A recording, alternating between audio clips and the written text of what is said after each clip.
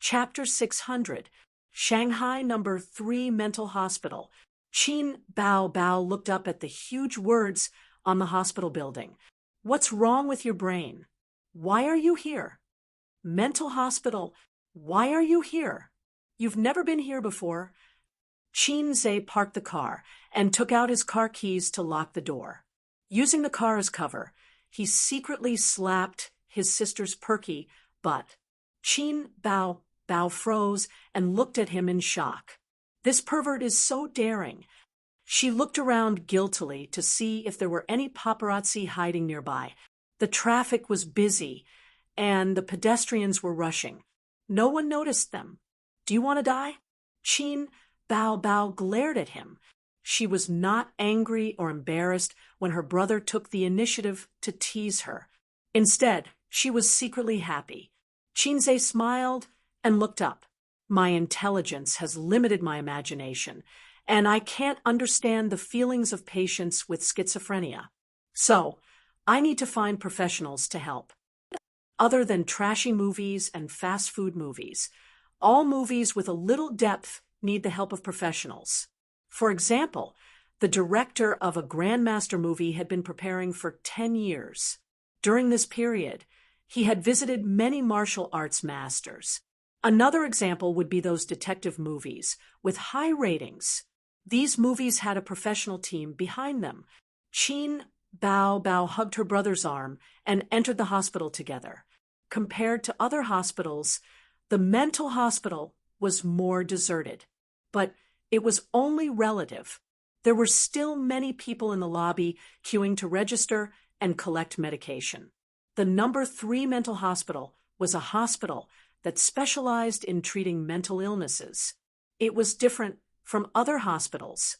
If the psychiatrists in other hospitals encountered patients with serious illnesses, they would send them to a specialized mental hospital for a checkup. Of course, there were also patients with schizophrenia. This was the main purpose of Qinze's visit. Qinze led his sister to the 6th floor without any consultation. Then he told the receptionist that he was looking for Director Li. You've already contacted them? Qin Bao Bao blinked her eyes and asked curiously, Of course. Why else would we rush in here? They don't have time to entertain us.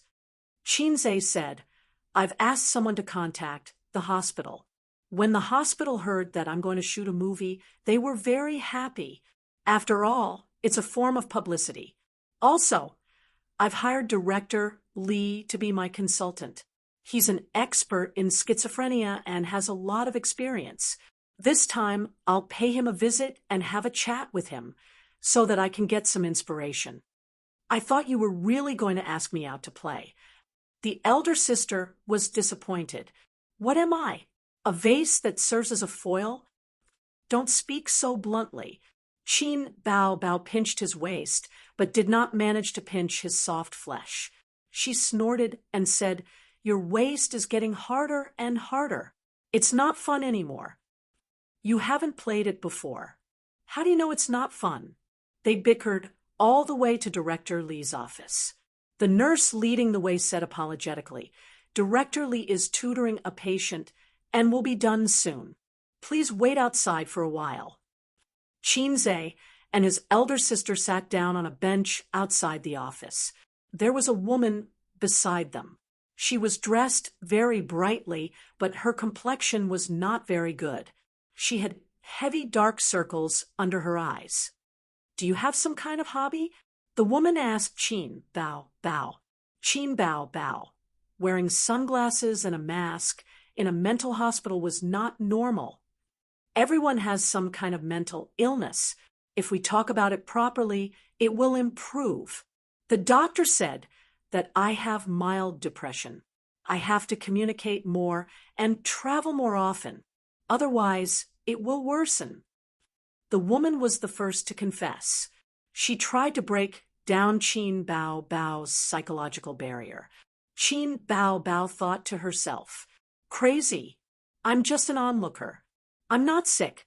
She wanted to ignore her, but her younger brother poked her waist. After many years of tacit understanding, Qin Bao Bao immediately understood her younger brother's intention. He wanted to collect material. Qin Bao Bao said in a low voice, "Yes, I'm too beautiful. If I don't wear a mask, those men will have bad intentions when they see me. I'll be on tenterhooks." Qinze, the woman looked at her sympathetically. This should be a patient with extreme inferiority, which led to delusions. "What about him? Your husband?" the woman asked. "Yes, he accompanied me to see the doctor. The doctor said that I'm under too much psychological pressure." Qin Bao Bao said, "What about you? What's the reason?" The woman looked at Qinze. He was a normal person. He was not on her side. Hence, she whispered to Qin Bao Bao. There was a saying, "Mental patients all think that they are not wrong." It was complete nonsense. In fact, most mental patients knew that they were sick. Only those with severe mental illnesses would lose their minds. "Do you think men are disgusting?" the woman suddenly said in a very low voice. This, Qin Bao Bao looked at her younger brother. He was not disgusting. He looked very attractive. "Oh, you have a husband." The woman continued, "My marriage with my husband is on the verge of collapse, but he loves me very much. I also think that it's good to live with him. I want to save this marriage, but I think men are disgusting. Why is it like this? Is he not good to you?" Qin Bao Bao said in a sympathetic tone. The woman said slowly, "Before I married my husband, I had 3 boyfriends. The second one was especially big." Qin Bao Bao was confused at first. He did not understand what she meant by especially big. Just like Teddy, he wanted it every day. Later, we broke up. I dated another boyfriend. He was very handsome. He was a very warm man, but his size was not very optimistic. Once, when we quarreled, I told him my ex-boyfriend's size in a moment of excitement. I even made a comparison. Qin Bao Bao understood and thought to herself, "This is really heart-wrenching." After that, every time we did it in bed, he would always ask me, "Is my ex-boyfriend really that big? He's a little older than me. Compared to him, who makes you feel more comfortable?" The woman's face was lactic. "What do you think this is? Does he treat my AC as an arena?" Qin Bao Bao did not know how to answer such a sad question. The woman sighed. "The root of my illness was probably formed during that time. Not long after, I broke up with him. I felt that men were disgusting and did not fall in love for a long time." Qin Bao Bao asked, "How long?" The woman replied, "About 3 months." Qin Bao Bao, "You must cherish your time. It's mainly because of my current husband. After he met me, he started pursuing me crazily. He was so good to me that I did not know how to reject him. So, not long after, we got married. But I realized that I had a psychological trauma about things in bed and was very resistant. On the night of our wedding, I lay on the bed and cooperated with him. After that, he wanted to do it, but I rejected him. Our married life was seriously disharmonious after marriage. Now that we quarrel every day, I'm gradually becoming depressed." Qin Bao Bao was puzzled. "Then are you depressed now, or can't you do it with your husband?" The doctor said that it's just a psychological trauma. Time will erase it. Everyone has psychological trauma, right? But I must not be depressed, or it will be very dangerous. I still have a chance to save it. The woman said her condition was not serious, or she had just started showing signs of depression. Otherwise, she would not talk so much. It was also possible that she was forcing herself to chat, trying to make herself feel better. Qinze said, "You don't mind if I say a few words, right?"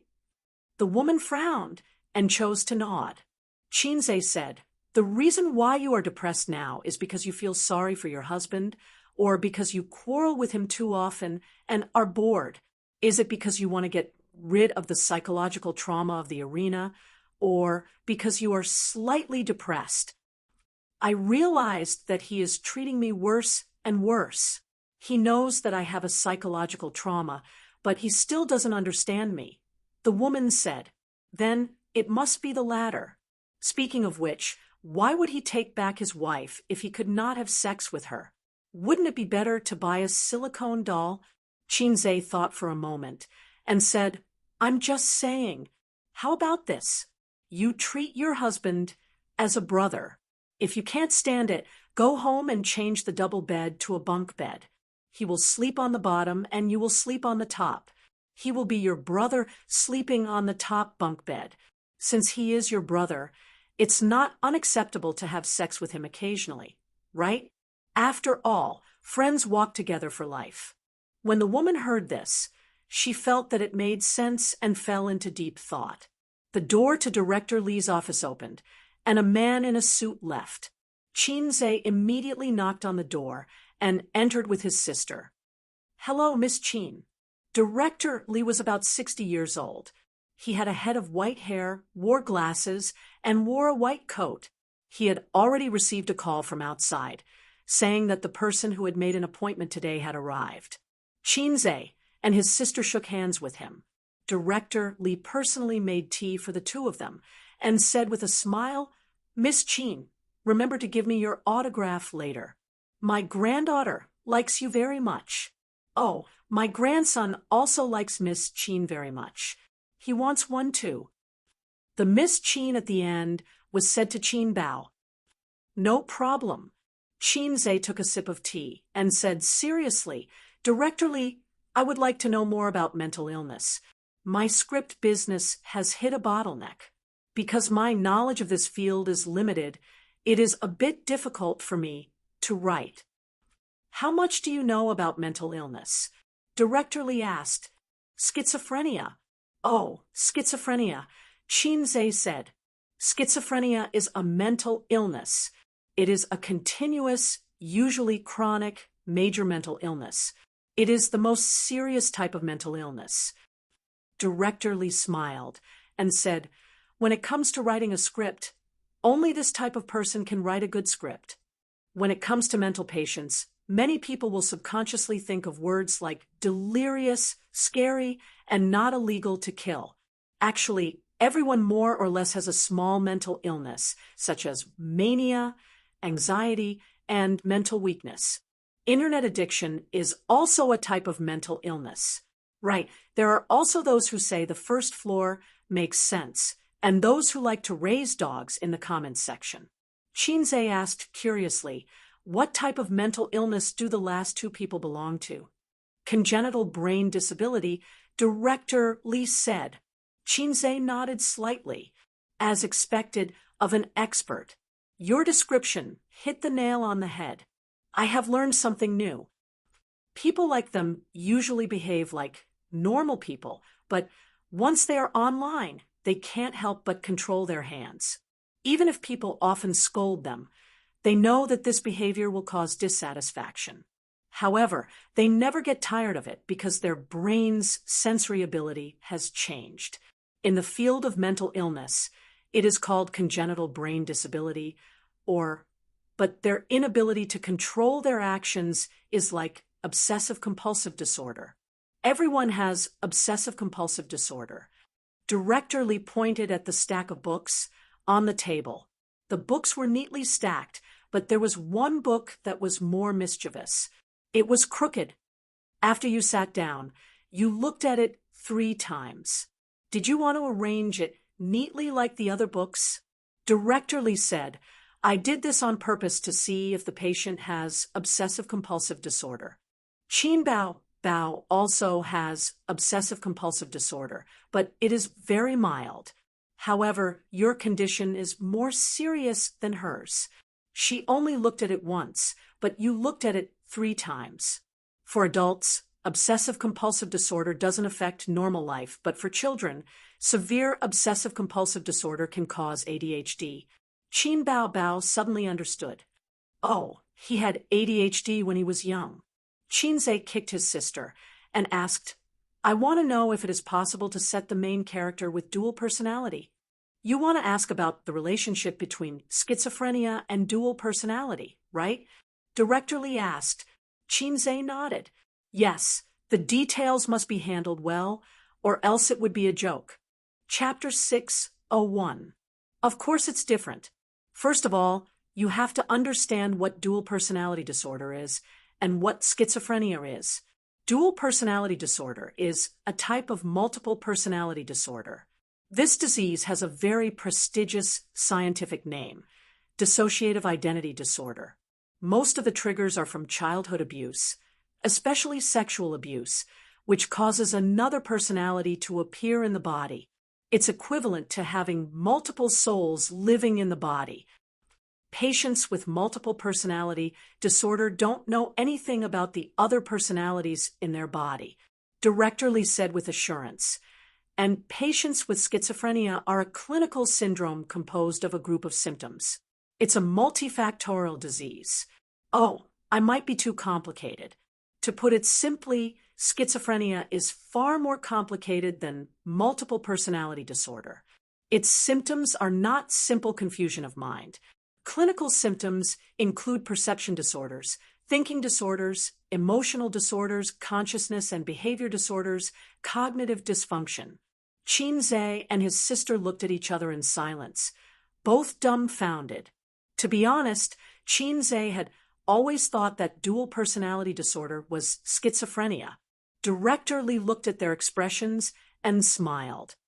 Then I'll put it more simply. Multiple personality disorder refers to the different characters in the body. Their personalities, names, and genders may be different. The patient will switch between different personalities. This kind of patient is very rare. In ancient times, people called it ghost possession. Have you seen Brainstorm? The protagonist is a police officer, but he's also a criminal. He arrests criminals, upholds justice, and plans murders to commit the perfect crime. But the two personalities of the police and the criminal are not connected. They don't know each other's existence. Schizophrenia means that the patient has separated himself from the real world. He is still a persona, but this persona lives in a different world. He rambles nonsense, he is crazy, and he is completely cut off from the world of rationality. Qin Bao suddenly understood. In other words, multiple personality disorder, in a sense, is actually no different from normal people. And schizophrenia is a lunatic.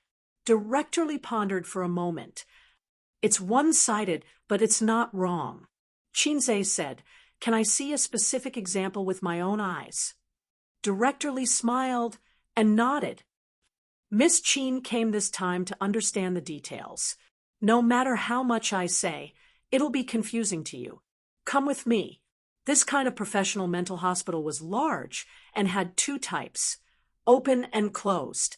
The former was for mild mental illnesses, such as depression, mania, and so on. The latter was the type that couldn't be released. On the way, Chinze held his sister's shoulder with one hand. He actually wanted to hug her waist, but they were in the hospital, so it was inconvenient. If he brazenly hugged his sister's waist, Director Lee might be kind enough to give him psychological counseling and tell him that it was wrong to have a sister complex, whether it was mentally or physically. To keep up with the times, he directly handed over an orthopedic specialist's business card and patted his shoulder. "This is all I can help you with." The reason why he had to hold his sister's shoulder was because he was sending a message with his head lowered. His partner was Qian Shishir. The petite beauty discussed the script with him in high spirits and complained about the director's harshness. The single female artistes in the company all liked to chat with him. Yi Lu, Su Jiao, Li Wei, they all messaged him for no reason. Chinze wasn't impatient at all. He wasn't aloof either and tried his best to chat with the other party happily. Qin Bao looked at the naughty pictures Qian Shishir sent and frowned unhappily. "We're doing business. What are you chatting about?" "There are always flirtatious sluts trying to seduce the pig that I raised painstakingly." His sister's jealous expression could tug at one's heartstrings. Chinze comforted her. Don't be a coward. Right, I can't afford. Qinbao. Director Li called over a doctor on duty and asked, Did you give any counseling to the patients in the ICU today? The doctor said, Teacher, not yet. According to the usual practice, it starts at 3 p.m. Director Li said, Let's start earlier today. Then he said to Chinze, Let's go to the treatment room. The so-called treatment room was a small room. The walls were painted blue, and the furnishings were simple. There was a table and 2 chairs. The light above their heads was very gentle. Director Li said that simple decorations could soothe the patient's emotions. There was psychological knowledge in it. Psychiatry and psychology were closely related. The doctor's surname was Du. He was Director Li's student. At this time, he took off his white coat and wore a short-sleeved shirt. The white coat would irritate the patients and make them resist or even overreact. He sat at the table and waited for patient number 3 to be sent over. There was a huge mirror on one side of the small room. It was actually a one-way glass. Chinze, his sister, and Director Li stood behind the glass and could watch the whole treatment process. Seeing the symptoms and treatment of schizophrenia patients with their own eyes would be helpful for Chinze to write the script. Soon, a patient was brought in by a nurse. It was a young man. He was no more than 25 years old. Except for his pale face, there was nothing wrong with him. Dr. Du said, Hello, friend. We meet again. The young man glanced at him and did not respond. He just sat there in a daze. Dr. Du tapped on the table gently. It implied a certain rhythm and gradually attracted the young man's attention. How's your health recently? The young man nodded. Dr. Du casually chatted with him. The young man did not seem to have any special symptoms so far. Dr. Du said, You have a girl you like? Yes. The young man said, My Wei Wei is the prettiest and the cutest, but I can't find her. Suddenly, he became agitated and stared at Dr. Du with pleading eyes. I can't find her. I can't find her. Can you help me find her? Dr. Du nodded. We have already informed the police. You just wait quietly. There will be results. Oh, right, you can buy some flowers and give them to her when you see her. The young man nodded hard. Dr. Du probed. What do you think of chrysanthemums? The young man's face changed. His expression became frightened. He fidgeted, and his body trembled slightly. Roses. I think roses are good. Dr. Du said. What do you think? The young man quieted down and nodded slightly. Behind the one-way glass, Director Li said, You see, since he entered the room until now, he has been very anxious and does not like to communicate with people.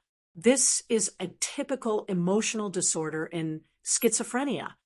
Chinze nodded hard. Did he suffer a setback in his relationship? Director Li said, No, this person is a web writer. Because of the huge workload, he could not bear the burden. Because he could not bear the increasing pressure, he stopped updating. Chinze said, This will get him a razor blade. Director Li said, His situation is worse than a razor blade. After he stopped updating, a few readers pretended to care about him and enlightened him. They came to the city where he lived to meet and chat with him. That day, they drank. After drinking, he was taken to a hotel by a few readers and was subjected to inhumane torture. Then he had schizophrenia. From then on, he could no longer hear the word chrysanthemum. We once thought that this was the cause of schizophrenia. Later, we found out that it was not. After he was hospitalized, he often said the same thing. I can't find her. I can't find her. The person he could not find was called Wei Wei. His girlfriend? No, that's the female protagonist in his book. He's actually mentally ill since a long time ago. He confuses the real world with the virtual world, imagining that he has a perfect girlfriend named Vivian. He has cut himself off from the rational world, and the things that the readers do are just the trigger for his illness. This is another kind of cognitive dysfunction in schizophrenia. What's his pen name? I think it's called Directorly Thought for a Moment. Newspaper seller? Chinze nodded. He had a better understanding of schizophrenia patients. The next patient was number 9. He was a middle-aged man. He was neither dull nor anxious. Instead, he talked with the doctor. Directorly said he was locked up for intentional injury. You see, he doesn't seem to have any problems, but in fact, his schizophrenia is the most serious. What do you mean? His wife had always been in love with her ex-boyfriend and had cheated on him many times. Later, her ex-boyfriend died unexpectedly, and his wife was depressed. This man loved his wife so much that he imagined himself as her ex-boyfriend. After a long time, he started to believe that he was really her ex-boyfriend. The two identities caused his consciousness to be confused, and he spoke incoherently. One moment, he said he was her ex-boyfriend, and the next, he was sober. What he got was not his wife's love, but her fear. During an argument, he accidentally pushed his wife down the stairs, and she was seriously injured. So far, our treatment has not improved. Mental illness is very troublesome. It requires long-term psychological counseling and medication. Even so, many people can't break free for the rest of their lives. The symptoms are very similar to the previous online author. Love is a ray of light, so green that it makes you despair. This was probably the most realistic portrayal of a middle-aged man. Chinze sighed. He moved on to the next patient. This time, the patient who came in was neither dull nor anxious. Instead, he was a little lively. He looked around with a smile on his face. When he sat down, Dr. Du said, "Hello." Looking at the high school-age patient, he immediately raised his eyebrows. "How so?" Dr. Liu obviously knew that he would say that. He said indifferently, "I'm very happy to meet you again, old friend." The high school-age patient asked, "How happy?" Dr. Liu was unmoved. "Can we talk?" The high school-age patient said, "Sure, WeChat is like QQ." Dr. Liu said, "Don't you want to recover? Don't you want to leave here? Don't you want to go to school and surf the internet like your peers? Don't you want to be reunited with your parents?" The high school-age patient said, "I want a baby, the warm kind." Behind the one-way glass, Chinze was speechless for a long time. "He's asking for a beating." Qin Bao muttered.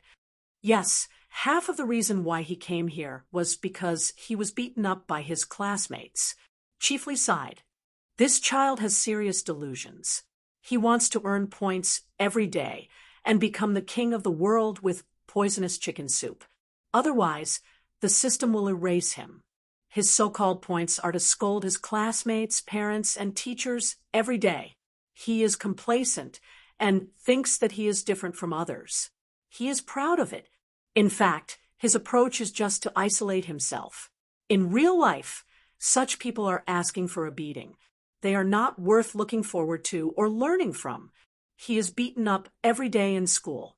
His parents sent him here, hoping that he can return to normal. He said that he can communicate with the system. This is a classic perception disorder. Chinze's balls tightened, and his chrysanthemum turned cold. Am I also a F** king schizophrenic? For this reason, he opened the point store. Although others could not see it, he could see and feel its real existence. He was relieved. Let's change. Chinze did not want to continue with this case. He said, "Is there anything more serious?" Yes. Chief Li contacted Dr. Du in the small room through the microphone. "Bring patient 11. Patient 11 arrived in a short while. He was very thin, skinny, and his eyes were sunken. He was led by the caregiver, and he looked very nervous and anxious. Dr. Du said, "What's your name?" Patient 11 said, "Lao Yang." "What's your job?" "I am the emperor." "Why don't you kneel?" Patient 11 spat at Dr. Du and said angrily, "Kneel now, or I will drag you out of the Meridian Gate and behead you." Dr. Du waved his hand helplessly. The caregiver immediately went forward and carried him away. "Let go of me, let go of me." Patient 11's shouts could be heard faintly. "There are always unruly people who want to harm me. There are always unruly people who want to harm me. This is hopeless." Chiefly sighed. "As a doctor, perhaps it is not suitable, but it is indeed hopeless. He already has very, very serious schizophrenia." He said that he is the emperor, but the lie detector could not detect it because he believes from the bottom of his heart that he is the emperor. Moreover, he is the emperor in distress whose country is in a precarious situation. He always feels that someone wants to harm him and usurp the throne. This is the thinking disorder in schizophrenia. In layman's terms, it is persecutory delusion. Chapter 602. Schizophrenia patients are really diverse. Qinzhe sighed. Multiple personality disorder was a person with one or more personalities. It was easy to define. Schizophrenia had a variety of clinical manifestations. Some patients showed completely different symptoms, but they were all schizophrenia. This was very helpful for Qinzhe to write the script. It expanded his thinking and allowed him to understand schizophrenia patients better. He even felt a little inspired. Seeing so many schizophrenia patients, could he use them as a model? At least he could learn from them. Forget about the web author. If he was used as a model, he might accidentally make it into a dreamy movie, and it would not pass the censorship. Love is a ray of light could be used as a model. After all, the theme was love. Love was the favorite theme of filmmakers, and this kind of heart-wrenching love would add more points. As for the high school student, forget it. It was too unreal. There were always unruly people who wanted to harm the king. Forget it. It was hopeless. There was no way to make it exciting or innovative. If you had come earlier, I have a more troublesome but more interesting case to show you. Director Li said. Director Li, what is it? Qinzhe handed him a big chicken stick. Director Li took it and glanced at Qin Bao Bao. He probably felt that it was inconvenient with a lady beside him, but Qinzhe had already brought the Zippo lighter over. The two sat in the small room. Through the one-way glass on the left, Dr. Du was counseling a patient with depression. Smoke rose slowly and was sucked into the exhaust fan. When there was no one else, Qin Bao Bao would not let her brother smoke. When there was an outsider, she would be very virtuous and generous. She quietly listened to the conversation between her brother and Director Li. He was sent here about 2 years ago. He was a middle-aged man, wearing glasses. He looked gentle and spoke very gently, but this person was abnormal because he kept saying that he was a university student and believed it without a doubt. Is this also a thinking disorder? Director Li took a deep breath and exhaled. He shook his head. This situation is more complicated.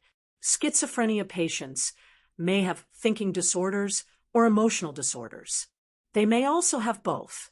I'm telling you this because I hope you can understand its inclusiveness. When creating a protagonist, don't cling to a single obstacle. Qinzhe nodded.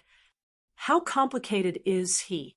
Director Li said, the situation is somewhat similar to that high school student. He imagined himself to be a university student and accidentally discovered the true appearance of the world. He is cultivating immortality in the city. Chen Beixian.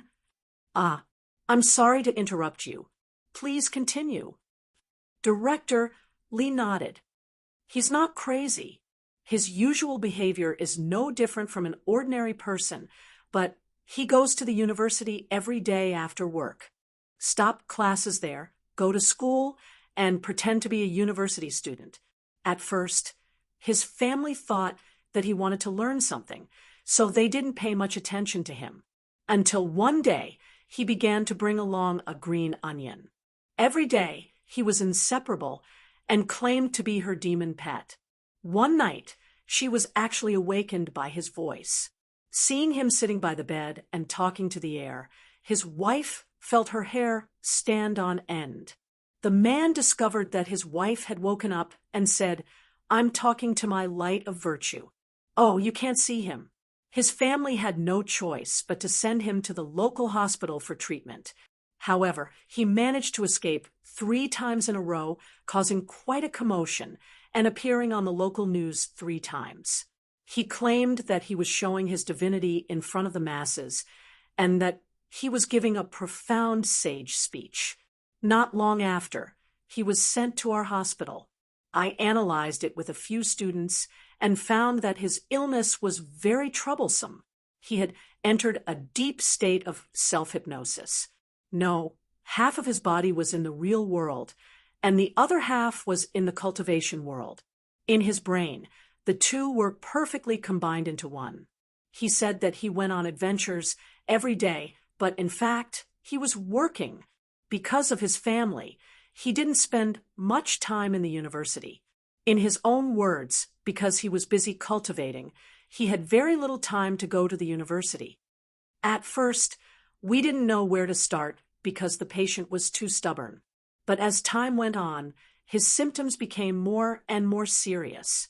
When he saw people, he would shout, "Feel the love of a mother," and then stare at you. If the caregiver forcibly restricted his freedom, he would shout, "Senior White, save me." And then Chinze couldn't help but ask.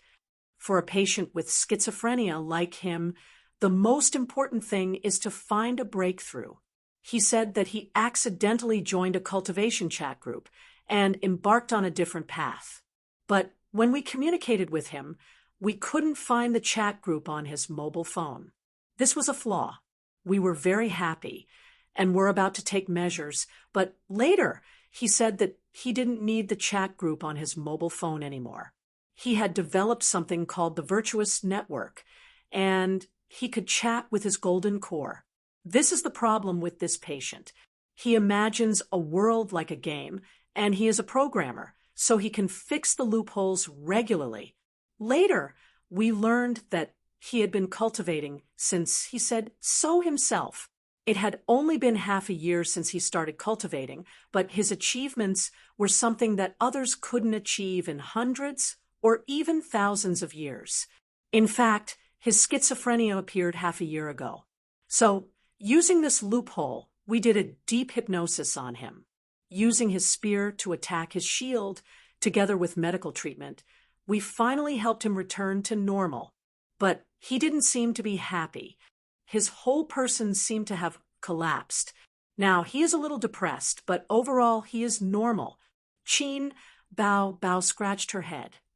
Listening to it, I feel like I'm going to have schizophrenia. Director Lee knocked on the table and agreed.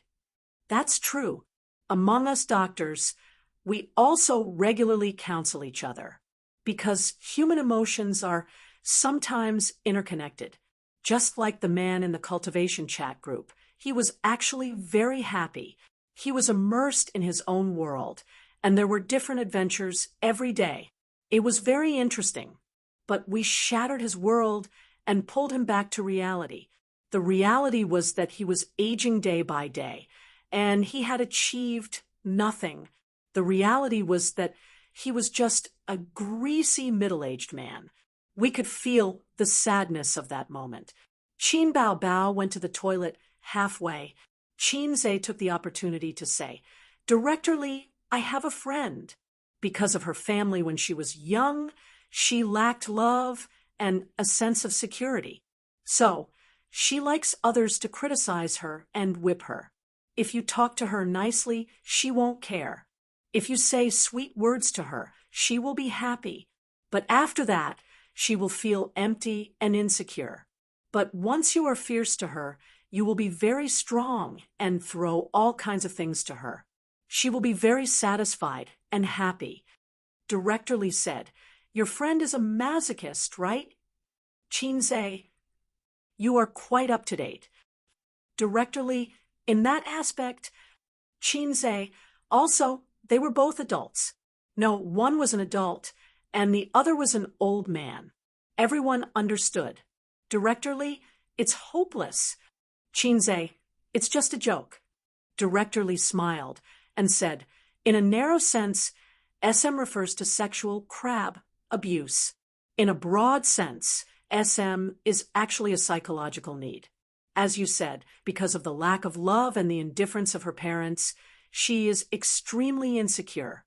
In her eyes, the lashing and criticism of others is a kind of importance. Don't you young people have a very good saying? Compared to him hating you, you are more afraid of him ignoring you. Is there still hope? Will it worsen?" Actually, worsen was not bad. Then, the whip and candles would be useful. Why should we save her? You have obsessive-compulsive disorder. Have you thought of treating it? No one is really mentally healthy. More or less, they have some kind of mental illness. As long as it doesn't affect their normal lives, it's fine. In her situation, as long as you give her more care, she will naturally get better. I understand. Then, is there any way to make it worsen? Director Lee looked at him from the corner of her eyes. The air was silent for a few seconds. Chinze laughed dryly and said, "I'm kidding. Ha, ha, ha, ha, ha." Awkward. Leaving the hospital at 4:00 in the afternoon, Chinze had gained a lot. He had a rough idea of how to create a protagonist. He and Director Lee agreed to meet again in a week's time. They would also bring the script and ask Director Lee to help fix the gaps in the professional knowledge. For this, Chinze had to pay a not cheap consulting fee. Chapter 603. Chinze drove his sister back. The afternoon sun was still very hot. His sister, who didn't eat well at noon, curled up in the passenger seat and ate a bag of Mimi shrimp sticks. Chinze's culinary skills were excellent, but with Qin Bao Bao's current status, the food was very exquisite. The takeout was directly ordered from a 5-star hotel. The chef was good, but she always felt that the food was missing a familiar taste. She was such a nostalgic person. For dinner, Wang Zijin and Qin Bao Bao cooked noodles at home. Wang Zijin complained that Qin Bao Bao's noodles were not mushy enough. Her stomach had always been bad. Qin Bao Bao complained that Wang Zijin's bottom was muddy and not chewy. They could have ordered takeout, but they refused to do so. They claimed that the noodles they made were delicious and pretended to enjoy it. "Give me a few." Chinze said, "I didn't eat lunch on the high-speed train. I'm hungry." "Why don't you eat? The food must be delicious," his sister said softly. "The lunch boxes on the high-speed train are too bad, and they're all frozen. It's not healthy. I'd rather eat instant noodles." "Then eat instant noodles." "Do I dare?" Chinze said angrily, "Who dares to eat instant noodles on the high-speed train? I can't afford to offend them." That's true. His sister handed her favorite snacks to him. When he was young, she liked to bully him, snatch his things, and watch him cry. When she grew up, she liked to share good things with him. Humans were so strange. "Unlucky woman, I'm driving. How can I eat? Feed me." Chinze looked ahead. Oh, Big Sister fed him one by one, and soon a generation of prawn crackers was gone. She said happily, "Big Sister fed you until you were young, right?" "Yes, yes, yes. Your juice is delicious. It would be better if you could make milk tea for me." Chinze didn't care about his sister's teasing at all. "Milk tea?" Qin Bao Bao said. "Sure, I'll make it for you when we get home tonight." Chinze finally turned his head and looked at her. To be precise, he looked at his sister's chest. "This might have to wait until you're pregnant. passing by the Shanghai City Tower, the tallest city in the country. Qin Bao sighed with emotion. I've always wanted to take a look. He didn't have the chance in the past, but it was inconvenient now. Oh, I promised you before that I would go up and take a look, Qinze said. He suddenly had a strong urge to bring his sister up there, to take a look. He remembered the first time he brought Sister Ziwei here. Afterwards, his sister looked jealous and disappointed. At that time, he really didn't have time. He had a lot of time, but his sister didn't. Later on, he forgot about it. No, the paparazzi are very annoying, and I might be recognized if I'm not careful, Qin Bao said with a straight face and fixed her eyes on the screen. There are no paparazzi, Qinze said. I observed on the road. There are no cars following us. It was impossible for paparazzi to tail them 24/7. They were not CIA agents. Moreover, the siblings' private lives were too serious. There were very few paparazzi who persisted until now. At most, they would squat at the entrance of the neighborhood. Occasionally, they would come to the company, but they didn't see them today. This was because Qinze and the bodyguards said that if they saw paparazzi taking photos secretly, they would beat them up until they called for their father. Then, Qinze would pretend to stop them and check on the paparazzi. If they didn't have any injuries, he would be very disappointed. If they were injured, he would be happy to pay for it. Many celebrities did the same. However, most celebrities didn't have personal bodyguards. Qinze and his sister only had bodyguards at the company, but they didn't have any at home. They bought tickets and went upstairs. Standing on the observation deck, they were wearing masks and sunglasses. Even their mother might not recognize them. Baby Qin was still able to attract a lot of attention. Just looking at her pair of long legs was enough to make people fall in love with her. She also had a pair of cropped pants that outlined her buttocks. She had a full chest under her short sleeves and a small waist that could be held with one arm. A woman with a good figure could attract attention even if she didn't show her face. Many people liked to climb up and look into the distance. However, in first-tier cities like Beijing and Shanghai, it was actually not recommended for people to climb up and look into the distance. Because in addition to looking at the scenery, there was also humility. Look, the owner of each house was richer than you. There were 1 billion people in China, and you were probably behind 3 billion. It hurt. The two siblings looked at the scenery and didn't dare to get too close. They were afraid of heights. A few days ago, Qinze accompanied Su Yu to play the jumping machine. He really felt that he was only 1 step away from death. The last time he was so excited was 24 years ago. He was almost caught by a group of brothers and sisters behind him. Qinze looked at the scenery of the Bund, the curved Huangpu River, and the densely packed buildings. He sighed. Last year, when he came with Sister Ziwei, he was still a little salted fish. This year, when he came with his sister, he was already the king of salted fish. Now, he was rich and counting money until his brain cramped. Next to him was his tall and charming sister. For a moment, he was full of pride. Qinze pointed at the scenery below and said, "What do you see?" "What a beautiful scenery." "Wrong answer." Qinze slapped his sister's butt. "Answer again." "Picturesque mountains and rivers." Qin Bao rubbed her, but "Wrong answer." Qinze slapped her again and said, "Wrong. It's my picturesque mountains and rivers." Qin Bao. Okay, act tough, king. Let's go downstairs for coffee." His sister rolled her charming little eyes. Unfortunately, Qinze couldn't see through the sunglasses. Were my words cool? In the elevator downstairs, Qinze asked his sister. "Yes, very cool."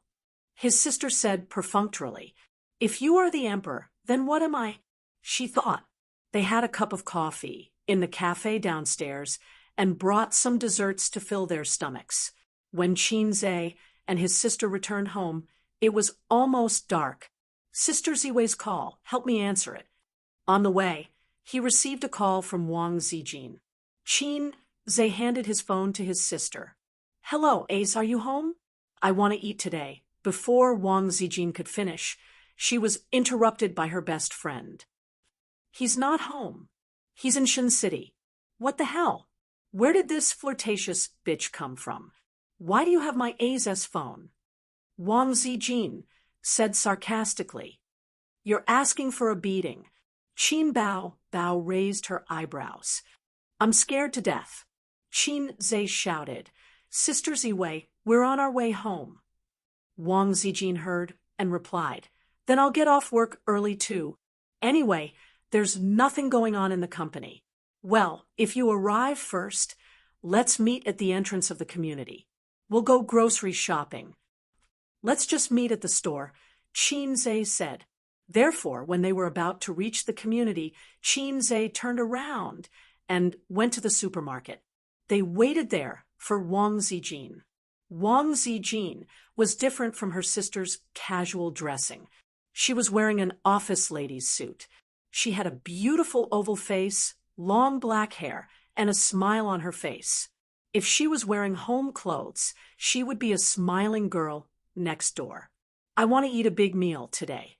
Wang Zijin stared at Qin Zhe and kicked her heels. She complained, Bao, the shoes you bought for me are clinging to my feet. It's so uncomfortable. Nonsense, Qin Bao said. This is a high-end luxury. It's only worn at important banquets, balls, and cocktail parties. Of course, it's uncomfortable for you to wear it for the whole day. This was probably the difference between rich people and ordinary people. When ordinary people buy shoes, they first look at the style and then try it on to see if it's comfortable. Rich people don't do this. They only pay attention to high-end products that are worthy of their status. Whether it's comfortable or not is secondary. If the shoes are dirty, should they be washed? Just throw them away. Oh, rich people's shoes won't get dirty because they won't go to messy places. You should have said that these are prom shoes. Wang Zijin took the opportunity to hug Qin Zhe's arm. My feet hurt all day. Give me your arm. Qin Bao said in a disdainful tone. Useless thing. Qin Zhe reacted abruptly. Damn, Sister Ziwei's tricks are as deep as the sea. What clinging to her feet, what discomfort, it's all fake. Not only can she hold his hand intimately, but also not let her best friend suspect. In contrast, his sister is a bit immature in this respect. She only bullied Suyu. Although Suyu likes to make trouble, her harem skills are actually not high. At most, she's a beginner master. His sister is an intermediate master, and Sister Ziwei is at least a senior master. Outside, with familiar people around, his sister would more or less restrain herself from hugging Qin Zhe's arm. Otherwise, with two great beauties on his left and right, even Hai Zhe King's thick skin would not be able to withstand the burning gazes of passers-by. Wang Zijin, who has always been a vegetarian, is picking meat dishes today as if she hasn't eaten meat for half a year. What's wrong eating so much meat? Qin Zhe wondered. I want to eat it. Qin Bao went to pick seafood, and Wang Zijin's tone changed from serious to coquettish. You ate too much noodles. Qin Zhe hit the nail on the head. Yes. Not only did she eat too much, but she also cooked noodles with vegetables for 4 days. Her mouth is so bland. After shopping and returning home, the moment the burglar-proof door wrapped in a layer of sandalwood opened, the three of them covered their noses. What's the smell? Qin Bao frowned. It seems like a gas leak.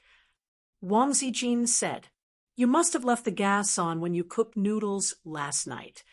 Bah, then we can't live to see the sun today. You got up in the morning to cook noodles.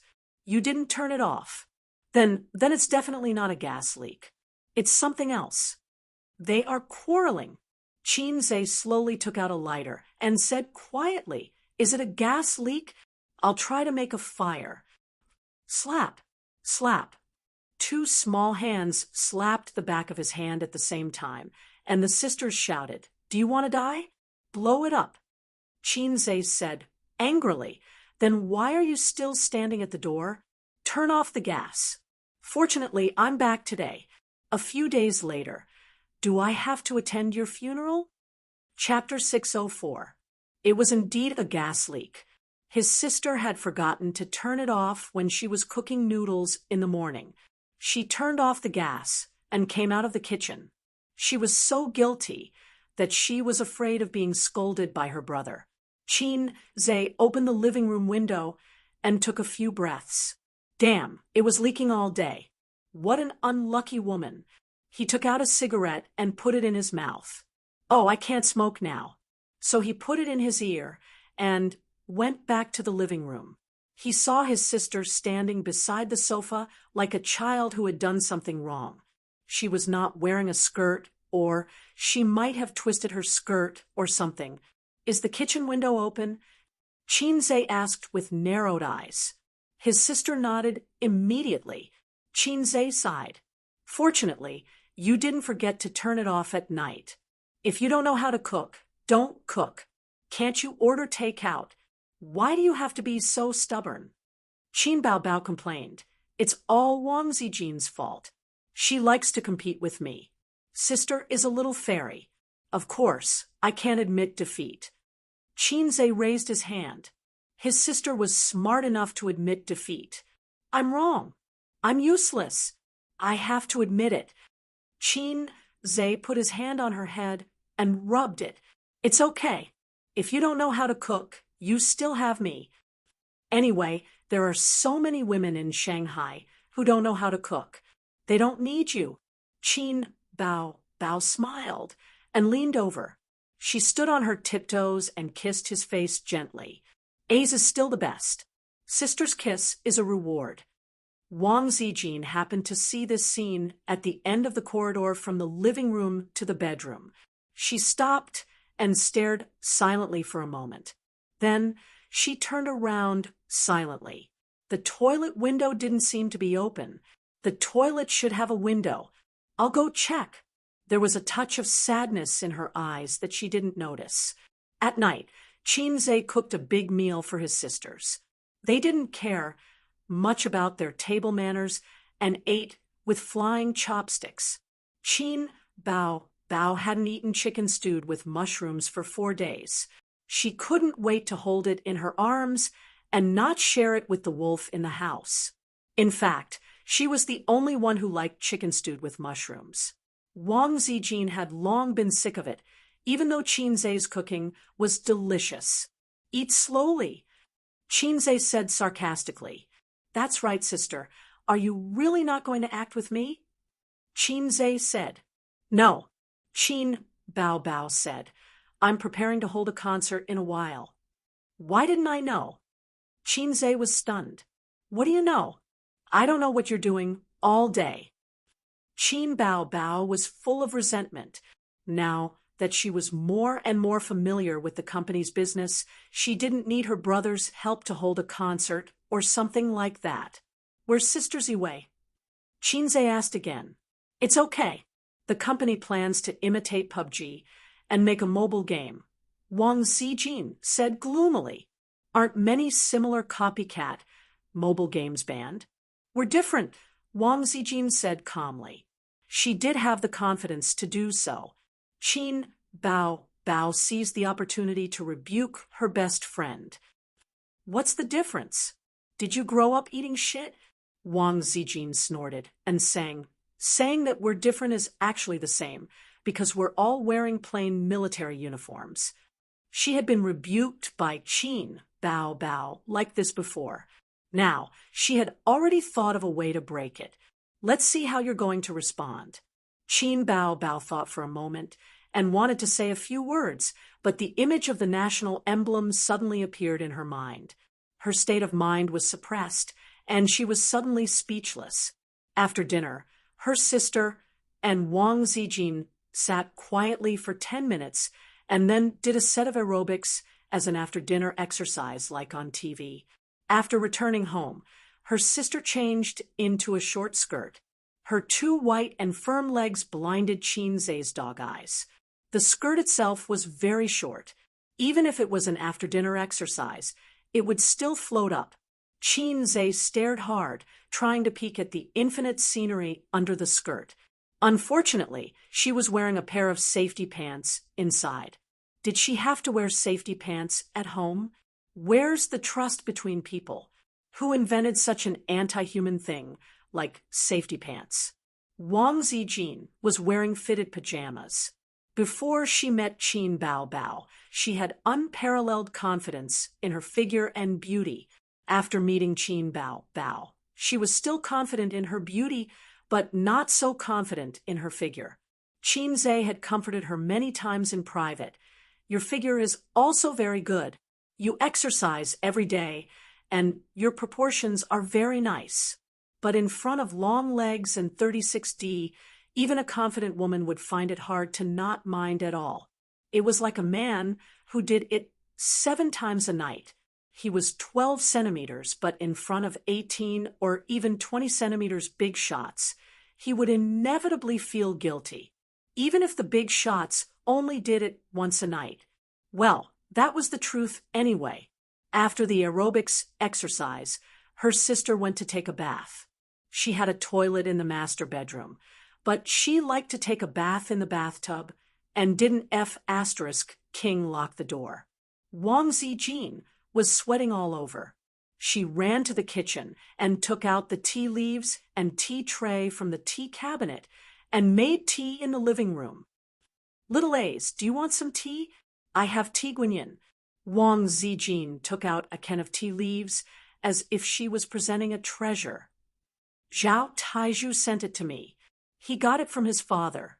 It's something that you can't buy even if you have money. Little sister, do you want some sex? I'm genetically modified. Qinzhe winked. It's been stored for 24 years. The taste is pure. You can't buy it even if you have money. Wang Zijin, Ace was being naughty again. She tilted her head and tried very hard to think of how she should respond. According to her style, she would glare at him and hit him. That was all. If it was Qin Bao Bao, an image appeared in her mind. Sob, sob, sob, I want to eat it so much. Then she would do a hand chop. Wang Zijin shuddered. She couldn't learn it. She couldn't learn it. Wang Zijin had always been suppressed by Qin Bao Bao, whether it was in terms of fighting or fighting for favor. Although she was scheming and had many tricks up her sleeve, for a woman with an impeccable appearance, she didn't need to be so scheming and scheming. As long as she learned how to act coquettishly and seductively, most men wouldn't be able to resist her. If Wang Zijin was an extraordinary master, then Qin Bao Bao would be the invincible Dongfeng, who didn't have any tricks up his sleeve.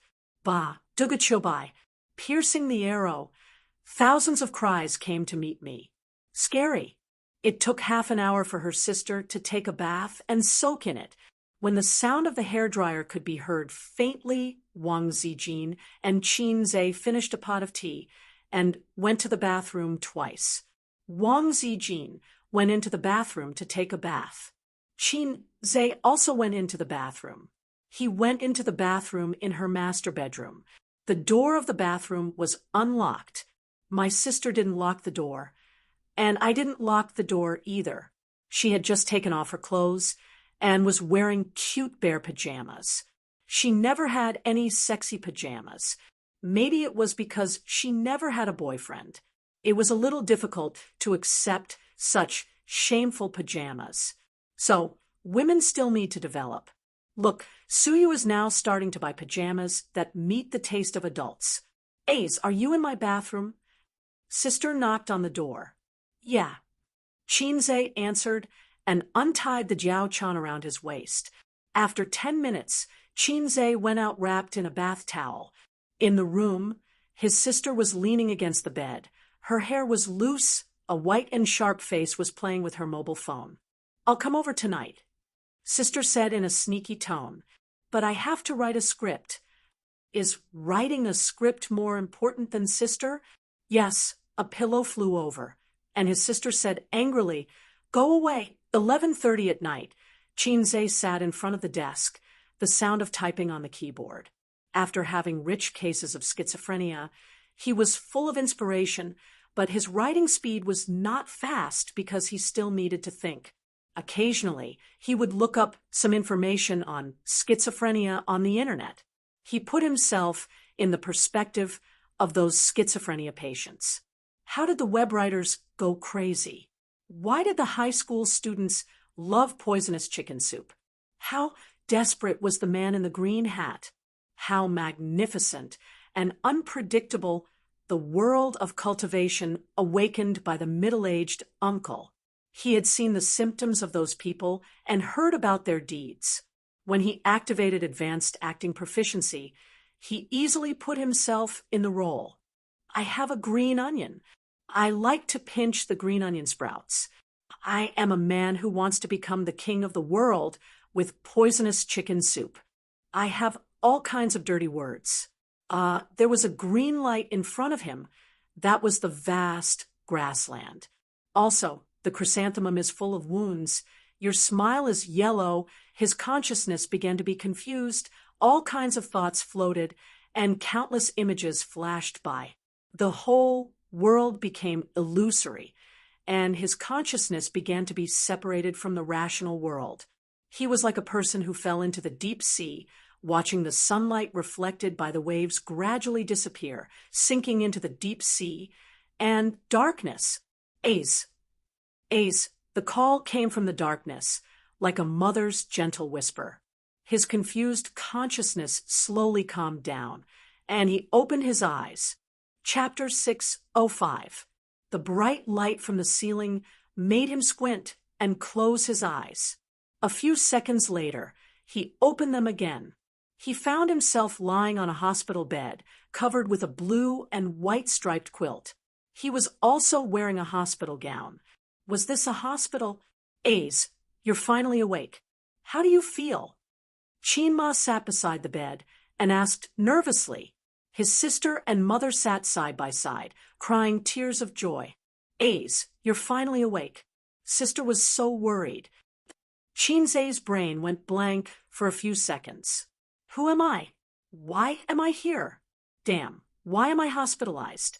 He tried to get up, but found that his limbs were too weak to support him. Don't move, don't move. You just woke up.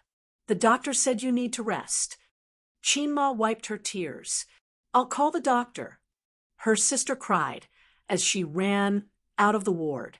While the mother and daughter were talking, Chinze looked around. Yes, it was a ward. It was not big, only a dozen square meters. There was a sofa and a TV. It should be a private ward. But why am I in a ward? They say that fortune favors fools. Rephrasing it, they say that ordinary people have a stable life. I don't have any disasters or illnesses in my life. He looked at his hand again and was shocked. How was this a hand? It was a chicken claw. He was bony and his skin was wrapped around the bones. His bones were clear. At this time, his sister returned with the doctor in a white coat. The doctor checked Chinze's eyelids and listened to his heartbeat. After a simple checkup, he said, "It's okay. He's awake. I'll help you line up. Later, the nurse will take you for a full checkup." The mother and daughter cried tears of joy. Chinma took out her phone happily. "Hello, old Chin.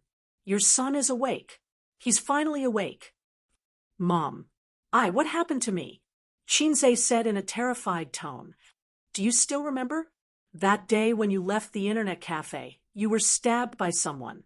It was only an external injury, but that group of bastards not only stabbed you, they even kicked and punched you.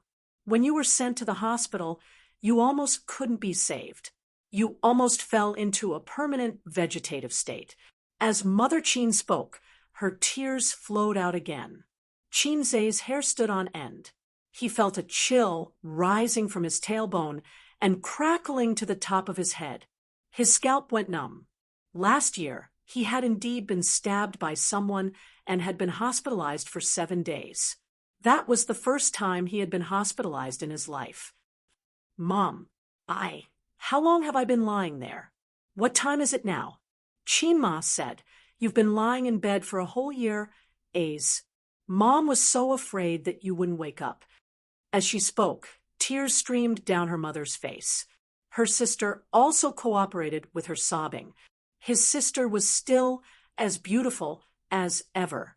She had chestnut-colored curly hair, a fair and charming face, and a pair of seductive eyes that were filled with tears. However, Chinze wasn't in the mood to appreciate his sister's beauty. His scalp was about to explode. I became a vegetable and was hospitalized for a year? Then what about my experience in the past year? Was it a dream? He clearly remembered that he was writing a script because he tried to put himself in the shoes of a schizophrenia patient. His brain was overwhelmed and his consciousness was in a mess. Although he woke up, he found himself lying in a hospital bed. His thoughts were clear, and there was nothing wrong with them. But it was because of this that he was terrified. The clearer his thoughts were, the clearer his mind was. Putting himself in the shoes. Was everything now real? A great sense of fear enveloped him. Soon, the old man arrived as well. His leather shoes made loud and clear notes on the smooth tiles. They hadn't seen each other for a few days. Oh no, a year. The old man had aged a lot. His hair was white, and the crow's feet at the corner of his eyes were deeper. He stood by the bed. His eyes were wet. He gently touched Chinze's greasy hair and choked. It's good that you're awake. It's good that you're awake. It's my fault. If I didn't let you learn from Professor Lee, you wouldn't have encountered such things. It's all my fault. The old man's face was full of regret. Chinze felt an inexplicable sadness. This man must have really wanted a son back then. So he was strict with himself and hoped that his son would succeed. So his mother made up a big lie and raised him as a son. No, if all this is a dream, then what is my background? Chinze looked at his sister. Mother Chin held her daughter's hand and said earnestly, All right, now that your brother is awake, I'll arrange a blind date for you. You're already 26 years old today. If you don't get married soon, you'll be an old lady. Chinze was speechless. Mom, your son has just woken up, and you want to marry my sister off? Are you still my mother? His sister's bright eyes fell on him. She hesitated and sighed. I know, Mom. Then you have to go on blind dates. Don't be perfunctory. Well, if I see a suitable one, I will go with him. If he is good, I will marry him. Chinze's heart sank. I can't marry him. Why? His parents asked in unison. His sister's eyes also lit up. I can't marry him too early. I have to wait until I get better. Chinze said weakly. The light in his sister's eyes dimmed. By the way, old Chin, let's go down and pay the bill. The nurse just reminded me this morning. It's time to pay the bill. Chinma told Chinze to rest well and left with the old man. The ward quieted down. Only Chinze and his sister were left. Chinze whispered, Sister, are you really going on a blind date? The beautiful sister nodded. Yes, I am already so old. Even if I don't get married, I should get a boyfriend. What about me? Chinze's voice was hollow. You. His sister looked at him strangely and smiled gently. You are my brother-in-law. Chinze stared at her and thought, You are too good at pretending. It's as if we have never coveted each other. What happened to going to Europe to see the orthopedics doctor? You parachuted halfway and left me alone on the plane? Where is Sister Ziwei? Where is she? Qin Bao felt even more strange and said in a surprised tone, Who is Sister Ziwei? Don't you only have me as your sister? She is your best friend. Chinze was stunned, and his heart beat wildly. He thought of a possibility. My best friends don't call it tissue. Qin Bao Bao said, angrily. His heart seemed to be dug out. It was so painful that he could hardly breathe. Then, you know Suyu? Who is Suyu? His sister wondered. She frowned and touched her brother's forehead. Is it because you have been unconscious for too long that your consciousness is confused? System, where are you? Qin Zixien called out to the system in his mind. Soon, he was flustered and exasperated. System, come out. Come out.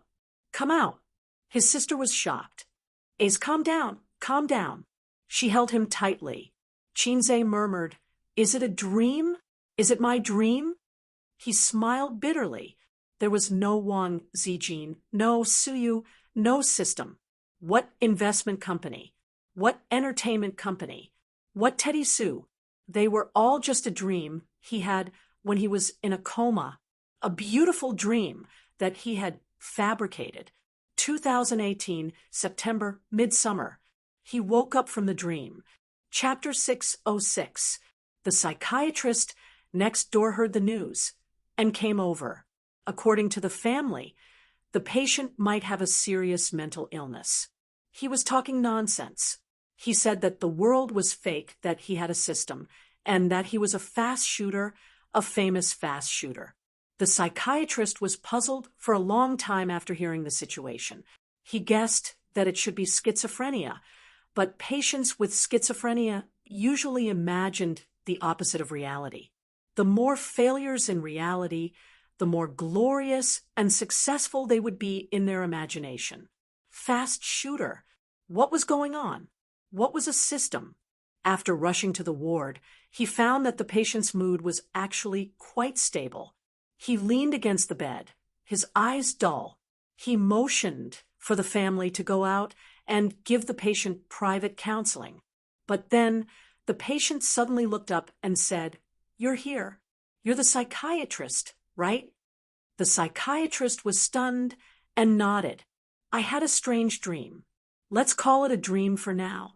The patient said, "In the dream, I was a big boss with a net worth of 10 billion. I owned 3 companies. Besides, I was also a god of stocks, a fast shooter, and even knew martial arts. All of this was because I got the system one day, a system that could change my fate." The psychiatrist thought, "Damn, this illness is not clear. According to your professional terminology, I have schizophrenia, a typical sensory disorder. Because I am dissatisfied with the real life, my mind is stimulated and my imagination runs wild. I peel myself away from the rational world and start to believe in the things I imagine. This is the so-called schizophrenia." The patient's tone was clear and calm. The psychiatrist started to get serious. He found that he had encountered a very difficult and rare case. A patient who knew that he had schizophrenia. "If you don't mind, I'll ask you a few questions," the psychiatrist said. "Go ahead." Qinze nodded. "Name, origin, school." Qinze, born in 1994, local, graduated from the University of Finance. "I didn't graduate. I was in a coma for a year." "What are you afraid of the most?" "Afraid of heights." "What do you like the most?" "Sister." The 2 sounds of came from the parents. The psychiatrist frowned. "Why are you still here? Didn't I ask you to leave?" The family left obediently. The psychiatrist said, "Ignore them. Continue. Why do you like sister?" Qinze glanced at him. "Guess." The psychiatrist. Was this really schizophrenia? Why did she look so normal and even a little naughty? But then the doctor changed his mind. The patient began to tell his story. He said that he was a loser and a salted fish. He was born in a well-off family and had no merits. He was very stable in all aspects, so stable that it made people despair. This was nothing. There were many mediocre people out there, but he had a very outstanding sister, so outstanding that it made people despair. She was pretty and smart. She was a top student praised by her teachers and classmates in school. At home, she was the apple of her parents' eye. The boy had once longed to be like her. He had always longed for this sister of his. But no matter how hard he tried, he was still unknown and mediocre like a salted fish. The only person in the world who overestimated him. Oh no, the thing was his bag. Until one day, an accident changed his life, giving him unlimited possibilities. His sister was no longer unreachable, and his life was no longer mediocre and hopeless. He had become a successful person in the eyes of many people. He was rich and handsome. His relatives and friends would give him a thumbs up whenever they mentioned him. No one would tease the tiger siblings anymore. There were many women who liked him, but he had only touched 2 leaves after passing through thousands of flowers. The psychiatrist thought to himself, "Damn, you really love this sister of yours." The doctor was silent for a long time before he confessed, "Your situation is different from many cases I've seen. Because you have a clear consciousness, you realize that you have schizophrenia. This is a good thing. It means that you can still be saved. How about this? I'll perform a deep hypnosis on you. Let's see the results. Okay?" Chinze nodded. The doctor took out his pocket watch and began to hypnotize Chinze. "Relax your consciousness. Lie on the bed. If you feel tired, you can sleep." Chinze closed his eyes and did not make a sound. His face was very peaceful, as if he was sleeping. The doctor actually lied. He was not trying to hypnotize him, but to brainwash Chinze. After listening to his words, the doctor concluded that the source of all the problems was his sister. There was no system, beautiful CEO, or best friend. They were just part of an illusion. The core was still his sister. So he had to erase the sister from the patient's mind, erase all the longing and yearning he had for his sister. This was the knot in his heart. "Okay, that's it. Relax." After the deep hypnosis, the doctor spoke slowly. "Actually, you're a single child." The doctor observed Chinze's expression. "Very good, very calm. Yes, you're a single child. Your parents have only had you from the beginning to the end. You may be ordinary, you may be mediocre, but you don't have a sister." The patient began to frown. "You don't have a sister. Forget her. Get rid of her. Forget her. Get rid of her." But at this moment, the patient suddenly opened his eyes. He was like a furious demon or a beast forced to the edge of a cliff. "Shut up." With a roar, he reached out his skinny claws and grabbed the doctor's neck. "If you dare to get rid of her, I'll kill you. I can't live without her. I can't live without her. It's all fake. It's all fake." "Then what about my year?" "Nothing." Chinze was discharged from the hospital, and his spirit recovered a lot. He no longer fantasized that he was a big shot worth billions. He lived a peaceful life, went to school on time, listened carefully in class, and lived a peaceful life. In the days without Wang Zijin and Su Yu, his sister began to seriously go on blind dates, saying that she would marry herself before the age of 30. He felt that his life would not be too exciting, but it would not be too bad either. After all, his father was a professor, and his family had a big house of more than 100 square meters. After graduation, he joined the workforce, hoping to find a girlfriend before 25, then get married, quietly live through his youth, and enter middle age, until one day, on campus in the library, a girl's phone rang. "Through the window. I know what's on your mind." Chinze was struck by lightning and questioned the girl, "Why is your ringtone a song I wrote?" The girl was confused. "Deep Well Ice, this is Jay Chou's song." Chinze was furious. "Fuck Jay Chou. How dare he steal my song? I'll kill him." As he spoke, he broke down. He turned around and ran out of the library. His back stumbled like a panicked dog. On the rooftop of the teaching building, almost all the rooftops of the school were locked. He searched for a long time, and only this one was open. Maybe he forgot to close it by accident. Qin stood on the edge of the rooftop. The sun was shining, looking down. At this moment, he remembered the fear of being dominated by acrophobia. He was a little hesitant about whether to die in a more handsome way. It would be better to jump. If he jumped, he would bid farewell to his mediocre life. He was still Heiai's king, a fast shooter, a god of stocks, Suyu Zijin, and his sister. He didn't know when a group of people gathered below, watching there. Some people held up their phones to take photos and videos. Soon, Qin's class teacher ran up. "Qinze, take it easy, don't jump," the class teacher said, anxiously. Qinze turned his head and looked at him silently. "Qinze, don't jump, although you are a little stupid and your exam results are a little bad. Don't give up treatment." Qinze silently retracted his gaze and suddenly found that his acrophobia was cured. This boring life, it was better to end it early. So he jumped. "Class teacher, thank you for your assistance." Chapter 607. Dong! The loud sound of his head hitting the ground, and the pain woke Qinze up. He first covered his head and grimaced, then realized that he was lying on the ground with the window open. The wind blew in from the outside and lifted the curtains. There was a laptop on the desk and a half-written script. Outside the window, vehicles passed by, the wheels and the ground rubbed against each other. It was 2:30 in the morning. Qinze was lying on the ground with his arms and legs spread out, sweating profusely. He breathed out a sigh of relief. It was just a dream. Fortunately, it was just a dream. I'm still Heiai's king, sister's little cutie, Suyu's pillar, and Sister Ziwei's boyfriend. This was definitely the most terrible nightmare in his life. It was 10,000 times more terrible than the dream of a cute little sister waving at him when he was a teenager. Suddenly, he felt that life was so beautiful.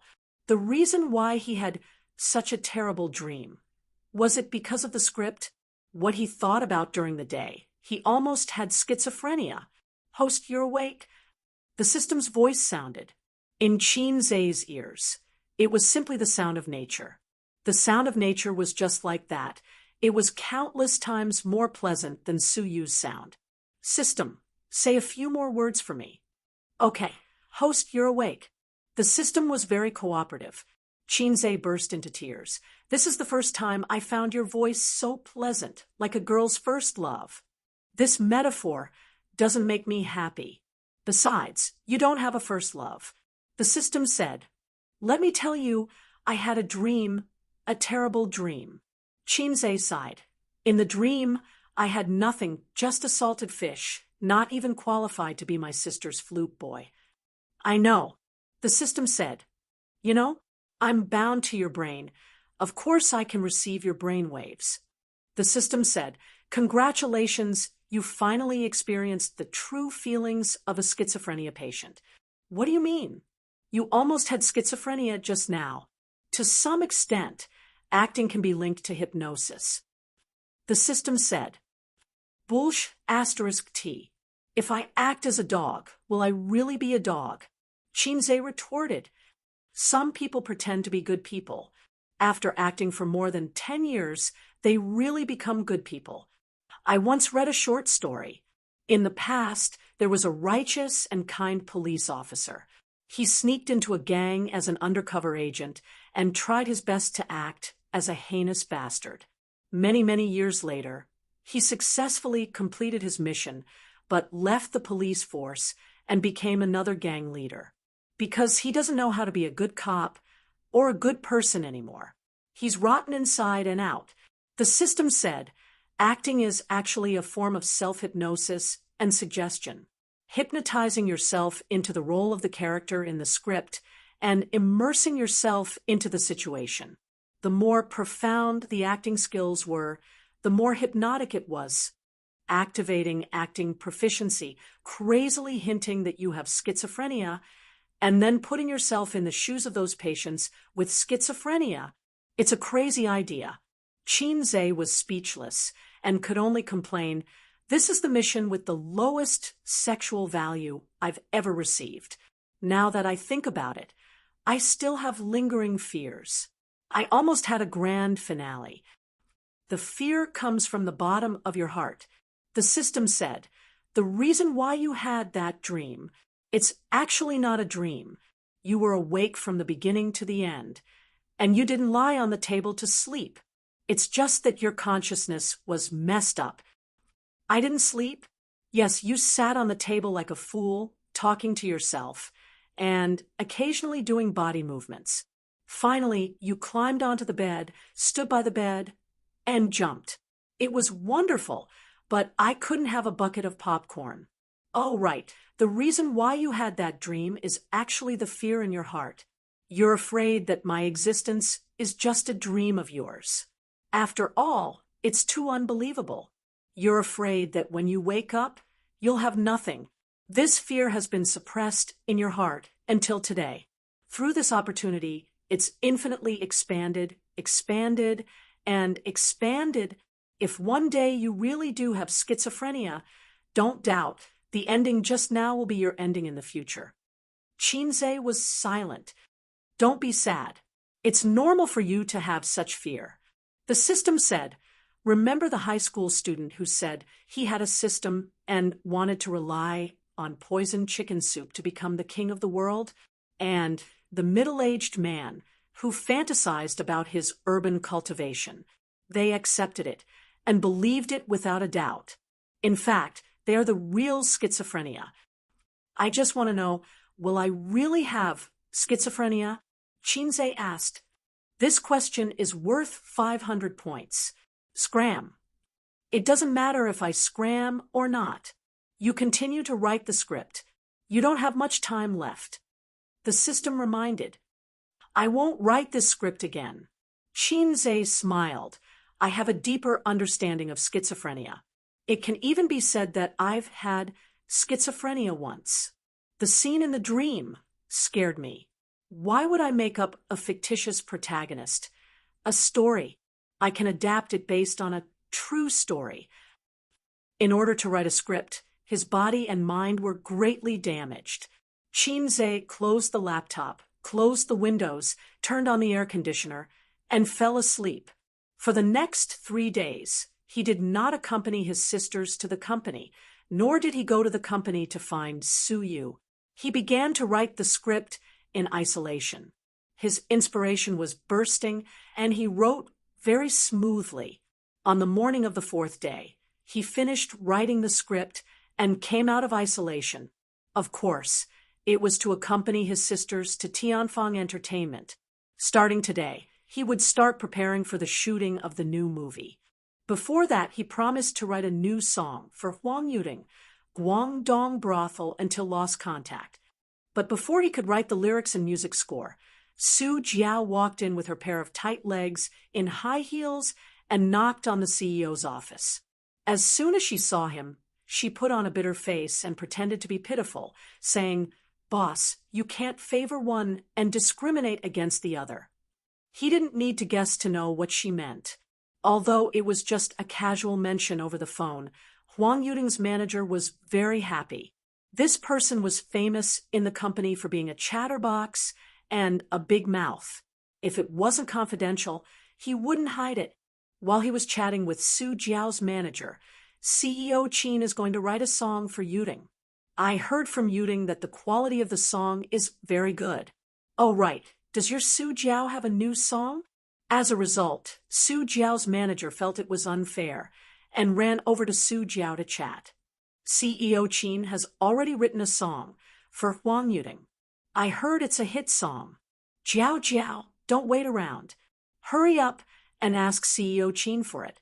A crying child gets milk. I want a hit song too. CEO Qin, write one for me too. Su Jiao sat across from him on the sofa and shamelessly insisted. A woman's greatest weapon was to act coquettishly and shamelessly. Smart women should learn this trick. It didn't necessarily have to be used on their husbands or boyfriends. Occasionally, They could act coquettishly and shamelessly towards their close superiors and elders in the family. As long as it wasn't too much, it was very easy to get promises. Qin had always been known for his friendliness. Other than his assistants, all the employees in the company said that he was very easy to get along with, and was easier to get along with than Qin Bao. Therefore, the A-list and B-list artists in the company rarely respected him as their boss. To put it simply, it was 30% respect and 70% intimacy. For old acquaintances like Huang Yuding and Qian Shishir, it was 20% respect and 80% intimacy. This kind of interpersonal relationship in the company had both advantages and disadvantages. The advantage was that it wasn't easy for artists to change jobs, and the relationship between friends was always more reliable than the relationship between superiors and subordinates. The disadvantage was that you had to be impartial. You had to be more tactful and intelligent when dealing with matters and allocating resources. The business-like approach wasn't very effective. Where's the hit song from? Do you think it's a street vendor's product? Qin said grumpily, and casually threw a lollipop of his sister's. Then I want a song, anyway. Su Jiao peeled off the lollipop and took a bite. He took it from his year-end album. I didn't give it to him for free. I know. Qin couldn't think of a suitable song at the moment. He hadn't listened to a song in a long time, and he rarely listened to the female version. How about this? I'll give you two a song for free. But it's not one song for each of you. It's one song for both of you. Su Jiao's eyes lit up. Then I want to hear the quality of the song first. Look at what you're saying. Which of my songs isn't quality? Chapter 608. Yes. Su Jiao kept pecking his head. Boss Qin's songs are all top-notch and can all be popular. It's my fault. I admit my mistake.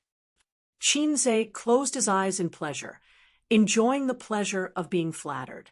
This gave him a sense of fulfillment and satisfaction. I'm still that fast shooter. Happiness. Humans were like this. In the past, when they carried the title of fast shooter, they couldn't wait to throw it away and kick it away. But when they lost it once, even a sniper would gladly endure it and be filled with happiness. Schizophrenia was really scary. The system was right. He was infinitely close to schizophrenia last night and had a clear mind, but it automatically blocked out a lot of key information, such as his knowledge, his vision, and so on. These things had already become his own. But he didn't remember at all last night and was terrified. That wasn't a dream. It was the feeling of a schizophrenia patient after their consciousness was disrupted. If it was in a Xianxia world, I would probably die from an inner demon tribulation. Su Jiao blinked and didn't know how she got CEO Qin's G-spot. Look at his satisfied face. He even squinted his eyes. Is Huang Yuding in the company? After reminiscing, Qin suppressed the satisfaction and happiness in his heart and recovered his composure. Yeah, he pushed away all the unimportant jobs in order to wait for you to come to the company. He's anxiously waiting. Now that you're here, he's probably looking forward to it in the office, Su Jiao said. Qin asked his sister's assistant to call Huang Yuding over. Huang Yuding was dressed in high-end casual clothes. Even if he didn't go on stage or perform, his hairstyle was still very handsome. The man was 30 years old and didn't have any wrinkles, but he had a more mature temperament. His figure was also very well maintained. He was the top handsome guy in his age group. Yo, why are you here? Huang Yuding sat beside Su Jiao and crossed his legs comfortably. He tossed a cigarette to Qin. When Qin put the cigarette in his mouth, he took out his lighter and leaned over to light the cigarette for the boss. Don't smoke in my office. Not far away, Qin Bao, who was flipping through documents at her desk, frowned. Huang Yuding's hand paused in the middle of lighting the cigarette. He couldn't help but look at Qin. When men talk about things, smoking is to improve their relationship. What are women blabbering about? Unexpectedly, Chinze quickly put the cigarette on the coffee table and was very obedient. He even coughed to cover it up. I don't smoke. My throat is uncomfortable. Huang Yuding. All right. Yuding, Jiao Jiao asked me for a song, but I've been busy with the script recently, so I don't have the energy to compose a song. So I'll compromise and let you guys sing a duet. Chinze asked, what do you think? Actually, that was not the case. One song only cost 30 points, and 2 songs cost 60 points. If they sang together, Chinze could save 30 points. Wait. Su Jiao had a flash of inspiration. Boss Chin, you said you want to shoot a new movie? Yes. Then can I sing the theme song? Huang Yuding beat him to it. Hey, I asked first. Su Jiao glared at him. Are you sure you asked first? Huang Yuding glanced at her from the corner of his eyes. Su Jiao puffed up her cheeks and glared hard. Huang Yuding didn't budge and glanced at her from the corner of his eyes. She rolled her eyes and said sweetly, Boss Chin, ladies first, right? Let me sing the theme song. Then, do you still want a duet? Su Jiao pursed her bright red lips and said weakly, yes. Huang Yuding gave her a thumbs up. I'll spit on you with a mouthful of salt soda. Chinze rolled his eyes. I plan to use the song I sang before for the script's theme song. You must give me the rights to the cover song, Huang Yuding said. We'll talk about it later. I'll write the duet song first. You guys try to record a demo, Chinze said. They prepared the staff and 2B pencils. Huang Yuding and Su Jiao watched in high spirits. The former had once watched Chinze compose a song on the spot. His pen flew without any pause as he finished writing the lyrics. Huang Yuding liked to watch Chinze's rough composing process. As a composer who often had trouble with lyrics, watching Chinze compose on the spot was undoubtedly a blessing. It was Su Jiao's first time, and she was dumbfounded the whole time. She wasn't a singer-songwriter and had tried before, but she realized that she wasn't cut out for it. She had seen many excellent composers composing songs. They were like shitting, squeezing out a little bit and squeezing out a little bit. Very few people could pull out a whole string. Once they were disturbed, they would tighten their buttholes and break the sh*T. Then they would fly into a rage. Su Jiao had never seen someone pull out a whole string so smoothly like Chinze. Moreover, his composing process was different from others. Normally, he would compose the song first, then fill in the lyrics. But Chinze started from filling in the lyrics. If he had already written the song beforehand, how was that possible? A fast shooter always composes the lyrics and music on the spot. Otherwise, how could he be worthy of such a dazzling title? Su Jiao was shocked beyond words. While composing the song, Chinze paused and raised his head to look at the sky at a 45-degree angle. Su Jiao and Huang Yuding looked at each other, thinking that he finally got stuck. In fact, Chinze was looking at the interface of the point store. He remembered that there were several versions of this song. The song he clicked on now was another version, a failed version that was shackled by the dynamic soundtrack of online songs. It was clearly a song with a sad tone, but it had to be paired with a very dynamic tune. It didn't match at all. The other version's soundtrack was very good. It was mellow, melodious, and had a hint of sadness. Just like the song, Perfume is Poisonous, that he once copied for his sister. There were also 2 versions of the soundtrack. One was the typical ping, ping, ping, ping, and the other was very good. It matched the song's theme very well, and the tune was soft and sad. His fingers moved, and he switched songs. After finding the correct tune, he lowered his head again and started writing rapidly. I'm done. Take a look. Chinze pushed the song over. Huang Yuding and Su Jiao sat next to each other. They were very close and couldn't wait to see the song title. Let the whole world know I love you. A male and female duet. After going through the song and lyrics, Su Jiao said disappointedly, CEO Qin, is it a saliva song? Huang Yuding said, to be precise, it's an online song. There were still differences between online songs and normal songs. From a professional point of view, the characteristics of online songs were the vocal structure was fixed, the tune was fixed, and the lyrics were forced. 10 online songs that talked about the bitterness of love from depression to climax, the tune was similar. At the climax, there would always be a FGC harmony.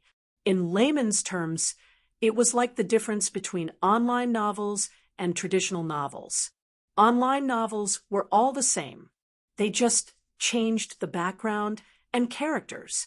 Traditional novels, on the other hand, had many types and expressed different ideas.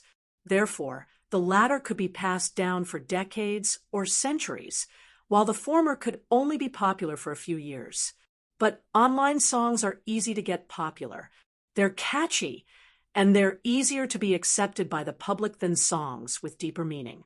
For celebrities, it's easier for them to become famous. Qin Zhe said, it was just like how there weren't many people who could calm down and read literary novels, but there were many people who liked to read online novels. You guys sing? Qin Zhe said again. I no longer have the right to love you.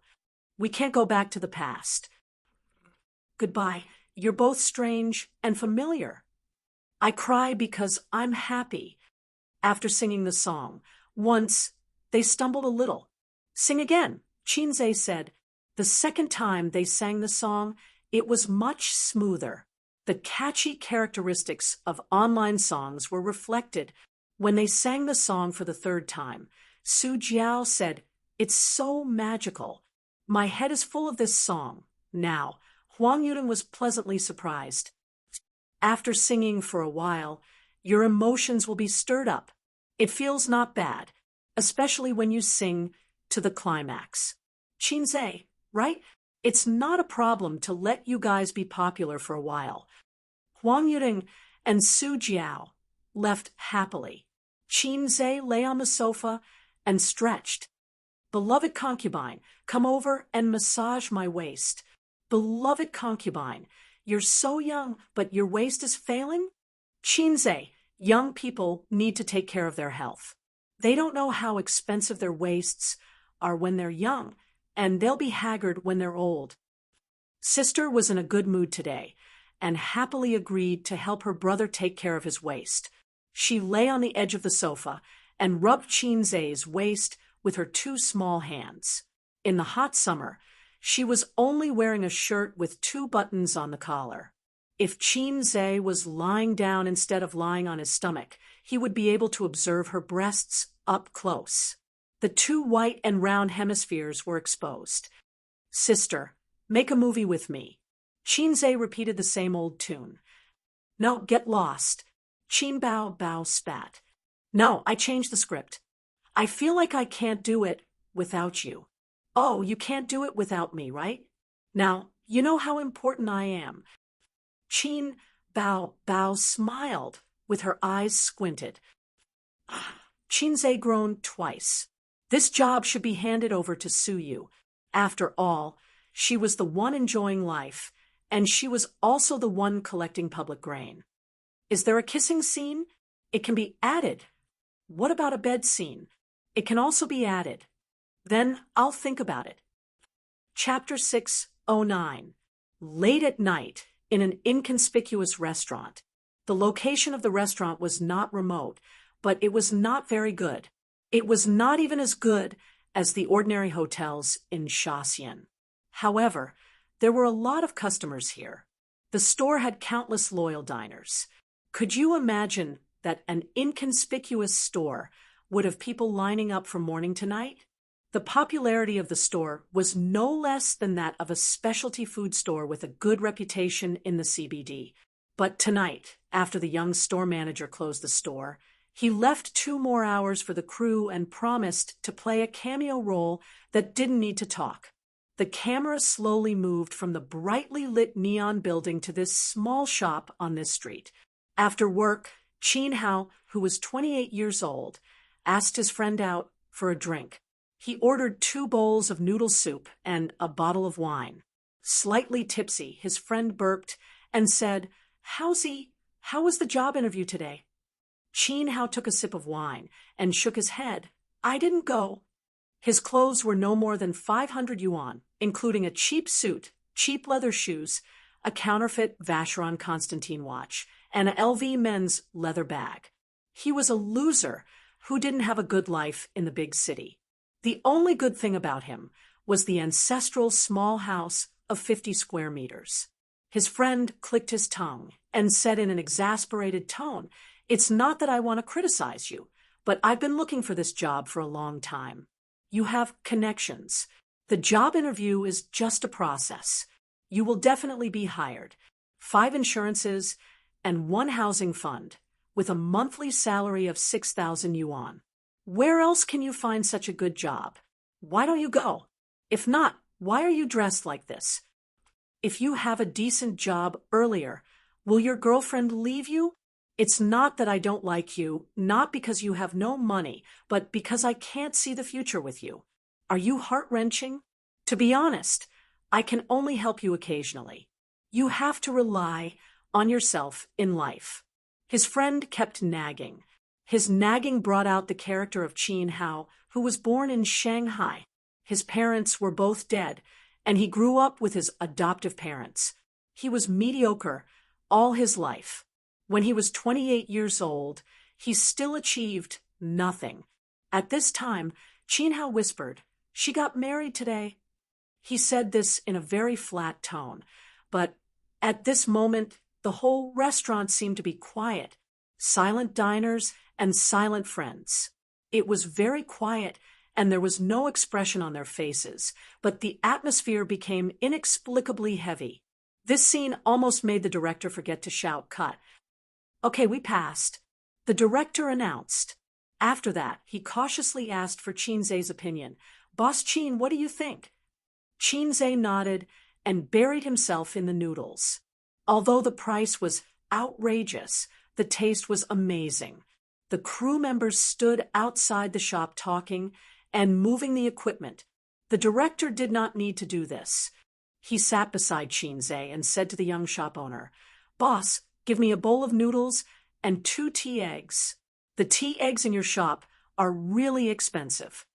The young boss said coldly, We're sold out. You can leave after you're done. We're closed. Director, Hey, is this the attitude of a businessman? After Chinze finished his noodles and wine, he smiled and said, Boss, your cooking skills are better than mine. I'll bring my sister here to try some other day. The young boss, remember to get a number and line up. Chinze asked again, Why didn't you choose the CBD? The young boss hesitated. The conditions don't allow it. Is it because you don't have money? I can invest. The young boss did not answer. Chinze did not ask anymore. He was too lazy to be ignored. He took a few tissues and said to the director, Start the next scene. Are you ready? We'll start the next scene immediately, the director shouted. The director's surname was Zhang. He was a second-tier director in the company. Most of the time, he was in charge of some MVs or commercials. Occasionally, when the company needed to promote a newcomer, he was in charge of some low-cost web dramas. Fortunately, Mo had gone overseas with the crew. It was a rare opportunity. He was chosen by the big boss and worked very hard. Chin Hao and his friend left the shop. He declined his friend's offer to drive him home and crossed the road alone. He did not know if it was because of the alcohol or because he was in a bad mood, but he was a little absent-minded until the sound of a horn woke him up. He looked up and could not open his eyes because of the strong light. A speeding car hit him and sent him flying. The scene changed. His friend, who had just opened the car door, turned his head in horror. Cut! The director shouted. This time, he did not ask for Qinzhe's opinion. There were no technical difficulties, nor were there any tests of acting skills. On the other side, the staff came forward to help Qinzhe remove the wire. That's all for today. By the way, is the shooting for Qin Bao's wedding finished? Qinzhe asked as he took a bottle of mineral water from the director. When the scene of crossing the road was released in the future, the female lead's wedding scene would be edited into it. The female lead was thinking about today's heart-wrenching scene and was hit by a car. It's finished, the director said. In the shop, the young manager stood at the door and looked at the busy crew. He asked curiously, "Don't you pay attention to the rules? Why did you ask me to make an exception today?" "I feel like I met an old friend." "An old friend?" "I'm not sure. Maybe it's an illusion. The other party has a special hiding technique. I can't catch it." Oh. The door closed and the lights were turned off. The shop was plunged into darkness. Qinzhe drank some wine and could not drive. The director personally drove him back. He was willing to be his lackey and serve him everywhere. The law of the workplace, sucking up to the boss, will always give you a better chance of promotion than working hard. So far, Director Zheng's performance was average, which satisfied Qinzhe. As long as he was not too useless, Qinzhe was still willing to train him. Perhaps it was because of the perpetual system, but Qinzhe was more casual when it came to using people. As a self-made entrepreneur, he was more rigorous in the use of talents. After many years, he would often be able to cultivate the skill of identifying people. But Qinzhe did not need that. His success and rise came from the system. As long as they were not useless, Qinzhe would use them and was willing to use them. In other words, even if all the directors and artists in the company all jumped ship, given some time, he could still build a new entertainment industry capital company. "I have countless good dramas and songs. I can do well wherever I go. I don't produce works. I'm just a porter between the two worlds. Chairman Qin, why don't you act in a TV drama?" On the way, Director Zheng tried to change the topic. "I don't have time," Qinzhe said. A TV drama would take a few months to half a year. He did not have the energy to do that. There were also those that could be done in a month, such as low-cost and fast food dramas. Director Zheng laughed dryly. "Oh, right, you've seen the script. What do you think?" "Good, very good. Tell me the truth." "It's very average." Suddenly, he felt a stab in his heart. Director Zheng said, "It's actually very high quality, but compared to Chairman Qin's previous scripts, it's a little worse." Qinzhe thought to himself, "Because this was my original work." "You didn't read the script carefully." Qinzhe said, "Go back and read it carefully. Once you understand the feelings and the tears at the end, you won't say that." Oh. Director Zheng felt that Chairman Qin was a little angry, but he really did not study the script carefully. The time he had the script was too short. He was busy working. "You've been in the company for 3 years, Qinzhe said. "Yes, it's all thanks to Chairman Qin. I was actually planning to quit at the end of last year and try my luck in Dongguan." Director Zheng said flatteringly, "But Chairman Qin, when you came, you immediately changed the company's fortunes." Qinzhe said, "Why don't you drift to the north? There are more opportunities there. Compared to that, Guangdong has been going downhill these few years. Prosperous and prostitutes are everywhere. That's why they can't prosper." Director Zheng nodded. He naturally did not understand the meaning of the latter half of the sentence. They did not speak for the rest of the journey. Qinzhe opened the chat app. He wanted to ask his sisters if they had dinner. The university group was bustling. He opened it silently, scrolled through the chat history, and then exited. Nowadays, it was very difficult to joke with his old friends. In the past, they could still chat, talk about beautiful women, and talk dirty. But now, he couldn't do that. If he continued to be the same as before, posting some gifs that made people unable to keep up with his nutrition, or discussing girls with big buttocks and giggling a few times, his chat history might be posted online the next day. Shocking, Chinze is actually such a person. Shocking, Chinze actually likes he. Wait, his circle of friends was getting bigger and bigger, but the friends he made when he was down and out, those pure friendships were getting fewer and fewer. Only his sister was still the same, so he could only kiss her often to reminisce about the past. He was so lucky to have a capable sister. A message came over. It was from his cousin, Jiang Cheng. "Cousin, it's my birthday today. Give me a red packet." Chinze replied, "Ask your sister for one." "I already asked," blind crying. His cousin sent a screenshot. It was a conversation between him and Qin Bao Bao. "Jiang Cheng, cousin, it's my birthday. Red packet." "Qin Bao Bao, wrong name. I'll give you another chance." "Jiang Cheng, beautiful, invincible, and adorable cousin, please give younger brother a red packet." "Qin Bao Bao, say it again. Also, it's cousin, not younger brother." "Jiang Cheng, beautiful, invincible, and adorable cousin, please give younger brother a red packet." "Qin Bao Bao, say it 3 more times." Jiang Cheng sent it 3 more times. "Qin Bao Bao, good boy." Touching head, Jiang Cheng, "Cousin, where's the red packet?" "Shy, Qin Bao Bao, no, get lost." Jiang Cheng, Chinze couldn't help but laugh. So it was his cousin's birthday today. In the past, Chinze didn't care about his birthday. At that time, he didn't have money, but it was different now. He was a big shot with a net worth of 10 billion yuan. Chinze sent a 5 yuan red packet generously. Chapter 6:10. Jiang Cheng, you're really my brother. You're so stingy. Chinze, nonsense. I'm not your real brother. So 5 yuan is already your greatest love. Jiang Cheng, 1,000 mountains and 10,000 rivers are always love. Can't you give me more?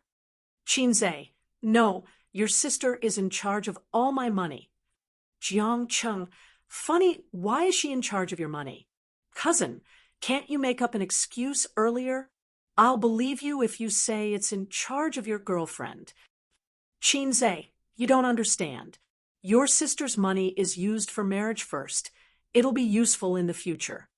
Jiang Cheng, what's the use? Chinze, that's why you don't have a sister. You won't understand, even if I tell you. In the end, Chinze transferred him 500 yuan. Jiang Cheng had just started high school not long ago, so it wasn't appropriate to give him too much money. Raising a poor boy and raising a rich girl was to raise a poor girl's temperament and mentality. He wouldn't be cheated with a lollipop. After all, in a morally bankrupt society, there were too many uncles who liked young children. Boys had to be raised poor because their material life was too rich. It was easy for them to become useless, not knowing how to improve and work hard. Take his sister as an example. She didn't have to worry about food and clothing since she was young. She had everything she wanted. Even if she wasn't rich, her life was very comfortable. That was why she didn't get cheated of her lollipops when she was young. In addition, Jiang Cheng was already half useless. His aunt spoiled him too much, causing his cousin to have a rebellious personality. If he didn't spend his money on his girlfriend, he would spend it on games. Out of his cousin's love, Chinze wanted to help his aunt educate his son, but his sister said, "It's hopeless, give up."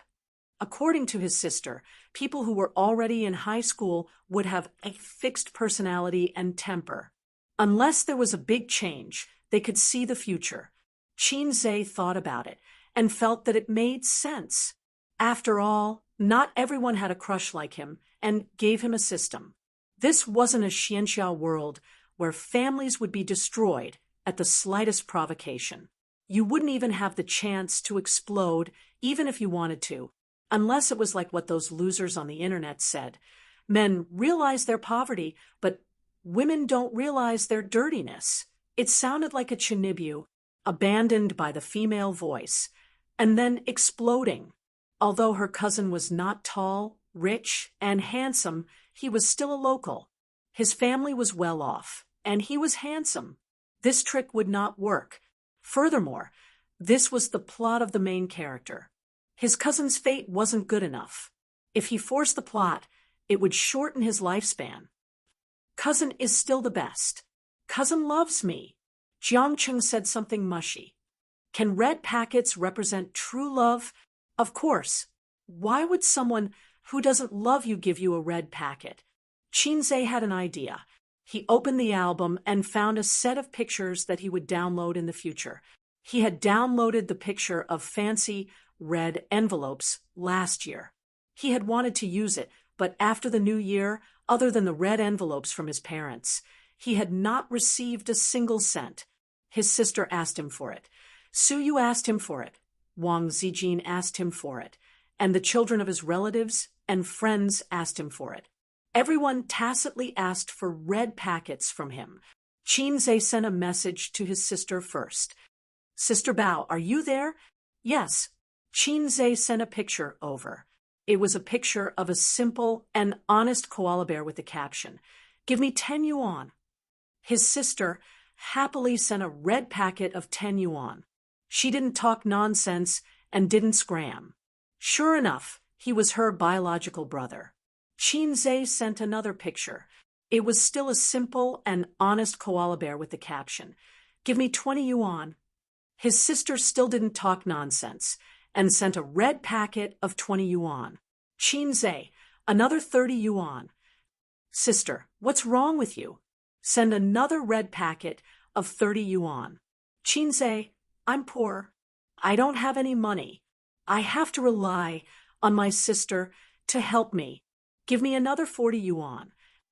A red packet of 40 yuan was received. Qinzhe, sister is the best. I want another 50 yuan. A red packet of 50 yuan was received. Qinzhe smiled in relief. His sister had always fulfilled his every request. Even if she was whining and complaining, his sister would always fulfill his every request, including kissing him. Qin Bao Bao, do you want more? Qinzhe, no, happy emoji. Qin Bao Bao replied with an, oh. A few seconds later, she said, it's time to top up your wife's money. 500,000 yuan. It's up to you whether you want to give it or not. Qinzhe, this was very Qin Bao Bao. 50 yuan for 500,000 yuan. It was a good deal. Qinzhe helplessly and reluctantly agreed to top up his sister's wife's money. When it came to wife's money, it had to be topped up. If it stopped working, his wife's card would be bought by someone else. Qinzhe sent the same message to Wang Zijin. Sister Ziwei, are you there? Wang Zijin replied instantly, yes. She must be watching a movie or drama at this time, and she liked to watch it on her phone. Qinzhe sent a picture of a simple and honest koala bear. Give me 10 yuan. Wang Zijin sent it, until he sent a set of pictures. Wang Zijin didn't say anything, didn't ask anything, and sent him 5 red packets. Qinzhe, thank you, Sister Ziwei. Moi. Wang Zijin replied with a touching head emoji. Well, I'll continue to watch TV. Sister Ziwei was so good. She loved her brother and didn't bargain with him. Bah, she loved her boyfriend. He sent the same picture to Su Yu. Give me 10 yuan. A few minutes later, Su Yu sent a red packet of 10 yuan. Okay, honey. Qinzhe, give me 20 yuan. Su Yu, okay, honey. Qinzhe, 30 more. Su Yu transferred 5,000 yuan to him. Qinzhe, it doesn't need so much. Su Yu, then come over and let me sleep with you. I'll be your girlfriend. Su Yu began to be naughty again. Qinzhe suddenly thought, would Sister Man spoil me so much? As soon as he thought of this, he couldn't control himself and couldn't help but send a picture to Nan Man Pei. He didn't reply until the car drove into the parking lot of Royal View Mansion. The director said he would take a taxi back and watched Qin Zhe enter the elevator. In the elevator, Nan Man Pei's reply came late. "I was busy just now. What's wrong with you?" She sent a red packet to him. "Qin Zhe, give me 20 yuan. Nan Man Pei sent another red packet. "I'm busy. If you have something to say, just say it." "Qin Zhe, it's nothing. I just want to see if Sister Man spoils me. Another 30 yuan. There was no response. Qin Zhe was a little disappointed, but soon another 30 yuan red packet was sent. Qin Zhe climbed up the pole. Another 40. Another red packet. After sending a set of pictures, Qin Zhe received 5 more red packets. "Happy. Qin Zhe, Sister Man really spoils me. Moi. Nan Man Pei, Master, it's me. It's me. Awkward. Nan Man Pei, it's not your aunt who spoils you. It's your lovely disciple. Qin Zhe, damn it." Qin Zhe said angrily, "Li Donglai, where's your aunt?" "Nan Man Pei, Aunt said she didn't have time to deal with a psycho like you. She threw the phone to me. Was this the so-called feeling good about oneself? Nan Man Pei's psycho?" Qin Zhe was melancholy for a moment and typed, "Forget what you said just now. We can still be master and disciple. Nan Man Pei, you want to be my uncle, don't you?" Qin Zhe, scram. After you scram, delete the chat history. I can't afford to lose face. Nan Man Pei, Ziki was watching from the side. She looked at me with disdain and disdain. "Do you want me to take a picture for you?" Qin Zhe. Chapter 6:11. Qin Hao woke up from his dream and opened his eyes. He was in a small, dark room with a single bed. The curtains were drawn, and the sun shone through the gaps in the curtains. He stared at the bikini photos of the 90s Hong Kong actresses on the wall, as well as the popular cartoons. After a few seconds of confusion, he suddenly sat up from the bed. In the dark room, there was a quilt embroidered with mandarin ducks playing in the water.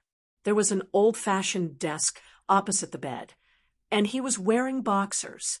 Qin Hao hadn't worn boxers for many years. Memories flooded his mind, and his face was full of disbelief. "This is my home when I was in high school." He couldn't wait to open the window. The sun shone on him, and he squinted subconsciously. After adjusting to the strong light, he saw an old neighborhood. This was the neighborhood where Qin Hao lived in high school with his adoptive parents. After college, he moved away and hadn't come back for many years. There was a calendar hanging by the desk.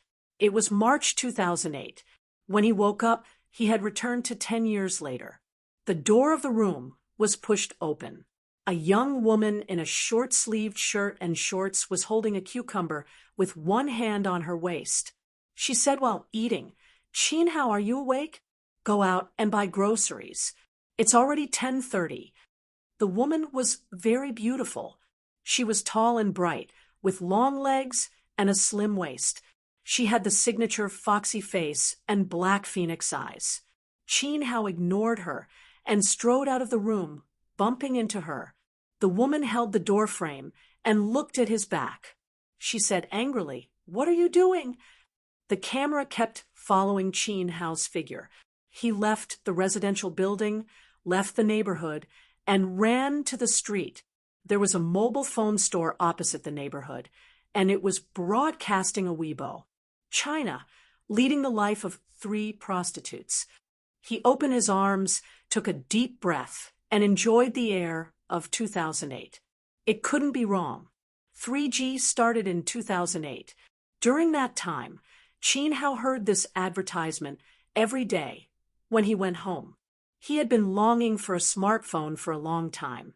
Unfortunately, his family wasn't rich enough to fulfill his dream when he was a student. In March 2008, the Beijing Olympic Games hadn't started yet. In March 2008, the fast shooter Qin Zhe had just entered junior high school. In March 2008, the World Financial Center hadn't been built yet. 2008, my world! Qin Hao raised his arms and shouted. The camera froze on his ecstatic face. After a few seconds, it slowly pulled up, and the whole old street was reflected in the camera. "Ka!" Director Zheng shouted as he sat on the elevator that was more than 10 meters high.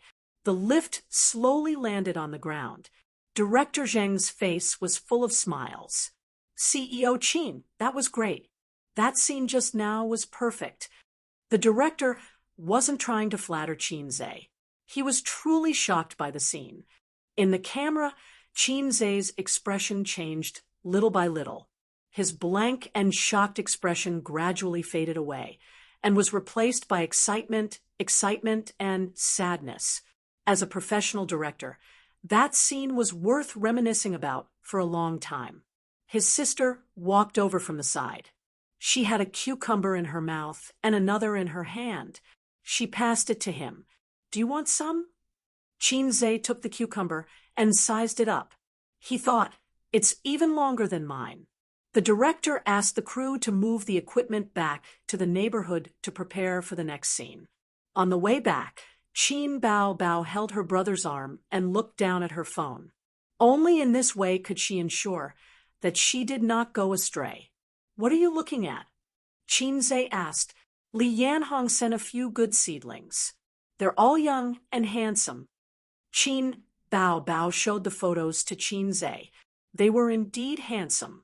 The masculine type, the feminine type, and the sissy type. Qin Zhe was jealous. "Handsome? Sister, what are you blind about?" Qin Bao smiled. Yes.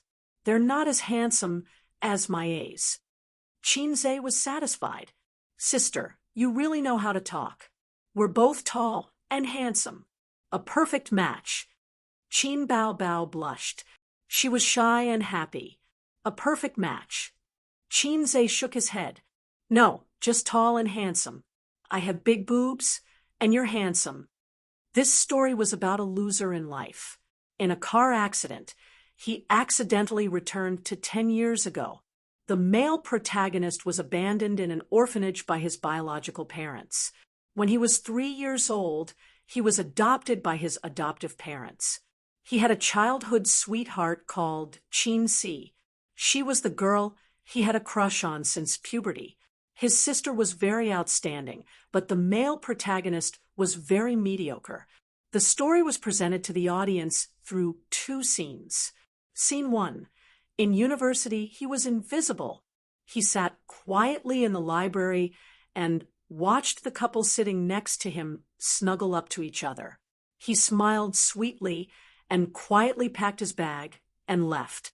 He walked past the basketball court and watched the boys running as if they were flying. The girls screamed as they sweated profusely.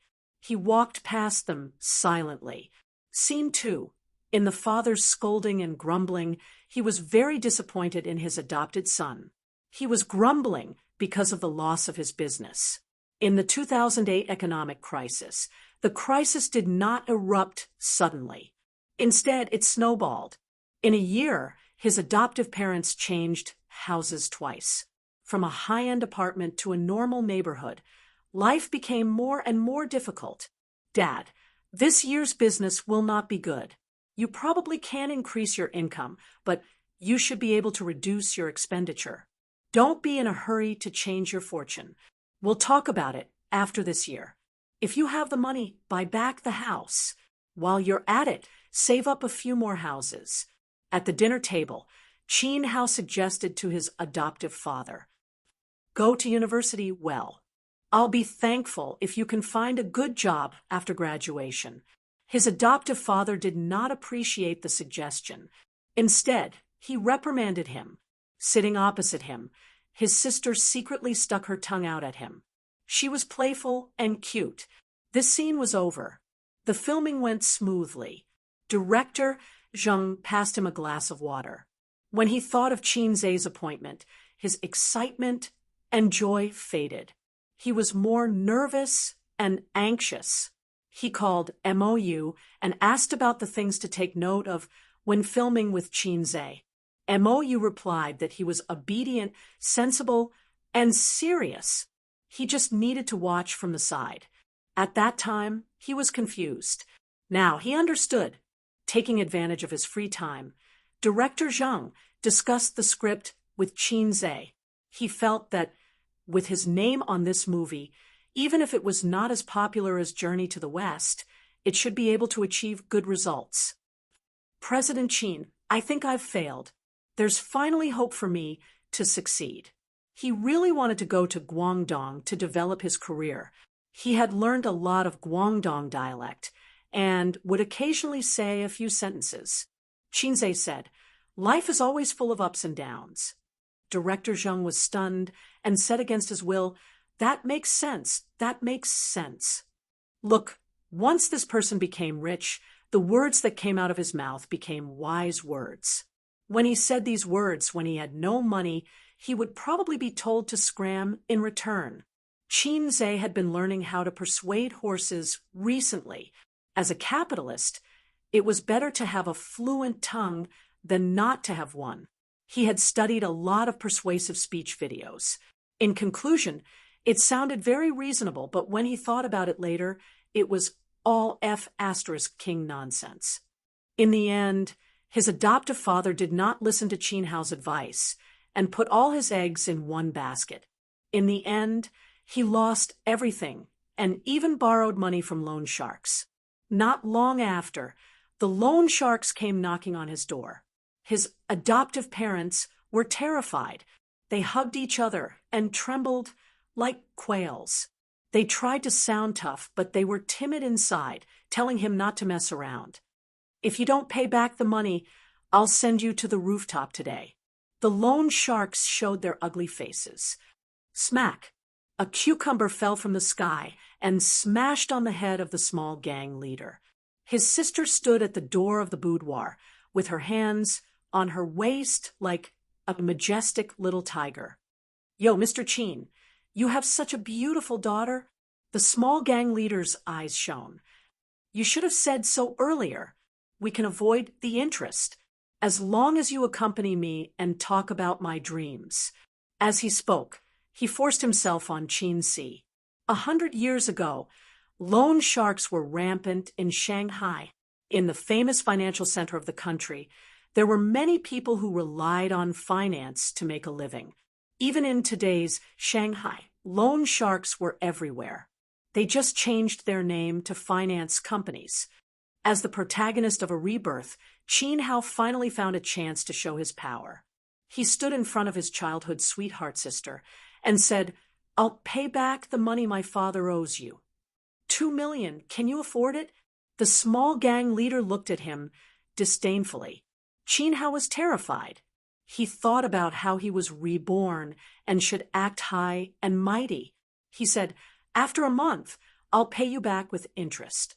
The loan sharks agreed to give him a month. They threatened that if he didn't pay in half a month, not only would they take his sister's money, but they would also chop off Qin Hao's hand. The month after that was the starting point for the male protagonist, Qin Hao, to become rich. He borrowed all the savings from his sister and invested them in the stock market. He wandered around the entertainment company and promoted his songs. He wrote novels and submitted manuscripts. He began his journey of working hard. As someone who had been there before, he had a lot of ideas to make money. A month later, the loan sharks came again. They saw stacks of banknotes in the living room. The sitting posture of the whole family was very interesting. Qin Hao sat in the middle with a cigar in his mouth. His sister sat on his left, while his mother sat on his right. His father lit the cigar for his son. This place would be accompanied by lively music in the future. The family crisis was resolved. Qin Hao's status in the family jumped. This film wasn't just about the struggles of a reborn person. It was mixed with a lot of funny material. Chinze specially invited a famous crosstalk actor from Beijing to give him advice. It was relaxed, funny, humorous, and had a strong sense of the times. The above elements were the core of this film. Many people had fantasized about how they would change if they could go back to middle school or high school. At night, the sister brought chicken soup into the brother's room. "Little Hao, drink the soup." Chin Hao was drawing. "Wait for me to finish." "What are you drawing?" The sister picked up a pencil and poked him. "Annoying." Chin Hao held the pencil. "My idiot." The sister said, "No, it's my idiot." In the scene, the childhood sweethearts hugged and kissed. Qin Bao Bao sat on Qin Zai's lap. Qin Zai's hand was on his sister's waist. "Cut!" Director Zheng shouted. "Chairman Qin, the next scene is the bed scene." "Okay." Qin Zai and his sister separated and nodded. Director Zheng didn't know if it was an illusion, but he felt that the two of them were a little unsatisfied. "However, shouldn't we shoot some memories?" Director Zheng asked. Before the bed scene, the male lead would recall the past of his previous life. He and his sister liked each other during puberty. They were careful to get close to each other, but they were afraid of crossing the line. After graduation, they stopped contacting each other and went their separate ways. His sister, who was his childhood sweetheart, found another boyfriend.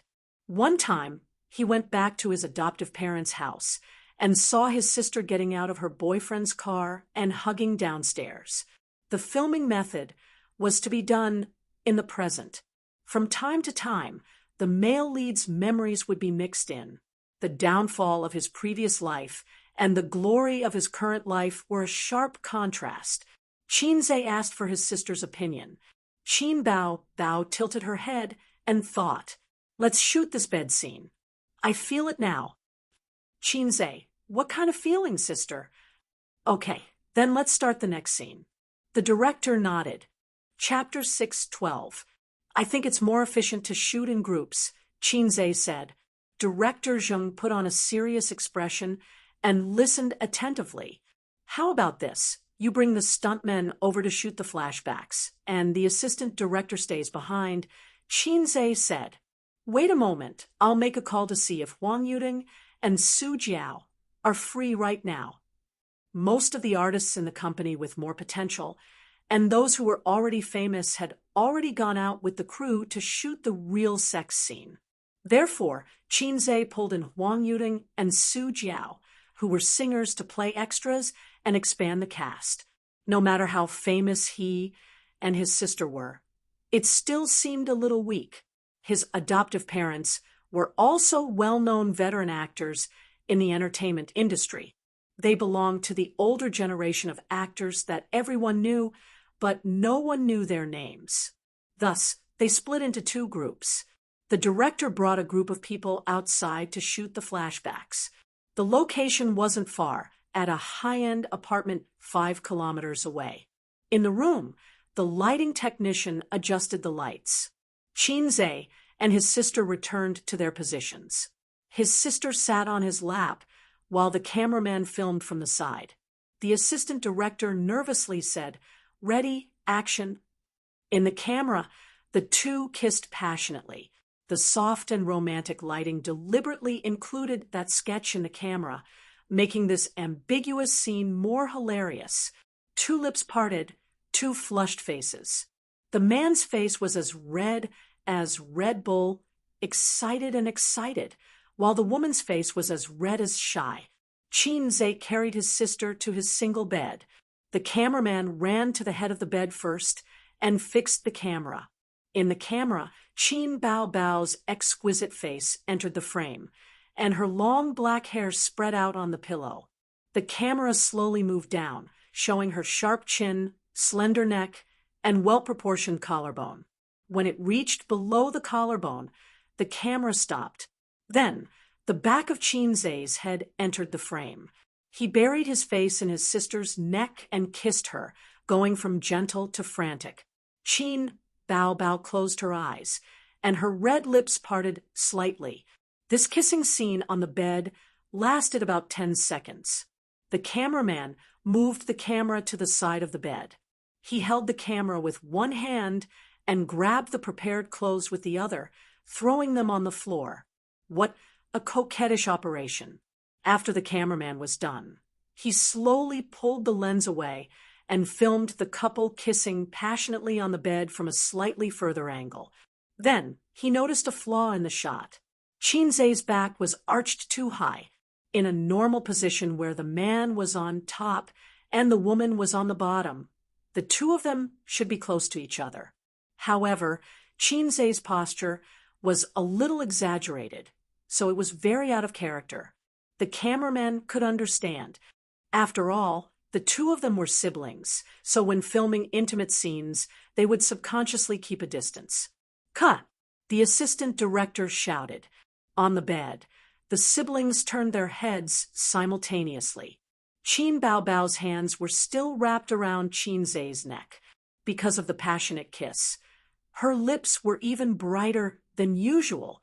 The assistant director coughed and dryly smiled. Chairman Qin, don't bend your back. You should lie down a little. This is too exaggerated.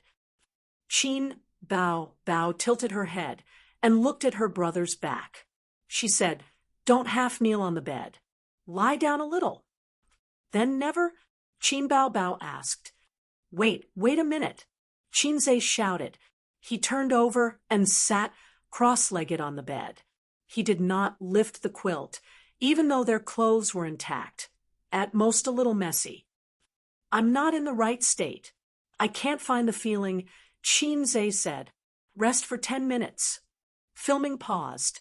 The assistant director, cameraman, lighting technician, and other crew members left the room and went to the living room to smoke. There were very few crew members who did not smoke. When work was tiring, they often stayed up late. Sometimes for filming, it was not strange that they would drive overnight. They needed to smoke to refresh themselves. At the same time, smoking was the best way to get closer to the men. They gathered together to smoke and chat. At the very least, they could get to know each other. What's the matter? I feel quite in the right state. Qin Bao pulled the quilt. Why are you wrapped in the quilt? Chinze held it tightly and said in a low voice, Don't pull, don't pull. Qin Bao was stunned, but she quickly reacted. Her eyes glanced at Chinze's crotch. She quickly looked away and said, Shameless. Chinze interpreted this as his sister's arrogance. It was funny. If he did not lust after his sister, should he lust after his brother? In fact, he had never lust after his sister in bed scenes before. At that time, he still had some scruples in his heart and could still control his dick. After returning from Sioux Town, there were more heavy things in his heart, but at the same time, a knot in his heart was untied. No wonder you were bending over just now. She bit her lip and turned her face to the side. Her fair face slowly turned red. A knife hand came over, and it hurt. Qin Bao glared at him fiercely. Who's as full of dirty thoughts as you? Chinze pressed his hands on his sister's legs. I don't believe it. Let me touch it. Qin Bao raised her hand and punched Chinze's head like a cat in a fight. Get lost. I'm kidding. I'm kidding. Chinze begged for mercy. His sister could not accept this kind of joke for the time being. After all, in her mind, she was still his sister. Whether she was really angry or not, she had to be angry. Otherwise, she would feel guilty. It was indeed a joke. It was just a short kiss. Chinze estimated that she was at most getting into a good mood. It was still far from the flood.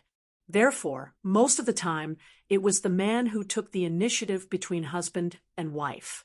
It's about time. Then shall we continue? Qin Bao said softly. I'm not ready yet. What? Then I'll go to the toilet now. You look for tape, Chinze said. Why do you need tape? Qin Bao did not understand. You're too inexperienced in bed scenes. Many male actors will tie themselves up with tape when they shoot bed scenes. Tape there? Qin Bao Bao could not believe it. Doesn't it hurt when you take it off? It's tied up in a plump t-shirt, sister, Qin Zhe corrected.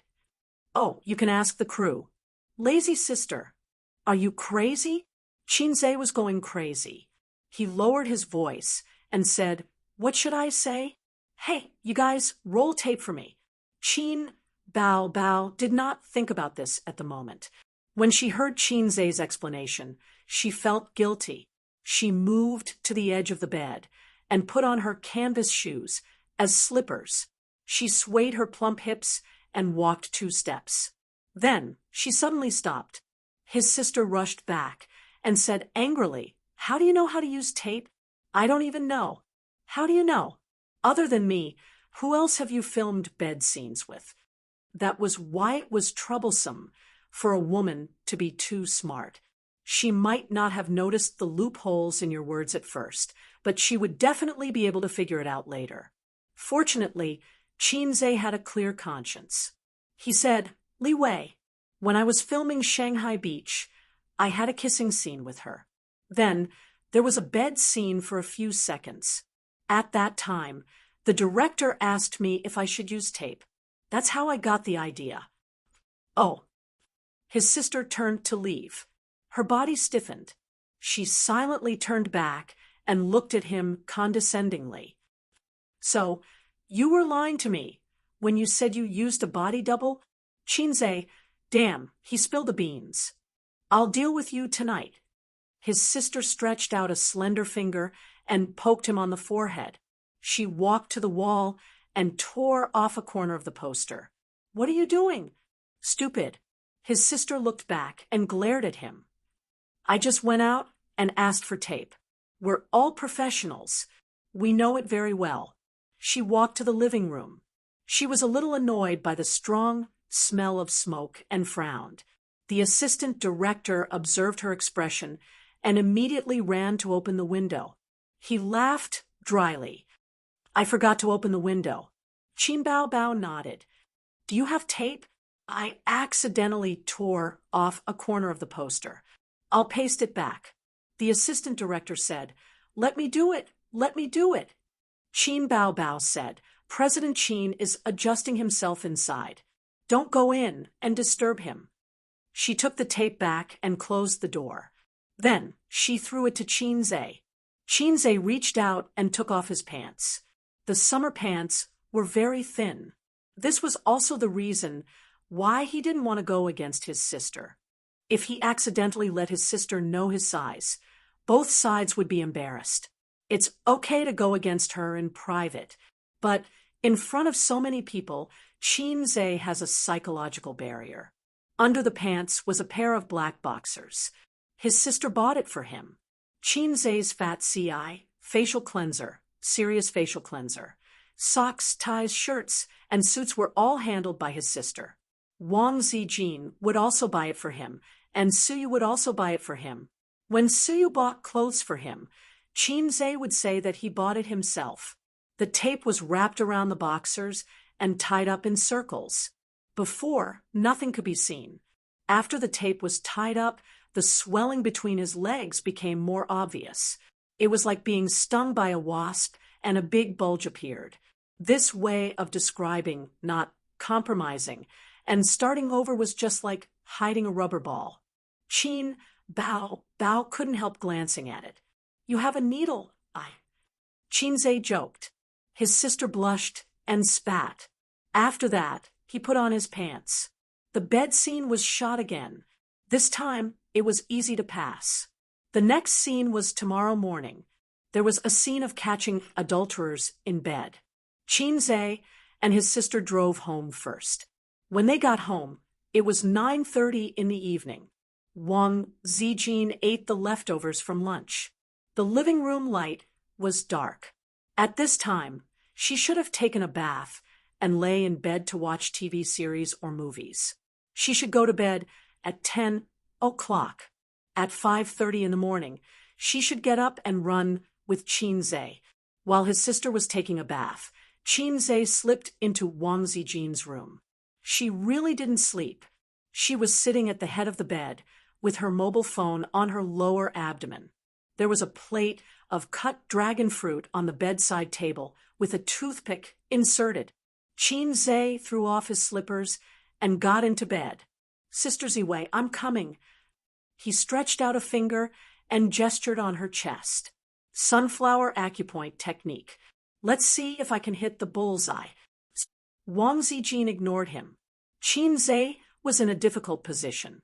He deliberately pointed at the wrong spot and pretended to be disappointed. Sigh, it seems that my experience is shallow. I still need to practice harder. Okay. Wang Zijin was relieved. Don't look at your phone. Let's make out. He straightened Wang Zijin's body and made her face him. Then I'll only give you 10 minutes. Wang Zijin chuckled. 10 minutes is not enough. Qinze bargained. Half an hour. No, I want to sleep before 10 o'clock. Wang Zijin brushed her bangs and rested her head on his chest. They lay on the bed in this position and looked at the ceiling. Qinze said, You don't love me at all. I love you quite a lot. I don't feel it. Is taking advantage of you love me? He squinted. Hey, when the boyfriend comes back, the unqualified girlfriend will wait for him to cook. The qualified girlfriend will wait for him after cooking, and the best girlfriend will hold the bowl in one hand and the bra in the other. She will ask, Hubby, do you want to eat first or drink milk first? Then I'm an unqualified girlfriend. Yes, then you can change to another one. I can't change, little sister. Why? Once the goods come out of the closet, I won't be responsible. Sounds familiar. Bank. Yes, this is the style of the Red Party. It's your shameful fourth generation, so I can't return it. If you don't agree, then tell me about qualified and unqualified boyfriends. Unqualified boyfriends don't do any work and only sit and wait. Qualified boyfriends will help with the housework after earning money. The best boyfriend will ask, Honey, do you want fresh milk? Wang Zijin. Chapter 613. They had agreed to sleep at 10 o'clock, but they ended up chatting until 10:30. Qin Zhe didn't take advantage of her. He just lay on the bed and chatted with her. He joked and occasionally made dirty jokes, which either made Wang Zijin laugh or made her speechless. It was best for men and women to complement each other. If they had similar personalities, it was easy for them to dislike each other. Excluding those scheming people, Wang Zijin was a relatively decent woman. She couldn't act coquettishly like Qin Bao.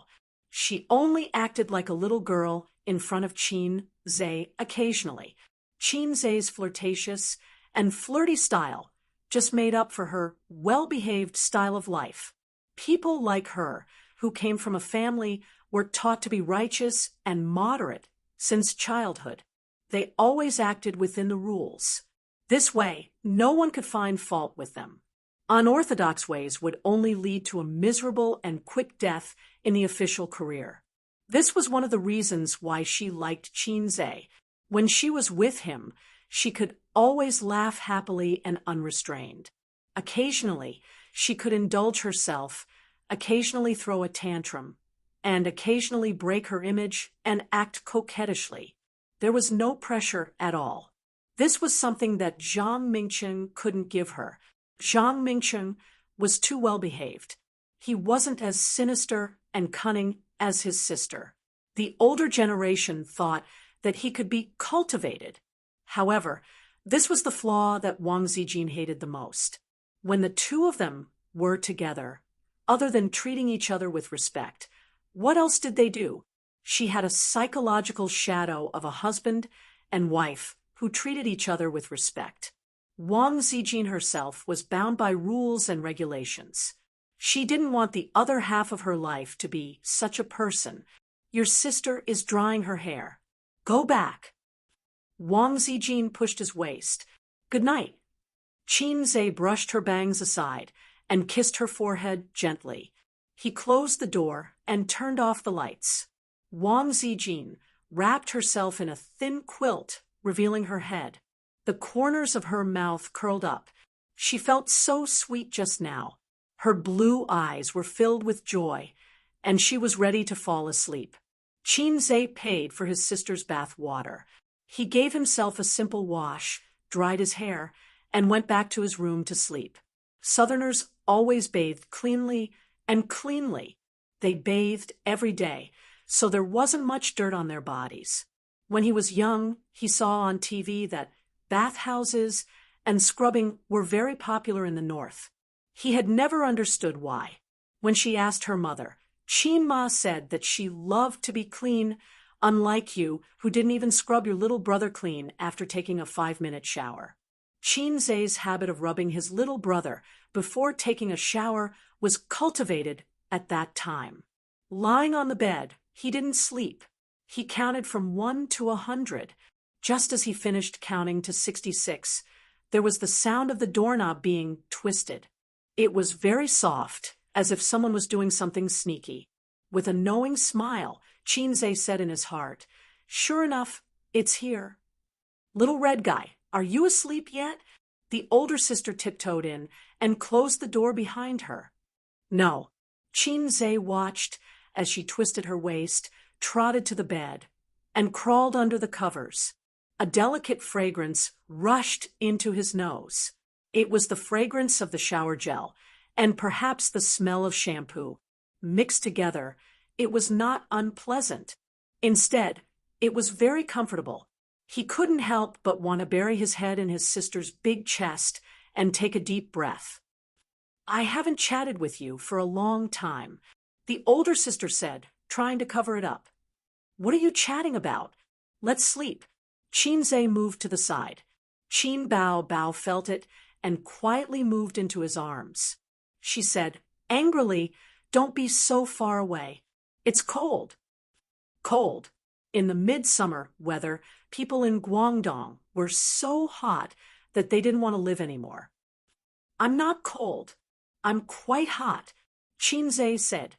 "It's just cold. Sister Zine energy is too strong. Your air conditioner is too low." The older sister hooked one of her legs around his waist and used her strength to prevent him from moving too far away. Through the thin pajamas, Qinze could almost feel the smoothness of his sister's thighs.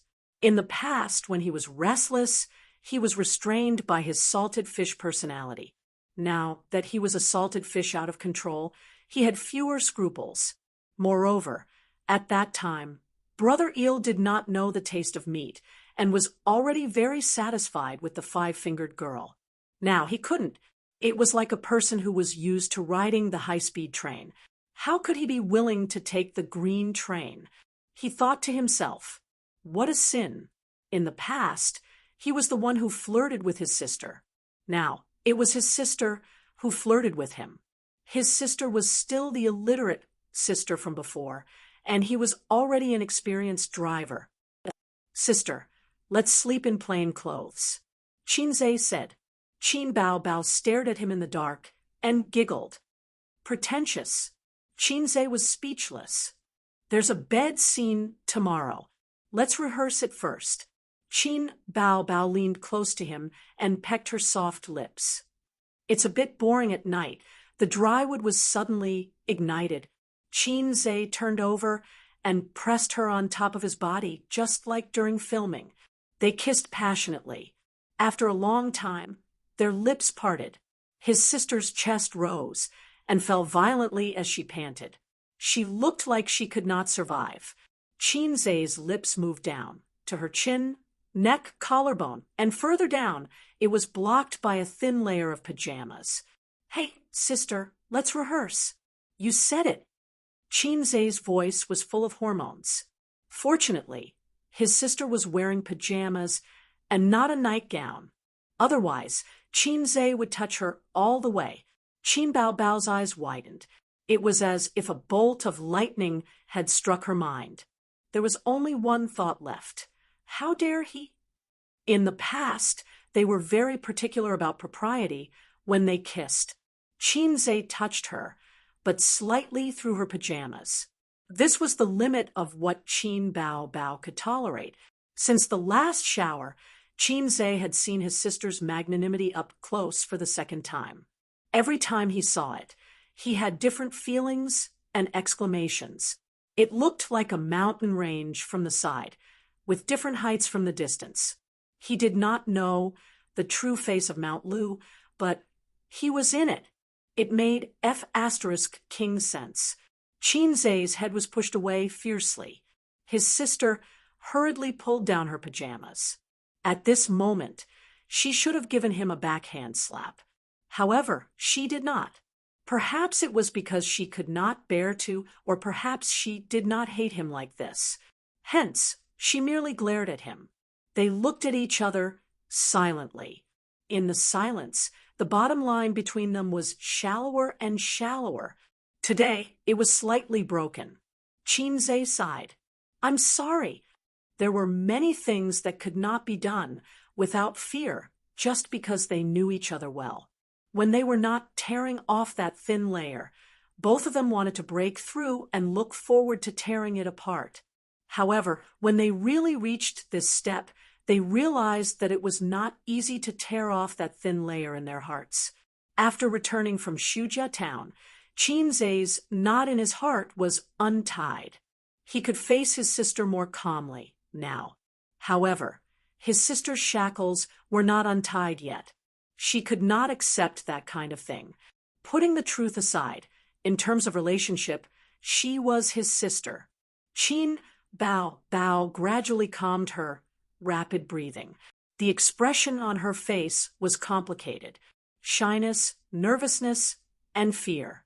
Biting her lips, she squeezed out a sentence weakly.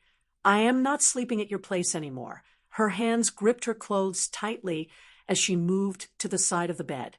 Putting on her shoes, she left with a slightly panicked back view. Chapter 6:14. Look at your cowardice. After his sister left, the system, which had been silent for a long time, mocked him. This is not called cowardice. This is called respecting women. Men and women are equal. A man who only cares about himself is a scumbag. I'm obviously not a scumbag. Qinze defended himself. He. The system replied. Your sister. It's all your fault. If you were a flirtatious system, I would be able to become Long Outyen, become a CEO, marry a beautiful and rich woman, and reach the peak of life. I would be able to CK, someone as fragile as my sister. Qinze pushed the blame. Aren't you a CEO now? Isn't Suyu a beautiful and rich woman? Haven't you reached the peak of life? Long Outyen's strength lies in his heart. Even if a salted fish has a system, he's still a salted fish. The system's words were sharp. Get lost, get lost. You lowlife. Qinze said angrily. Okay, I'll get lost. Along with the system's words, an electronic voice sounded in Qinze's mind. System uninstallation, 100%, 90%, 50%, 30%. Qinze was so scared that he peed his pants. How could the system be uninstalled? Hey, don't be like this. I was joking. I was wrong. I can't leave you, just like how a woman can't leave her moisture. Qinze was shocked. Now, you know how important I am. The system said proudly. The uninstallation sound stopped. You're getting more and more naughty. Qinze complained and heaved a sigh of relief. The system ignored him. The next day, he only ran for an hour before going back. Wang Zijin was obviously not satisfied. She complained, "Why didn't you last for long today?" Qinze said, "I have something to do later. I have to rush to the set." Then he bought breakfast and went home. His sister was not awake yet. Qinze called her, but she ignored him. She twisted the door handle. Fine, the door was locked. Afraid that I would attack at night. Is there no basic trust between siblings? She's not awake yet? Wang Zijin grabbed a fried dough stick and pinched it like an orchid. Savory tofu pudding with fried dough sticks was her favorite. Chinze's tofu pudding was sweet, and it was also his favorite with fried dough sticks.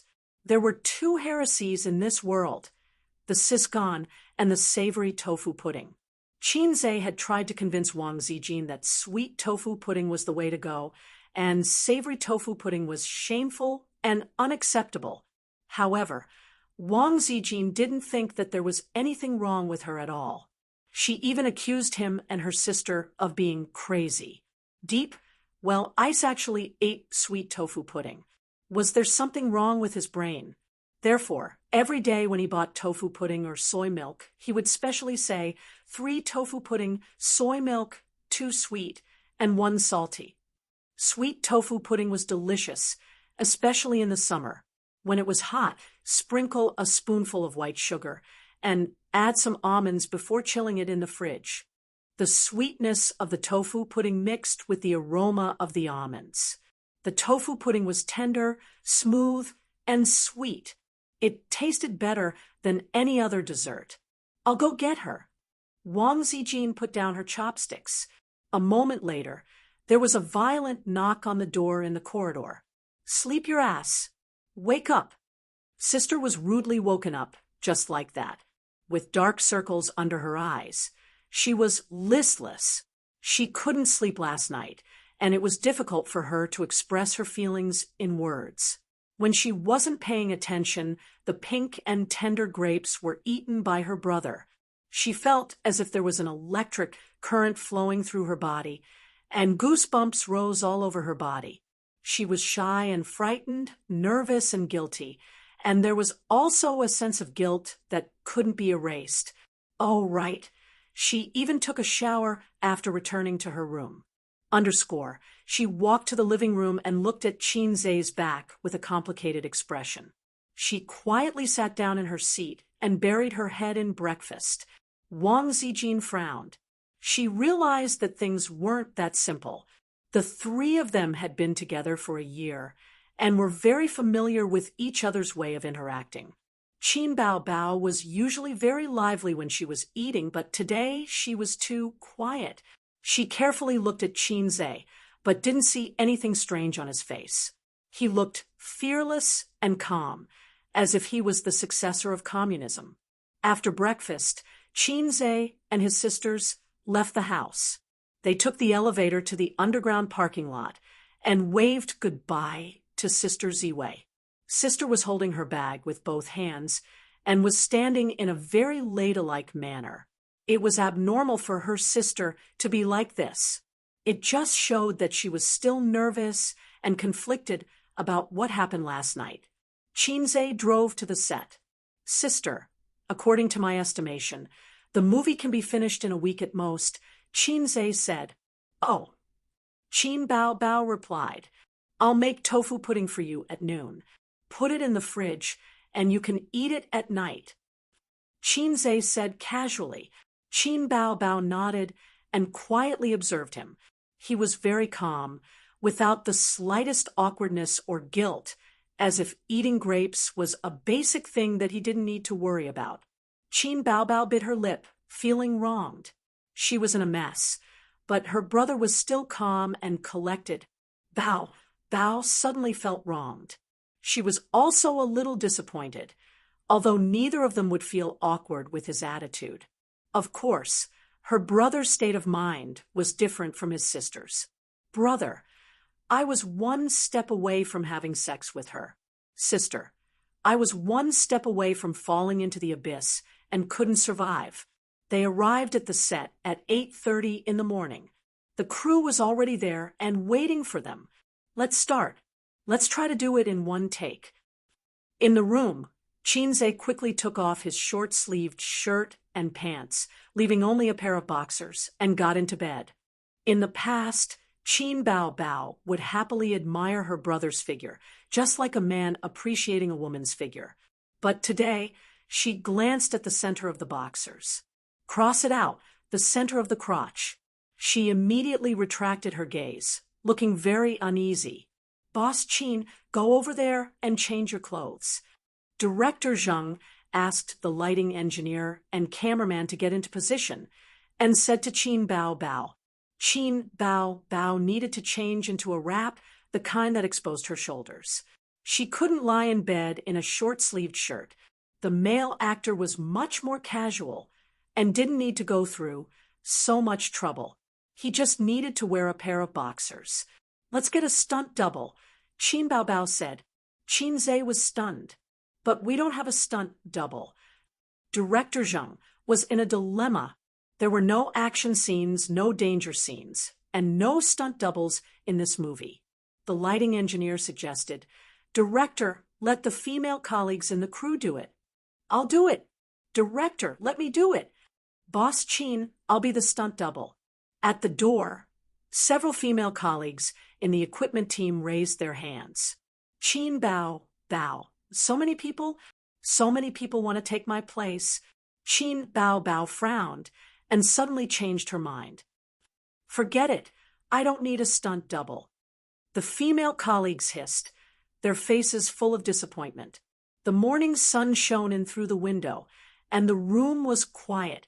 A man and a woman snuggled together. The girl's hair was messy, and her head was buried in the man's neck. Her side profile was as beautiful as a painting. Their clothes were scattered under the bed. There was a knock on the door, and the man and woman woke up with a start. After a few knocks, the door opened, and the camera pointed at the door. The middle-aged woman stood at the door, dumbfounded. You. The middle-aged woman said in a trembling voice. The cameraman gave her a close-up. As expected of a veteran actor, he played the expression of, "Oh my God, my son and my daughter are in bed very well."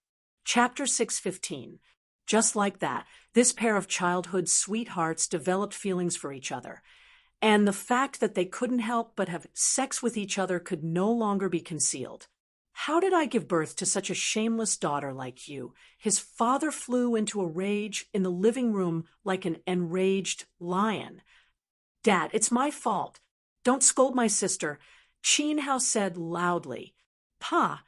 His father slapped his face and became even angrier. How can you face me? How can you face your mother? How can you face our kindness of raising you?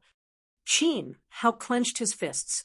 My sister and I are truly in love. You still have the face to say that. She is your sister after all. How can I face you? How can she face you? The biggest mistake I made in my life was to adopt you. Get lost now. From now on, our family has nothing to do with you. If you dare to contact us in private again, I will break your legs. The slap was real. He didn't use a dislocation technique or a stunt double. A bright red palm print appeared on Qin Zhe's face. The veteran actor's acting skills were superb. He portrayed the image of an enraged father clearly and powerfully. It indeed made the eyes of the crew, including the director, light up. The camera focused on Qin Hao's face, and he first revealed a dazed expression. In this scene, there would be a flashback. In his previous life, Qin Hao and Qin Si would also have feelings for each other, and they would also have sex, but their parents wouldn't allow them to be together. In the end, they broke up. In his previous life, Qin Hao didn't have the courage to fight against his parents. He was too mediocre, too ordinary. Without the support of his adoptive parents, he couldn't even finish college. Memories flashed past. Qin Hao and Qin Si had no choice but to separate. From then on, they went their separate ways and walked on their own paths. They were like strangers. Many years later, he still lived a mediocre and helpless life in the big city. His sister met someone who truly loved her and got married, until that car accident brought him back to 10 years later. Enough! In the silence, he exploded with a roar. The whole family was shocked and looked at him in shock. Qin Hao clenched his fists tightly, his expression agitated. He swept all the things on the tea table to the ground and roared, "Face, face, you always only care about your face. Have you ever considered us? In your previous life, you broke us up because of your face. Now, you still want to do this, still want to do this. They quarreled loudly, their faces flushed red, venting all the resentment in the heart of a loser. His acting skills were off the charts. At this point, the show was far more exciting than expected. The camera fell on Qin Bao. Next, it was time to test her acting skills. They wanted to see if she could match up to the first two actors. If there was too much difference, they would have to stop. Director Zhang was a little conflicted. If he called for a stop, it would probably make Qin Bao a little embarrassed. If he didn't call for a stop, it would give Qin Zhe the impression that he was doing things half-heartedly. At this time, Qin Bao looked a little absent-minded. No one knew what he was thinking. Fine, he directly stopped the adjustment. Director Zhang sighed. Logically speaking, for this kind of drama, it would be best if they could finish it in one go while they still had the feeling. But at this time, Qin Bao reacted quickly. She wiped away her tears and connected this small flaw. Then she stood up and said, "Dad, Xiao Hao and I are truly in love. Whether you agree or not, I will be with him." Meeting her father's angry and fierce gaze, she added, "I like him." She immediately established a firm and unyielding image of a girl. This was a contrast to Qin Si's character. Qin Si was a traditional girl who resigned herself to adversity. In the original script, she should be crying and begging at this moment and then be heartlessly rejected by her parents. But with this small change in character, Director Zhang felt that it was not bad. "Cut. That's good, that's good." Director Zhang clapped. The atmosphere suddenly relaxed. The crew members who were holding their breaths and not making a sound began to talk and laugh. Director Qin's acting skills are amazing. The old actor who played the father gave a thumbs up. Not to mention the little fresh meats. There are very few young actors who can compare to Director Qin's acting skills. He's completely at the level of acting king. The old actor who played the mother chimed in. There was flattery, but there were also sincere praises. Qin Zhe was an expert in acting. His acting skills were definitely not comparable to ordinary king actors. Compared to those king actors, his acting skills had a wider range, and he could adapt to different roles. Moreover, this film was written based on his own state of mind. Only he could understand the feeling in it. In the afternoon, he gave the crew half a day off and asked the director to bring everyone out for a big meal. He drove his sister home to make tofu pudding. "Do you want almonds or walnuts?" "I want both walnuts and almonds." His sister replied. Qin Zhe glanced at her. His sister was finally not as pretentious as she was in the morning. When he hugged her to sleep on the bed just now, her heart was beating wildly. Qin Zhe could feel it. But after the last scene, the knot in her heart was suddenly untied. The rest of the filming was much easier.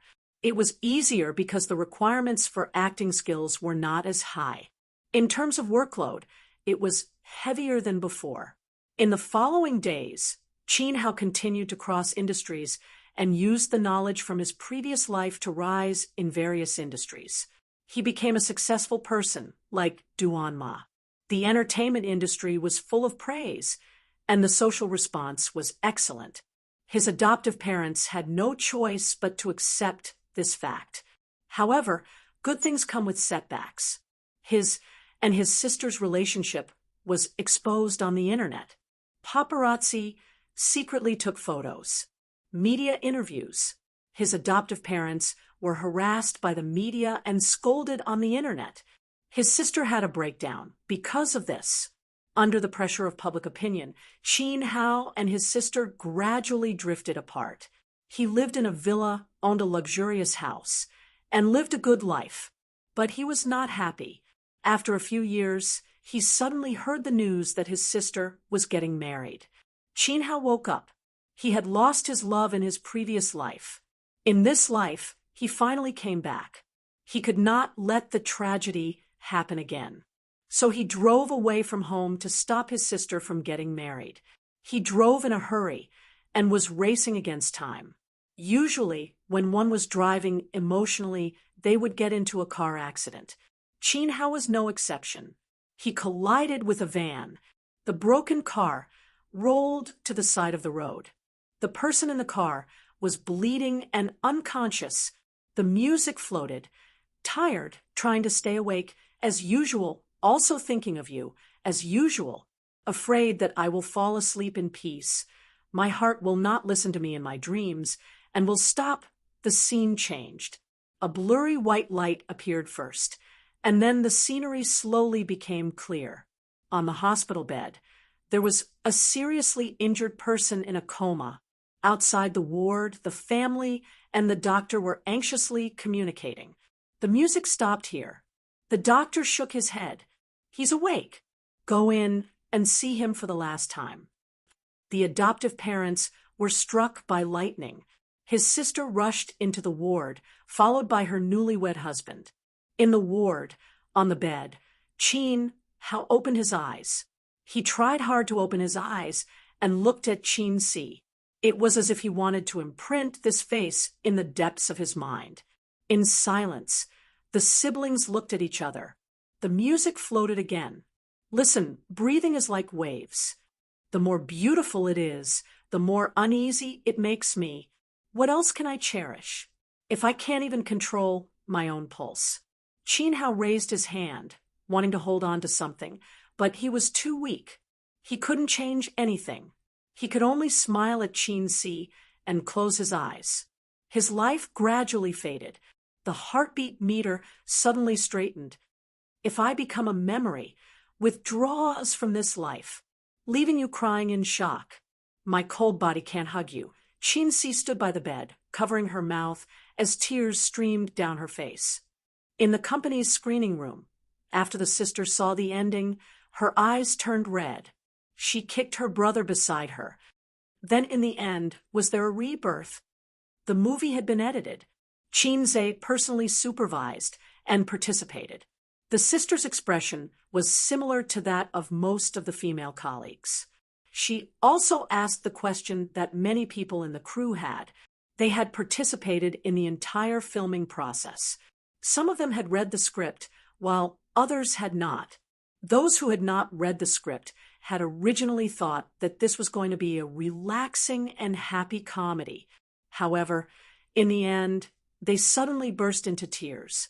After the editing, when they watched it, the ending made them feel suffocated. Those who had read the script were clear about the ending. However, when they watched the edited movie, they suddenly realized that they had neglected a question when they read the script. Was there a rebirth? This was an oversight when reading the script. Both lives ended because of a car accident. Then, was the entire movie an encounter after the rebirth? Or was it a dream of the protagonist when he was hospitalized? The former was a little comforting, but the latter was a heart-wrenching. It's not important whether it's a rebirth or not, Chin Si said. Anyway, in both lives, he didn't catch the person he liked. Whether it's a rebirth or not, let the audience guess to add a little depth. You're so annoying. Chin Bao kicked him hard. She was unwilling to give up. She waved her hand and slashed wildly. She glared at him and said, "Don't ask me to shoot such movies in the future. I was very annoyed the last time. Why are you so bad?" The last time was referring to the movie where the lovers became siblings. She didn't have any negative feelings for the similarly tragic A Journey to the West. However, when the relationship involved siblings, it was a tragedy. Her mentality exploded. "Then I'll ask Suyu to shoot it next time?" Chin Si joked. "Get lost." His sister roared and pinched his arm. "Don't shoot such movies in the future." "Then what do you think of the reputation of my movie?" "It's a bad movie." "Don't joke." "I'm serious." "It's a bad movie," his sister said angrily. "Is it a bad movie? Is it a bad movie?" Chin Si's finger poked her waist. Chin Bao immediately collapsed in his arms. She wriggled and begged for mercy. Don't poke me. You're so annoying. It's barely a bad movie. It's so forced. Then I'll continue. No. Anyway, I feel so bad that I want to cry. The ending is also very deep. Is it okay? Good girl. Finally, another mission was completed. Chinze was relieved. The next step was to send it for review and then arrange for the release of the movie. The box office was not important. If the reputation was good, the mission would be completed. Chinze's heart was calm because of the rampant bad movies in the domestic market. As long as the logic of his movie was not wrong, the plot was not bad, the ending was deep and thought-provoking, and he and his sister were popular, the overall rating would not be low. Chapter 6:16. Change all of them. Uncle, I'm telling you, if you let me know that you received gifts from those guys and left them in the factory, I'll take you down immediately. As for the hiring of personnel, let Su Yao's people take care of it. Get it done by the middle of this month. And don't miss any patents. In the commercial car leaving the airport, Chinze and Uncle Su Guang talked on the phone. Actually, with your uncle watching over there, we can worry less. Oh, I'm not talking about this unreliable uncle. Suyu said. She curled up in his arms like a little bird, with shallow bags under her eyes. According to the usual practice, they fought for 3,000 rounds last night, and Suyu was killed without accident. But the battlefield was so small that she didn't even have the qualification to escape. When she woke up this morning, she felt that her body was hollowed out, and her waist was particularly sore. Suyu gradually began to be unable to bear him. Fortunately, the box of 6-flavor Remania pills was not thrown away. It was originally bought for Chinze, but it seemed that she had to take it herself. From a physiological point of view, everyone had 2 kidneys. There was no reason that the protruding one would lose, and the concave one would not lose. From an agricultural point of view, there were cows that died of exhaustion, but there were also fields that were plowed and overcultivated, and the quality of the soil would decline. This, the farmer uncle knew best. Your waist hurts? I'll rub it for you. Chinze pulled Suyu up, put her on his lap, and gently rubbed the acupuncture points on both sides of Suyu's waist. Emma, it hurts. Be gentle, that's the strength. Ah, it's so comfortable. Suyu lay in his arms, her chin on his shoulder, squinting, her face full of enjoyment. She always knew that Chinze's mouth skills were very good, but she didn't expect his finger skills to be even better. He was better than the masseuses in the club. Suyu and Nan Man Pei would go to the health club to do facial masks, oil, and beauty treatments when they were free. In comparison, the female prostitutes' hands were too soft, and Chinze's were more powerful and even. Ace, go home and help me with the oil. Suyu said coquettishly. It was hard for outsiders to imagine that such a cold woman, like her, would have such a coquettish side. I'm your man, not your boy toy. Chinze refused. If it was Wang Zijin, you would definitely accept it. You don't love me at all. Suyu often compared Wang Zijin with herself. She knew that Chinze would immediately agree because of his guilt towards her. This trick had been tried and tested.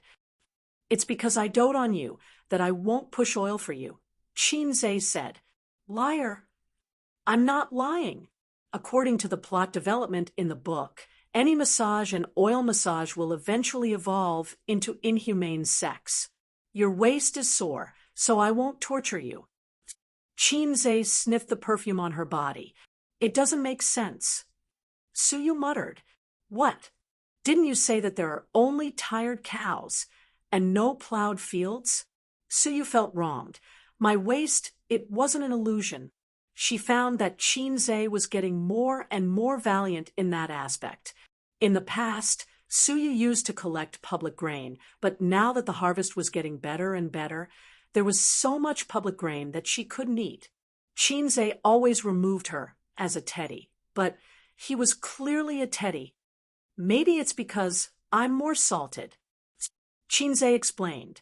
Salted? What do you mean? Salted fish can't be soft. Chinze said in his heart. Let's sing a song to ease the atmosphere. Suyu reached out to take out her mobile phone from her bag, opened the music app, and played it. I once wanted to let the whole world know that I love you, but in the end, we couldn't be together. But I met the right you at the wrong time. Maybe everything is fate. A male and female chorus sounded. Chinze was stunned. Wasn't this the song he wrote for Huang Yuding and Su Jiao? This is the song I wrote, right? Yes, it's very nice. Suyu rewarded him with a kiss. My husband is amazing. It's just an online song, but it's very popular. Mobile Douyin is full of videos of this song's accompaniment. It's so popular. Fashion is actually using mobile Douyin. I just watch it occasionally to relieve stress. After Suyu finished speaking, she closed her eyes and enjoyed Chinze's massage. Her mouth was moaning. The phone rang. It was Nan Man Pei calling. Suyu answered the phone. And, man, Sister Man, do you have time tonight? Come out for tea. Nan Man Pei said. Bathing, sauna, oil massage, beauty treatment, and tea. Before she got together with Chinze, this was the unshakable activity of Suyu and Nan Man Pei every weekend. It was commonly known as a woman's big sword. Okay. And then later, is that okay? And Suyu's face was full of enjoyment. What are you doing? Nan Man Pei heard her voice and felt that something was wrong. I'm not doing what, who are you with? Chinze? After a moment of silence, Nan Man Pei said, Goodbye. Hang up. Suyu threw the phone and half squinted. Rub my shoulders too. It's so comfortable that I want to sleep. Chinze, is it really good to be so naughty to Sister Man? Suyu, it's okay. I can only show off in front of Sister Man. Suyu was like a lazy cat, lying on his shoulder, squinting, and was about to sleep when she was disturbed by the ringtone of the phone. This time it was Chinze's phone. Caller, Maggot Bao Bao. My sister's phone. Chinze patted her perky buttocks and motioned her not to make strange sounds. Suyu opened her eyes, pricked up her ears, and eavesdropped. Where are you? Are you back? I'm waiting for the flight. I'll be back in the afternoon. Oh, I have something to tell you. Qin Bao Bao seemed to have something to do and didn't talk to him. Just now the company received an invitation. The TV station next door invited you to record a program and be a guest. What program? It seems to be Super Brain. It's not appropriate. With my IQ, it's too much of a bully. What are you thinking? Being a guest teacher is equivalent to being a judge. Besides, with your brain, can you compare with those high IQ talents? The sister sneered. Chinze calculated that the movie was finished, and there was no need for him in Shenzhen. The real Huang Zhuan was shooting in other places and didn't need his help. It seemed that there was really nothing to do in the near future. Okay, pick it up for me. When? Chinze said. Next week. Got it. Hanging up the phone. Su curiously said, I've seen that program. It's very interesting. Chinze said, it's all the effects of the program. It's fake. I've been on a lot of variety shows, and they all have scripts. Su analyzed. It's a provincial TV station anyway. Pure entertainment variety shows are okay. This kind of program with a little depth can't be scripted. Otherwise, people would have laughed their teeth off. I've watched a few episodes before and admired the contestants' speed calculation ability. Ordinary people feel incredible and even suspect that it's a script, but in fact, speed calculation ability can be practiced. You're a science student. You know this, and there's not so much requirement for IQ. At my peak, if I practice speed calculation for a few years, I can do it. Suyu is a genius. What she said makes sense. In fact, This program is not about IQ, but about the brain. The gap between the two is very big. IQ is too one-sided. Many of the programs on it are more about memory, spatial imagination, speed calculation ability, etc. For example, playing Rubik's Cube, in fact, relies on practice, but it has little to do with IQ. Suyu bragged, "Sister is old, and the program group didn't invite me, otherwise the contestants would have nothing to do. I can beat them." Chinze smiled and said, "Bragging." Suyu giggled, "I'm not bragging." Chinze said, "If you don't believe it, I'll ask you a question." Suyu became interested. "Say it." Chinze said, "Horshen yu wai sheng liang?" Suyu, She opened her small mouth and looked confused. Chinze said, "You can't answer it." Suyu, "Since sheng yu wai sheng liang?" "This is not a question, this is an exclamation, okay?" She pouted. "You're cheating." "If you don't know, then don't know." Chinze snorted. "You're a PhD student. You've read too much. Your brain can't turn. You're too inflexible." The driver took them to Suyu's hardcover apartment. Chinze put on a mask and sunglasses. Suyu took him, and the two walked to the nearby vegetable and fruit supermarket. Chinze took a basket, and Suyu took his arm. After buying the vegetables, Suyu said coquettishly that she wanted to push the oil first and didn't want to eat. She had essential oils at home and would give them to him. She took off her clothes without saying a word. She took off her coat, but didn't take off her underwear, deliberately leaving it for Chinze to take off. It was so exciting. She lay on the bed, her black hair spread on the white pillow. Chinze unbuttoned the B-cup, and the buckle slipped down along her smooth and tender skin. Her snow-white back, the vertebrae from her hips to the back of her neck, walked in a sexy arc. She had a good figure, well-proportioned, but it felt bony. Chinze found that he had neglected it before. He only cared about being a man on top of her, and rarely tried to be a man behind her. He poured the oil, pushed her back, and let the thick liquid spread all over her back. He had taken the Chinese medicine proficiency skill book, and the acupoint technique was more powerful than most men. Suyu was served by his hands and gasped comfortably. Chapter 6:17. "Ace, I've thought about it for a long time." Suyu sighed and felt comfortable all over. "What are you thinking about?" Chinze asked without stopping. "Since you was born, why was Liang born? How do you answer?"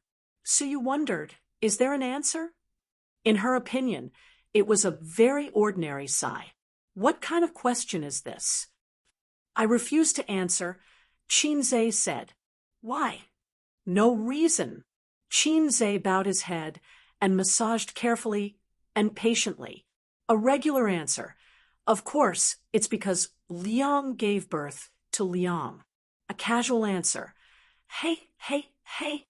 Chinze ignored her, and Suyu was silent. It was mainly because she was too comfortable. Last night, she tossed too late, her waist hurt, and she lacked sleep. When Chinze asked her if she was hungry, she was already asleep. Her face was quiet like a newborn child, innocent and innocent. Probably every beautiful woman sleeping quietly looked like this, and his sister was the same. When she closed her eyes, her temperament changed greatly. Sister Ziwei's oval face was even cuter. People couldn't help but want to pinch it, but they were afraid of waking her up. He didn't know what she looked like when the baby fat on her face was still there. Chinze helped Suyu cover the quilt and wanted to wake her up and let her sleep in a different position. She was not big, and if she was squashed, after thinking about it, he didn't disturb her. He closed the door and left the room, put on an apron, washed vegetables, and cooked. There were a few times when he rested here. He found it troublesome and wore a pair of boxers to cook. Suyu said that he looked very sexy in boxers and apron, which made her fall in love with him. but Qin Zhe imagined the picture of himself stroking his hair coquettishly, and he never did it again.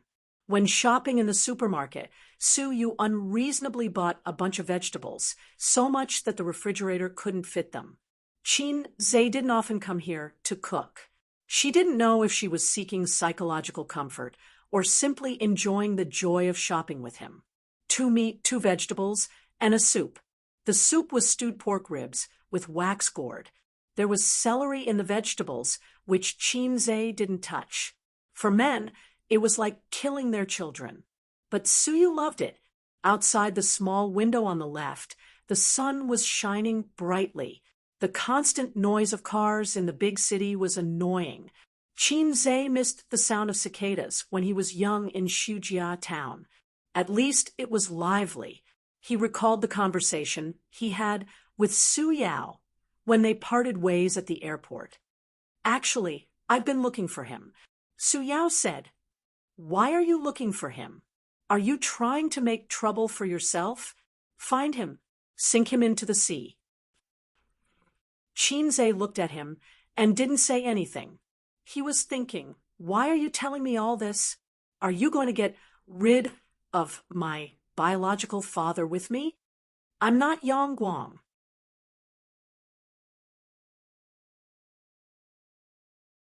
Leaning on the bed, holding the clothes of her small chest in her arms, and the other hand holding the mobile phone to send a message, this erotic scene caused Qin Zhe's chicken to move.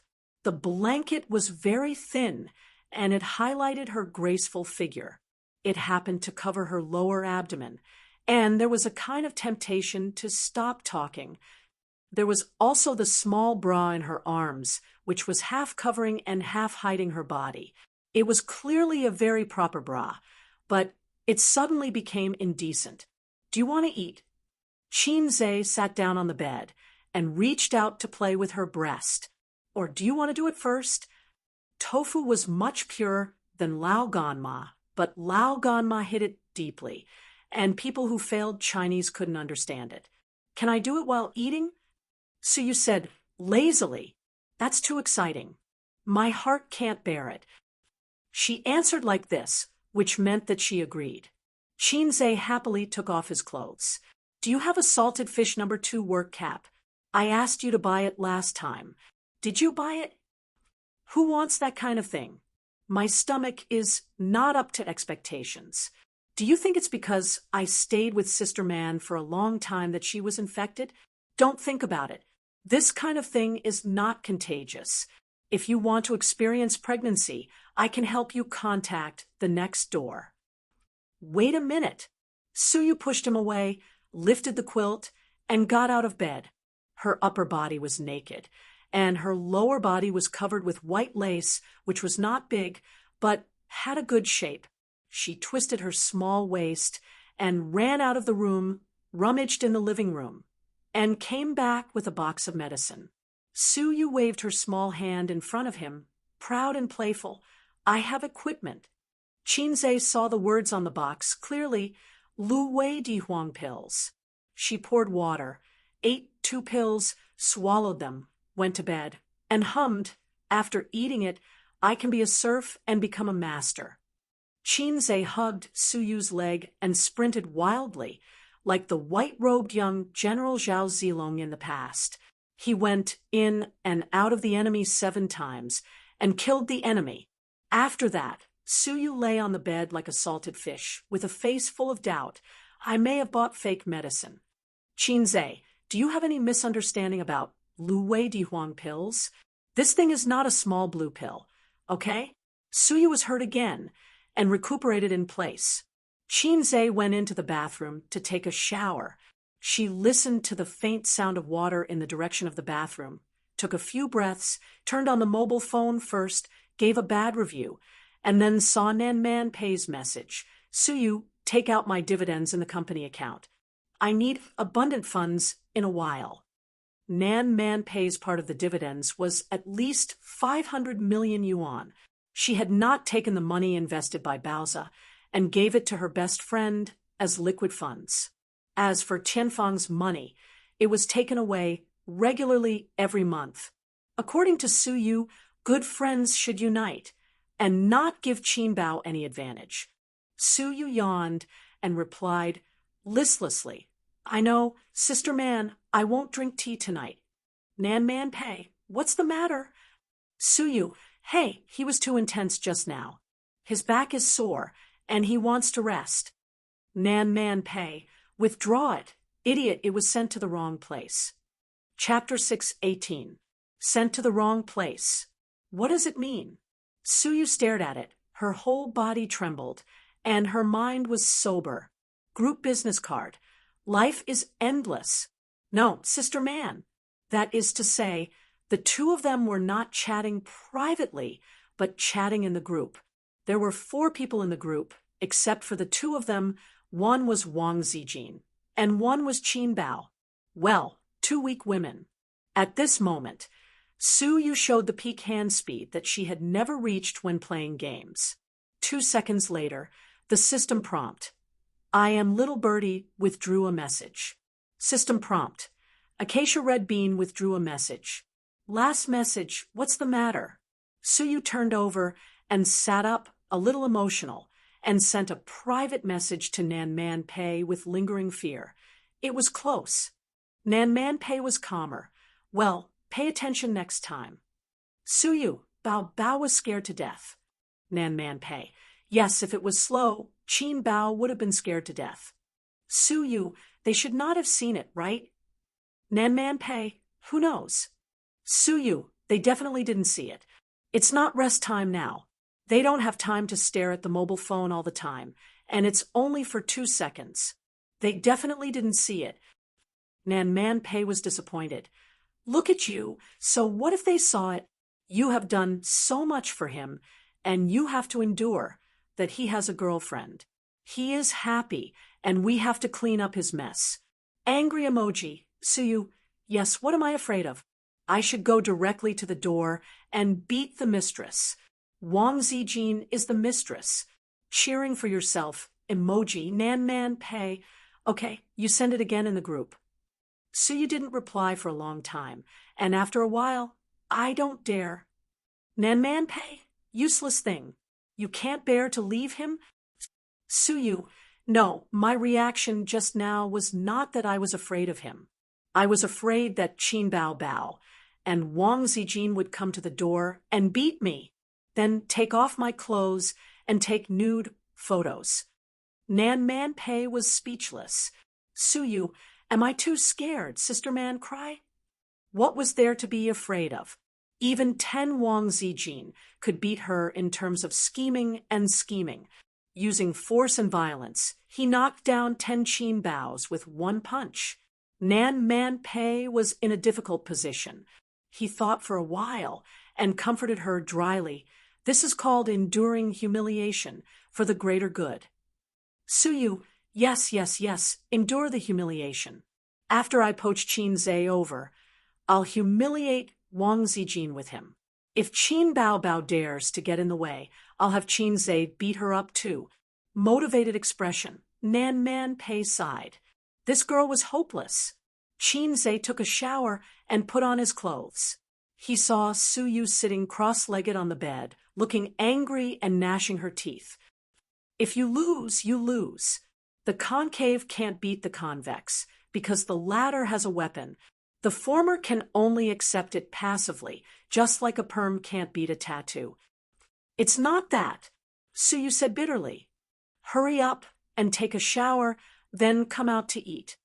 Qin Zhe didn't ask much, and went back to the living room to sit down. I've got the rice for you. Take a shower and come out. Don't take too long. You just took a shower in the morning. I'll eat first. I'm starving. He habitually took out his mobile phone and opened the chat software. He happened to see Su Yu and Nan Man Pei's message retracted. He turned his head and asked, Su Yu, what did you send? Su Yu walked into the bathroom with a well-shaped chest, stopped at the door, and stammered, No, nothing. Qin Zhe didn't know that he had just stepped into the gates of hell. This time the shower was finally fast. In a few minutes, she came out after a cold shower. She was wearing thin pajamas, and her hair was wet. She didn't dry it and just wiped it. Take a picture for me first. Suyu sat at the table, set up the mobile phone perspective, and took 3 consecutive pictures. Aze's dishes are delicious. It's a waste not to take a picture as a souvenir. Shinzei didn't think too much and put down his chopsticks very cooperatively. Suyu, okay, let's eat. The two of them bowed their heads to eat while playing with their mobile phones. Shinzei browsed Weibo to see everyone's expectations for the new film. Shinzei and his sister had a dispute about the name of the movie. According to Shinzei's idea, the name of the movie was A Dream of Nank. His sister said, in this case, the ending still had the thought-provoking effect. It clearly told the audience that this was a dream. It should be called Waking Up from a Dream. Shinzei said, fuck off. Is there a difference in the name?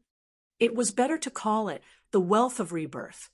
His sister said, it's rustic, call it 10 years against the current. Shinzei said, it's a mess. Then the brother and sister compromised and decided on the name of the movie, My 2008.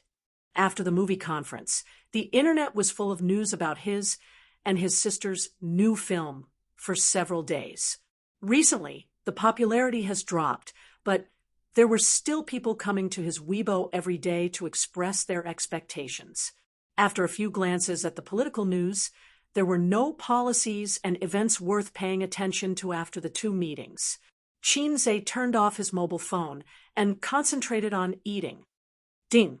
The phone rang. Ding! The phone rang again, who was so annoying that they didn't even stop eating. Shinzei grabbed the mobile phone, lit up the screen, and opened the chat software. His sister and Wang Zijin each sent a message. Where are you? Who are you with? After reading the message, with Shinzei's high IQ, he immediately smelled the signs of something wrong. There was too much tacit understanding. And why did they ask this? Therefore, Shinzei didn't rush to answer, but frowned and pondered. What's wrong? Suyu asked. My sister and Sister Ziwei sent me a message. What message?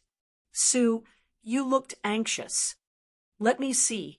Shinzei handed the phone to her. Suyu glanced at it and was relieved that they asked this question, indicating that they didn't see the message in the group or the message couldn't be so peaceful. As for why they sent this message, she raised the corner of her mouth, revealing a little fox snicker. Did you do something? Shinzei's eyes were like torches. Let me see the phone. No. Suyu hid the phone behind her, like a little girl hiding candy. Shinzei grabbed her hand directly, unlocked the phone with his thumb, opened the chat software, and checked her chat history. There was no strange message sent to his sister and Wang Zijin. No. Shinzei reacted abruptly, clicked on the circle of friends, and his eyes went black. Circle of friends. Rest at home, cook a hearty lunch to reward yourself, and know how to be grateful in life. Grateful your sister. There were a lot of replies. Most of them were from the company's middle and senior executives. They praised Suyu for being clever and skillful, being able to work in the hall and cook in the kitchen. Only the 2 guys sent 2 hee-hee-s. Fortunately, no one knew that it was Qin Baobao's WeChat number. Shinzei answered truthfully. I went back to Shanghai at Suyu's house and cooked a meal. 2 identical messages were sent to his sister and Wang Zijin. As old rivals who have been fighting for a whole year, they know each other well. Whether Suyu can cook or not, they both know in their hearts. Moreover, at this time, Shinzei and Suyu should be on the flight back to Shanghai. Shinzei said angrily, Are you crazy? Why did you send this? Suyu was particularly tough today and said with a stiff neck, I just want to tell myself, don't be afraid, just do it. What's wrong with you? Who said you were a coward? You make trouble all day long, and I think it's my fault that you've restrained yourself. You're just too energetic. Come on, let's go back and fight for 300 rounds. Shinzei dragged Suyu to the room. No, I'm not going, Suyu struggled, entangled him like an octopus, refused to go, and cried, "I'm not afraid at all. If I don't let them know how powerful I am, what if they steal my child in the future? I don't have schizophrenia, but you have schizophrenia first." Chinze sighed and rewarded her. After all, he didn't have the heart to glare at her, sat back at the table, and patiently replied to his sister's messages. "We just came back not long ago because Suyu was airsick and vomited for a long time. So I made a meal to reward her." The exact same message was sent twice. Qin Bao Bao, hee hee. Wang Zijin, hee hee. The strange thing was that his sister didn't call to question, and Wang Zijin didn't send any sharp words. It seemed that things were over. Qinze suddenly felt relieved. It seemed that his character was still very strong in front of his sisters, and he was not weak at all. "I don't want to go back to the company later. Let's go shopping." Suyu chewed slowly and swallowed the rice, looked up, and said expectantly, "Well, yes." Chinze nodded. He wore sunglasses, a mask, and a baseball cap.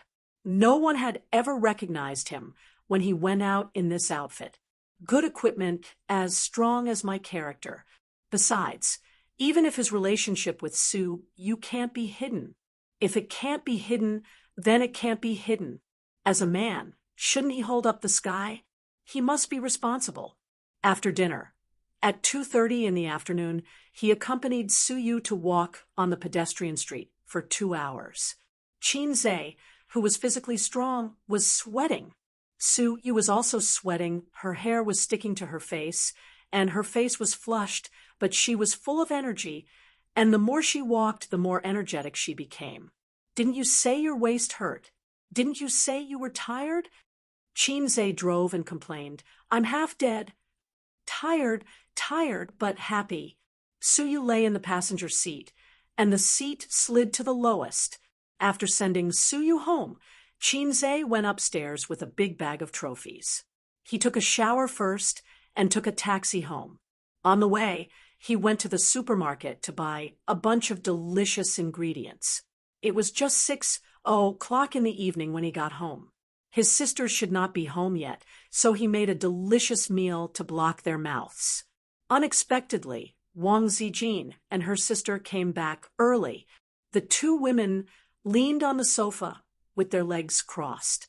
When they heard the sound of the door opening, their ears pricked up, but they pretended to watch TV expressionlessly. As soon as he entered the door, Chinze saw a dangerous breath from the shiatsu board in front of the sofa. "I'm back." Chinze pretended not to see the shiatsu board. "I went to cook for you. I bought a lot of food." "Ha ha. Come here," Wang Zijin said. "Kneel," Qin Bao Bao said. "Are you crazy? Why should I kneel when you tell me to? Do I have no dignity?" Chinze obediently went to the sofa, knelt on the shiatsu board, and said, "I'll play games with you." Wang Zijin was expressionless. "Play with us or play with Suyu?" Qin Bao Bao's face raised a charming smile, delicate and soft. Little brother has finally grown up and knows how to play with girls. "I'm very happy." "If you didn't squeeze out the words from your mouth, I would have believed you." Chinze, "No, Suyu is busy. As the boss, I want to reward her." Wang Zijin's face darkened. "Didn't you tell your sister that you would arrive in the afternoon? Why did you lie?" Chinze quibbled. "After 12:00, it will be afternoon." Qin Bao Bao pretended to be suddenly enlightened, blinked her beautiful eyes, and said sweetly, "So that's how it is. Sister misunderstood. Sister is wrong. A's, just kneel." Wang Zijin, "You don't have to cook dinner. We'll eat by ourselves." Then there was a Cold War that lasted for a quarter of an hour. Qin Bao Bao leaned to the left, and Wang Zijin leaned to the right, playing with their phones. Halfway through, Wang Zijin put down her phone and went to the toilet. Qin Bao Bao glanced at the corridor and heard the sound of the toilet closing. Her whole body suddenly changed, and the charming and generous sister image disappeared. A tigress pounced on salted fish, hanging on his body, two long legs clamping his waist and strangling his neck. She said fiercely, "What happened between you and Suyu? Did you shake the morale of the army?" Chinze took a deep breath and felt that his kneecaps were about to be pierced by the shiatsu board. The revolution has not been successful, and the morale of the army is not shaken. Qin Bao Bao didn't believe it. She bared her teeth and said fiercely, "If you didn't shake, why are you so close to her? Don't talk about rewards. If she wanted to reward her, couldn't she treat her to a meal in the hotel? If it was a pure superior-subordinate relationship, would she need to cook at someone else's house? Chinze, it's not a pure superior-subordinate relationship." Huh, at least we're friends. Sister is always a paper tiger. After venting, Chinze only took a pee to coax her, although she was a little surprised. When Wang Zijin went out, the scene in the living room was restored. The cold and beautiful sister crossed her legs and looked disdainfully at the brother kneeling on the shiatsu board. At 6:30, Qin Bao Bao, who was hungry, poked Chinze's head with her slender fingers. "Next time you dare to lie to sister, be careful of your skin. Kneel properly. I'm going downstairs." When she entered the kitchen, Wang Zijin's aura changed. She was no longer an ally who was angry with her best friend, but a pitiful woman suspected of having an affair with her boyfriend. "Is it because I didn't do well in the past that you're sick of me? What are you talking about? My feelings for Sister Ziwei are deeper than the peach blossom pool." "Then have you ever thought of hunting outside?" "Absolutely not. It's good enough to rub against her. Why would I want to hunt?" Wang Zijin's slender hand picked up his ear. She didn't use any strength and just gently lifted him up. She said gently, "You have to know that you have a girlfriend. You understand?" Salted fish trembled. "Then can I get up?" Chinze asked in anticipation. "If your sister agrees, I'll agree." Wang Zijin pushed the responsibility to him. Sister happened to come out. "Zijin, come and wash the vegetables. It's so annoying. I don't want to wash them." Chinze immediately said, "I'll wash them. I'll wash them." Wang Zijin said, "Have you forgiven him?" Qin Bao Bao looked at her and felt that she couldn't back down in front of her best friend. She snorted, "I haven't." Wang Zijin said in a huff, "Then I haven't either." Chinze. Chapter 619. "I heard that you knelt on the shiatsu board for an hour last night. My knees are broken. Who told you that?" "Your black-hearted sister. She deliberately told me to warn me." "Where's Sister Ziwei?" "She said that we should have a meal together another day. She even asked me if A's dishes were delicious. She tried to sound me out. This kind of person who has been in a state-owned enterprise and system is very cunning. One of your friends made me very unhappy last night." "Leave them if you're unhappy. Honey, I have a warm little nest here. I guarantee that you'll be well served. How's your kidney?" "Sir, my kidney is made of iron. It can withstand your rain and wind." Your tone is becoming more and more like Qin Bao Bao. Is this how Qin Bao Bao talks to you? This damn pervert. Tone, I'm talking about tone. Has the show started recording? It's starting soon. I'm at the TV station. Oh, then I'll go deal with some things. The chat ended. Qin Zhe turned off the phone screen, sat in the spacious lounge, and drank a mouthful of water. The door opened, and a middle-aged man with gray hair came in. He was the host of the show. Qin Zhe was familiar with him, but she couldn't remember his name. "Miss Qin, the show will start recording in 15 minutes. I'll tell you some things to pay attention to." The man sat down beside Qin Zhe. "You've seen our show, right?" "Yes, I've seen it." In fact, he hadn't seen it. He had only heard of it. After receiving this job, he crammed the show once and had a general understanding of the gameplay of Superbrain. The contestants who could be on the show seemed to be geniuses. The top scorer in science and the champion of the mathematical Olympiad were all ordinary in the show, or, in other words, the foundation.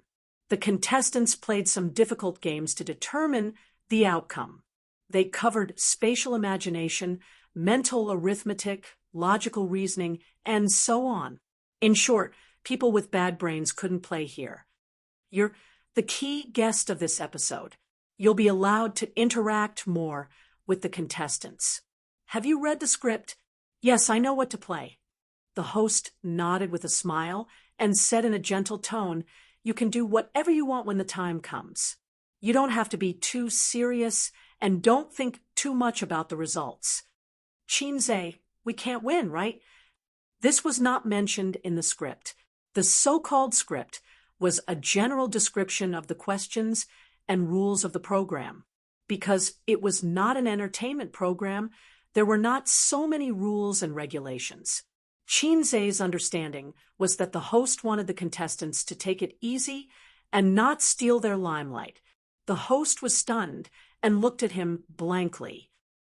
"Win. Chinze, I understand. We can't steal the limelight from the contestants." No. The host waved his hand. "You don't have to deliberately go easy on the contestants. Just do your best. After all, the contestants are more powerful." He didn't say it out loud, but he held back his laughter. "What are you trying to do? You're an entrepreneur and a composer, and those contestants are all highly intelligent contestants. Most importantly, they're at their peak. Do you think you can win just because you say so? Even if it's some small game, the contestants can completely crush ordinary people." The contestants invited by the program team were all very young. The peak of a person's mental flexibility was before the age of 20. This was similar to the contestants in the field of Go and esports. After they reached adulthood and entered society, they would be far away from school. Their memory would deteriorate and they would forget formulas. It was normal for them to not be as good as the students in school. It was like a top student who could get full marks in mathematics. A few years later, if he were to do the same paper, it would be considered good if he could pass. The host looked at his watch and said, "There's not much time left. Let's start." At the recording studio, the lights were in place. The cameras were in place. Under the lights, 3 figures walked out from backstage. The camera captured their figures. "Hello, everyone. I'm the host, Chun Yuha." The host said, "On my left is the familiar teacher Ning Yucheng." The applause was warm. "On my left is teacher Zhongli." Clap, clap, clap. The host said, "Our slogan is let wisdom soar. Let truth last forever." The 5th season of Superbrain is starting. Taking advantage of this warm atmosphere, I'd like to invite a heavyweight guest. He's the most popular composer among male and female singers in recent years. He's the most worshipped prophet among shareholders. At the same time, he's rising rapidly in the film and television industry. He's both talented and good-looking. He's the role model of the post-90s generation, the #1 on the Forbes youth list in China. The audience burst into loud shouts. "Chinze!" The audience reacted. The most popular composer, the stock market prophet, both talented and good-looking, the #1 on the Forbes youth list in China. Wasn't he talking about Chinze? The host spread his hands. "Since you've all said it, let's invite him out directly." "That's right, it's Chinze. Let's invite him out." The stage lights changed. Chinze walked up from backstage. In an instant, there were screams. The audience was boiling, especially the female audience. They used their hands as loudspeakers and screamed desperately.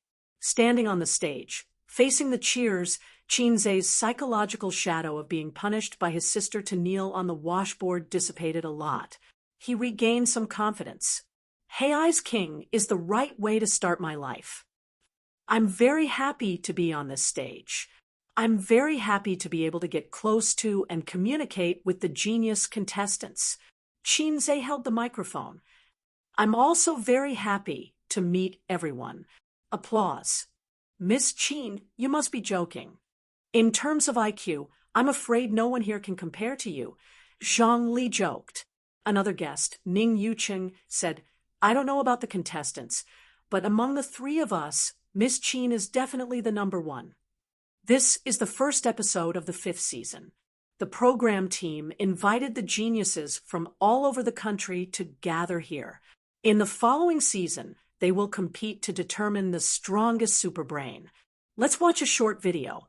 The host turned around and motioned everyone to look at the big screen behind him. The short video was about 15 minutes long. It briefly introduced 100 outstanding contestants. The youngest was in primary school, the oldest was in college, and the oldest was not more than 25 years old. Each of them had achieved something that their peers could only dream of in a certain field. Some had won the National Mathematical Olympiad Championship. Some were from famous foreign universities. And some were the youngest master students from famous universities.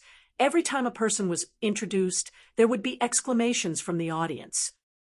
In the past, I didn't have much feelings about the so-called geniuses.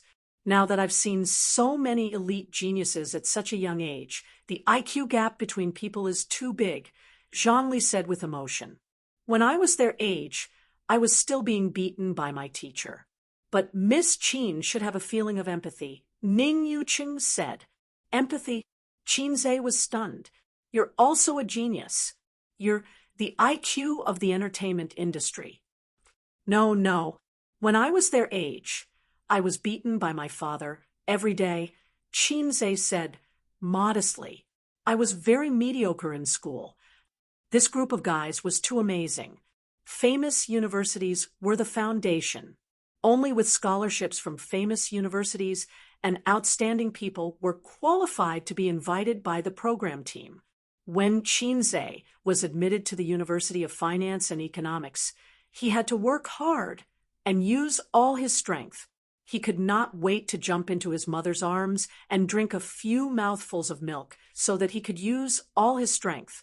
In the end, he was still the last in the University of Finance and Economics. He had to rely on his grandfather's connections to be admitted first. You're being modest. Ning Yuqing seemed to admire Chinze and smiled. If you were 5 years younger, you would definitely beat all of these contestants. Am I very old now? Chinze asked. There was laughter. Indeed. When I was in college, I almost didn't get admitted to the University of Finance and Economics. My father opened the back door for me so that I was qualified to enter the University of Finance and Economics, Chinze confessed. The audience was in a heated discussion. Chinze is joking, right? No, I remember there was a post about him before. Before he graduated from college, he was indeed very mediocre. Of course, although Chinze is amazing, he became famous in the entertainment industry because of his talent and singing. He is not the same type as these contestants. The contestants are all intelligent. They are all straight-A students. You guys are praising Chinze too much. These are the top straight-A students in the country. Chinze definitely can't beat them.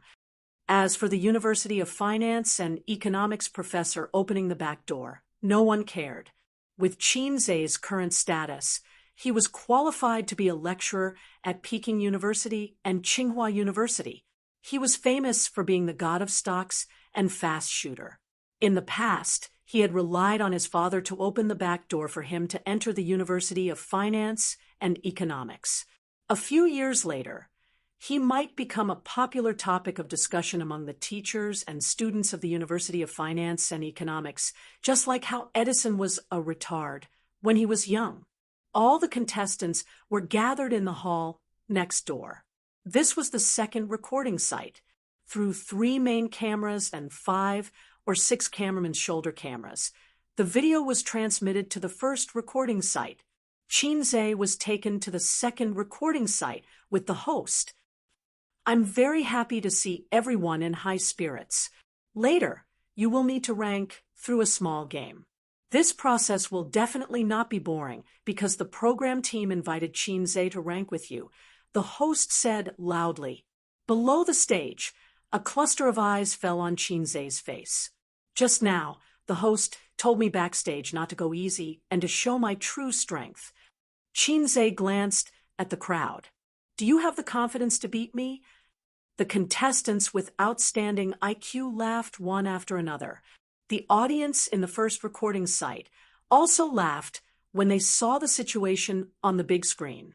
Everyone was looking forward to seeing how Qinze, who had always been known as super talented and smart, would rank in this group of geniuses. Chapter 620. After Qinze finished speaking, he realized that the geniuses were either smiling, silent, or mocking him. The older ones were still all right and laughed off his words. However, those between the ages of 15 and 18 had their hands in their pockets, and their faces were cold. They looked more like Chunibyu. They were all arrogant, especially when the host introduced their experiences. Their arrogant look made them look like they were mentally retarded. However, they did have the qualifications. Wasn't it natural for the top students to look down on the bottom students? The bottom students only deserved to tremble under the rule of the top students. Looking at the top students talking and laughing with the girls in the class, they fantasized about when they could show off like the top students. As a senior bottom student, Qinze understood this feeling best. You tried your best to memorize words and practice questions, but the other party only needed to complete the tasks assigned by the teacher and beat you in minutes. They could get into Fudan University like it was a game. Iconic character, crying monster. Ha ha ha, Qinze is so funny. I didn't expect him to be so humorous. I wonder what he is like in real life. I'm looking forward to the ranking games starting soon. What's Qinze's ranking? It'll be amazing if he can be in the top 50. Stop fooling around. Top 50? Thank God if he can be in the top 80. These guys, look at the introduction just now. They are all top students. Compared to the contestants who were more reserved in front of the camera, the audience at the first recording was very relaxed and whispered to each other. The so-called ranking round was also an elimination round. There were 4 rounds in total, and each round would eliminate some of the top students. The first place of each round could directly advance to the finals of the Super Brain. We have prepared seats for everyone. Everyone received a number card when they came in. The number card on the table corresponds to the number card on your chest. Now, please take your seat. The ranking round will begin soon. With the host's announcement, the contestants took their seats. There was a tablet on each contestant's table. The ranking game was a puzzle. The 2 guests were also actively livening up the atmosphere. Ning Yuqing smiled and said, "Why don't we guess what Qinze's ranking is?" Luli said seriously, "This is not easy. There are 100 people. Why don't we guess the range?" Ning Yuqing said, "What do you think?" Luli said, "I guess he's between 60 and 70. Ning Yuqing shook his head. "I'm guessing he's between 40 and 50. Where did you get your confidence from?" Luli asked. Ning Yuqing, first of all, he's a science student. His logical ability is definitely not bad. Second, don't underestimate him. He's the god of stocks who earns hundreds of millions a month. If his brain isn't good enough, he wouldn't be able to do it. Luli disagreed. This is different. Puzzles test one's brain power. We should be at our peak in middle school and high school. After university, we won't be able to perform well. Let's wait and see. All right. At this time, on the big screen, all the contestants had taken their seats, and a messy puzzle appeared on the tablet, 6 by 6, a total of 36 pieces. According to the program team, The reason why they chose puzzles was because the difficulty of each puzzle was very balanced. It tested the overall ability of the contestants. This way, they could prevent certain contestants from being at a disadvantage because they were biased. Competition rules. The first 80 contestants to complete the puzzle will enter the next round. The last 20 contestants will be eliminated. Ning Yucheng said, "Puzzles are a test of the player's overall ability. It requires a high degree of coordination between the eyes, the brain, and the hands. I'm more familiar with puzzles." Lu Li, how long will it take for them to pass? The program team doesn't seem to have set a time limit. Ning Yucheng said, "For a puzzle enthusiast like me, it's a good result if I can finish it within 5 minutes. For us contestants, I personally think we should finish it within 3 minutes. As for normal people, they would probably need to borrow another 500 years from the heavens." Lu Li immediately said, "Qinzhe's song? Ha! I'm one of those normal people who needs to borrow for 500 years. There was a small camera on each contestant's table. Qinzhe didn't have one, but he had a professional cameraman filming. All the contestants sat in their seats, and he sat next to the host. Qinzhe's gaze swept across the contestants who were waiting for him, and he said in his heart, "System." Ding! Crazy Poser Demon 115 completed the puzzle in the fastest speed possible and obtained first place. 30 points will be awarded for success, and the corresponding points will be deducted for failure. The system's voice sounded. Facing the camera and facing the 100 top students below, Qinzhe, who was a bad student, naturally had the desire to show off in front of the masses. The comeback of a bad student, a reversal of fortune. This was much more interesting than filming a movie or holding a concert. The biggest wish of a bad student was to beat up the top students and let them have a taste of fear. Hey, wait, why is Crazy Poser Demon not showing off in front of the masses? Qinzhe complained. You have completed the series of missions of showing off in front of the masses. When you were still a salted fish, your poser was not poser, but showing off in front of the masses. When you become a famous big shot, if you still want to show off in front of the masses, then you are really poser. So this series of missions is called Crazy Poser Demon. There's nothing wrong with it, right? The system responded. Qinzhe covered his face. There's nothing wrong with it, but I think you can give it a more elegant name. For example, Crazy Poser Demon. The host saw him covering his face with a helpless expression, and he held back his laughter. Miss Qin, do you find it a little difficult? Qinzhe smiled and nodded. It is a little difficult. I'm a little nervous. The host teased. You don't need to be nervous. The ones who should be nervous are the contestants below. In his opinion, it was true that he found it difficult, but it was impossible for him to be nervous. With Qinzhe's status, he was destined to have a broad vision. He could not be nervous because of something like this, but he could use it as an excuse to pave the way for his poor results. Qinzhe said, I need some help. He did not play with puzzles. This was not only a test of comprehensive ability, but also a test of hand familiarity. The system said, you can spend 3 points to hire me to help you calculate the simplest and fastest puzzle process. Qinzhe was surprised. That's practical. The system said proudly, you forgot my real name again. It's just a puzzle. It's just a thought. Qinzhe said, I'll take the points. A countdown appeared on the screen. When the number turned to 0, hundreds of contestants lowered their heads in unison, and the sound of the puzzle pieces moving became 1. At this time, the host was no longer paying attention to Qinzhe. He stood in front of the stage and looked at the contestants who were working on the puzzles seriously. The hundreds of audience members in the audience seats saw the scene through the big screen, and they were undoubtedly shocked. The top students lowered their heads, their hands moving quickly on the tablet. The clicking sounds were endless.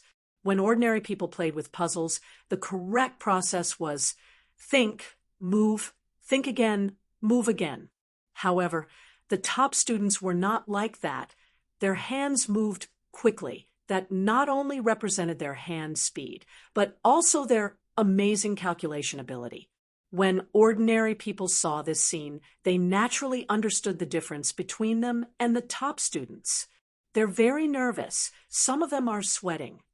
Ning Yucheng said, "Every second counts. A second late could mean a difference of a few ranks." Luli said, "Hey, why isn't Qinzhe's scene?"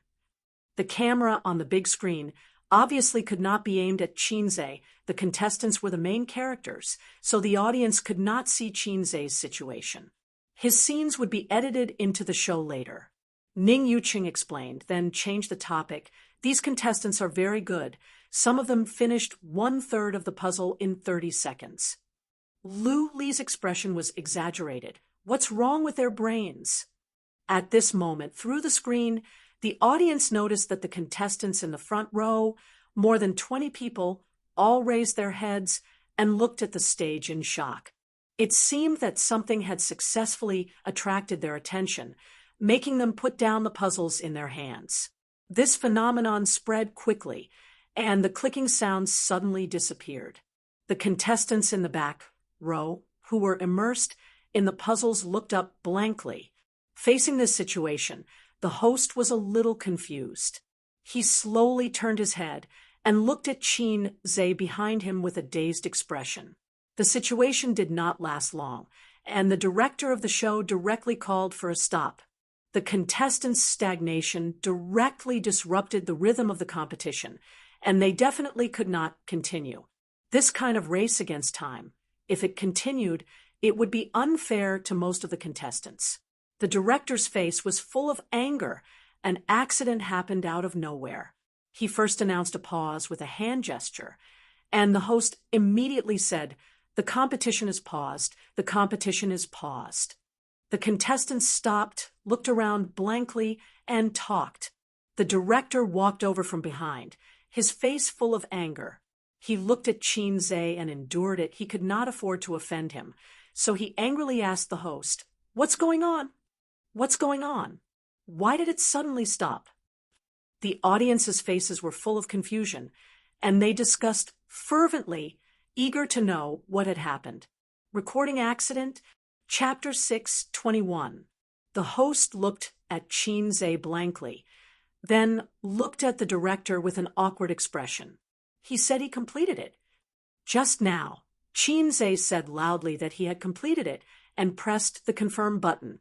At this time, the ranking on the big screen was Qinzhe. The contestants in the front row heard it and were in disbelief, so they looked up at the big screen and were stunned. About half a minute, or to be precise, 28 seconds, when the contestants had only completed 1/3 of the puzzle, someone ended it early. Impossible. The director did not believe it and strode to Qinzhe's table. The puzzle was indeed completed, but the director did not believe that Qinzhe completed it with his own ability. He frowned, turned to the host, and whispered, "Is it a ready-made puzzle?" The host's mouth twitched. "It's really done." The director pushed the stunned cameraman away and checked the video. After a moment, his expression was the same as the cameraman's. He and the host looked at each other silently and swallowed. Qinzhe smiled and said, "The puzzle is quite simple, and I'm in good condition. I just accidentally put it together." The host said to do your best. Director explained to the contestants, and then re-record. The host smiled bitterly. "Just do your best." This was what he said to Qinzhe backstage. At that time, he felt that whether Qinzhe did his best or not, his existence was just to make the game more interesting. But not only did he take first place, he also crushed the IQ of the top students. Now, the whole segment was ruined. He had to explain to the contestants. The scene was a little chaotic. The contestants were confused, angry, and dissatisfied. Some were dissatisfied with Qinzhe's interruption, and some were suspicious of Qinzhe's deal with the program team.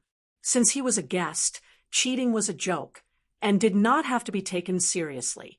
But to shout it out and disrupt the rhythm of the competition, it was easy to anger the crowd. Top students were proud. There were fans of Chinze in the audience, but there were no brainless fans. The director recovered from the shock and could not help but look at Chinze. He knew in his heart that he did it on purpose. This was a recording, not a live broadcast, so it was fine to cut off the interruption and start over. This was Chinze's discretion. Sure, our production team will lick his ass. The director exchanged a few words with the host before returning to his seat. The host said, "Just now, something surprising happened. Our guest teacher was the first to complete the puzzle." Of course, he couldn't say that it was an accident. Instead, he said that it was a surprising thing. An uproar broke out. The audience's voices were louder and more chaotic, and their reactions were even more intense. "You mean Chinze is done? How is that possible? How long has it been? Is he stronger than these geniuses? I don't believe it. It must be fake." Lu Li widened her eyes and asked Ning Yucheng, who was sitting beside her, "Chinze completed the puzzle? 30 seconds? Ning Yucheng, the production crew, must be joking. 30 seconds. Let's not talk about the calculation. Just based on hand speed, it would be very difficult to do." On the screen, the host said, "To ensure the fairness of the competition, let's watch the video." The screen switched, and a tablet appeared on the screen. It was a complicated 6x6 puzzle. Its image was disrupted. A lion could be vaguely seen standing proudly on the grassland. There were trees, grass, animals, and a blue sky. There were many sceneries, which meant that the difficulty of the puzzle was not low. The next moment, a pair of hands appeared. They danced on the screen at an extremely fast speed. The hand speed of the contestants was nothing in front of him. They were completely inferior by several levels. His 10 fingers danced in the air, so fast that only afterimages could be seen. The originally messy and disorderly images were rapidly returning to their original state. Every second, they were changing and returning to their original state. During this period, there were no mistakes and no lag. It was as if it was a machine that had already been programmed. The whole process only took a short 28 seconds. Silence. Shock. The audience felt that their intelligence had been insulted. They stared at the screen with their mouths wide open. They couldn't believe the scene in front of them. They couldn't believe what had happened in 28 seconds. The video ended. The proud geniuses were silent until the host's voice. "This is the process of Miss Chin's puzzle." He didn't fast forward. He only used a short 28 seconds. The first recording of the show was suddenly in an uproar. "Oh my God, this is impossible. F***CK, the most shocking puzzle I've ever seen in my life. It was so fast that my fingers couldn't see it clearly. It's too amazing, but I still can't believe it. How did he do it? A fast shooter is really fast at everything. It's all after the 90s. I finally know the gap between him and me. Haha, look at those contestants. Who is the main character? And who is the supporting character? It's so embarrassing. I've said it before. No matter how good the contestants are, they're just straight A students. Look at Chinze's achievements. It's obvious who's better and who's worse. Come on, you just said that Chinze can't beat this group of straight A students." Lu Li said, "If it weren't for the stopwatch on the side, I would have suspected that the program crew was fast-forwarding." Ning Yucheng was full of admiration. "This video, it's no problem to get a Guinness Book of Records." Lu Li did not believe it. "Really?" Ning Yucheng said, "Of course it's true. 28 seconds. Most of the time was spent moving the puzzle. In other words, the time he used to think didn't exceed 5 seconds. To be more precise, when he saw the puzzle, he had already calculated the entire puzzle process in his mind. His brain power is too abnormal. Ning Yuqing gestured with his hands and feet. He was very excited. The show paused. After the video ended, it did not start immediately. The host and director had a short discussion. Should we cut this part? The host asked. What he meant was that it was definitely better to cut it. Qinze was too outstanding, even more outstanding than Mao Zedong.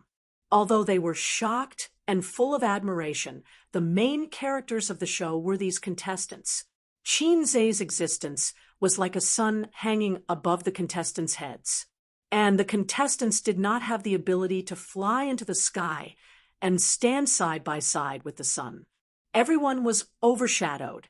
This was nothing. They had invited the science champion of XX province, the youngest master's degree from XX Overseas University, and a super genius who had won countless awards. In the end, they were all defeated by Qinze. This would make the audience doubt the standard of their show and suspect that they had invited a bunch of fake contestants to make up the numbers. To be safe, it was better to cut it. The director did not think so. He pondered for a few seconds and said, "If we don't cut it, it will indeed affect the contestants' aura." The host nodded.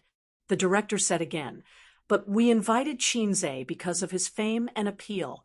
If the title of this episode is 100 Genius Contestants Can't Defeat Qinze, wouldn't it be very exciting? Wouldn't the audience immediately click on it? This is the first episode. What we need is popularity. Qinze is now one of the most popular public figures. With this title, the popularity will be enough." The host said, "The problem with the contestant's image." The director said, "Later on, you have to focus on praising Qinze. His achievements and resume have always been full of fantasy. It's not something that these contestants with good results and good brains can compare to. If you praise him, the gap between the two of them will immediately be highlighted. The audience will only think that Qinze is too amazing and will not question the contestants." Whether it was a variety show or a movie, the director was the most important, especially in a department like a television station. The host returned to the stage, and the show started recording again. The puzzle pieces were randomly messed up, and the positions were different from the previous time. This way, the contestants would not be familiar with the way. The results of the competition were quickly released. In this round, the fastest contestant took 1 minute and 15 seconds, the slowest took 2 minutes and 34 seconds, and the remaining 20 contestants were directly eliminated. The host said, "After the unexpected situation in the previous round, our contestants have finally completed the ranking for this round. The first place contestant will directly advance to the top 30. His time was 1 minute and 15 seconds, and he achieved a very good result. However, the gap between him and Miss Qin is quite big, so don't be surprised. I remember when Miss Qin was trading stocks, she went from nothing to 100 million in just a month. Besides, he has all kinds of halos, and each of them is far beyond the reach of others. The results he achieved before are also reasonable." The genius contestants secretly frowned. Listening to the host's flattery of Qinze, they felt that they were being looked down upon. Although Qinze was indeed very good, the arrogant genius contestants did not admit that they had lost to him. Puzzles were just a small game, and it did not represent the level of intelligence. They all had their own strong areas. 28 seconds. Just thinking about it makes me shudder. The host stopped and asked the first place contestant, "Chen Haonan, you are first place. You feel the same, right?" Chen Haonan replied, "I don't shudder."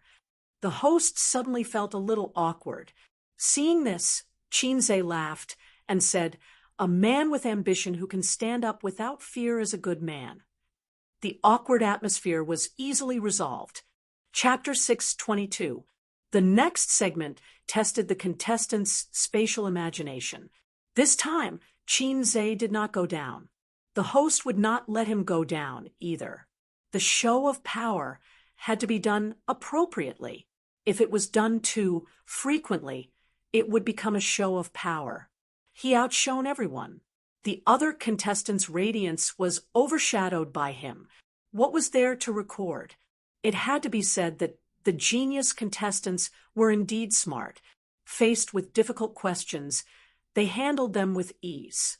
Some people had water in their brains, some had sh*t in their brains, and some had wisdom in their brains. After recording the show, the host struck up a conversation with Chinze backstage and asked him if he had time for the next episode. Chinze thought about it. True Pornography had taken more than 2 months to film. It would take another month to finish filming. The new movie would be released in 4 months, so there was no need to worry for the time being. There was nothing for him to worry about in the company, but for Dongfeng, there might be more work to do in the near future. I might not have time for the next episode, but I should be free at the end of the month, Chinze said. All right, we'll contact you then, the host said disappointedly. It was impossible to invite a celebrity like Chinze to be a permanent guest. He was earning large sums of money every minute. They had previously agreed to do only 1 episode. The director saw that the results of this episode were good, so he asked the host to sound him out. If there was a chance, he would come out to discuss it. If there was no chance, then forget it. He could only wait until the end of the month to invite Chinze again. Then let's go out. The fans have been waiting for a long time. The host gestured for them to leave. The two of them walked out side by side. In order to give back to the audience, the program team specially invited Chinze to interact with the audience. Specifically, they would sit down to chat and answer some questions from the fans. Then, when the audience left, they could queue up at the entrance to get a signed photo of Chinze.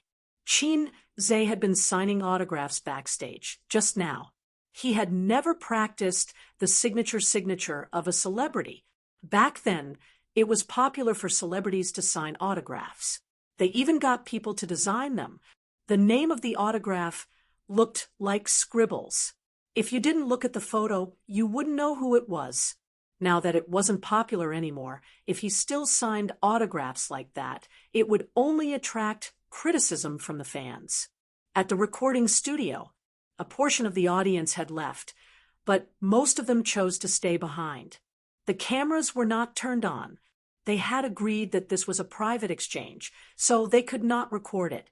The moment Chinze came out, the scene entered a small climax with endless cheers and screams. Many girls in the back row even stood up excitedly and waved their hands vigorously. Then, they were forcefully pulled down by their companions or boyfriends. Why are you calling me your husband? I'm your husband. That's the nation's husband. It's a title that belongs to everyone. You belong to me. That's more like it. That's right. He will always be someone else's child and someone else's husband.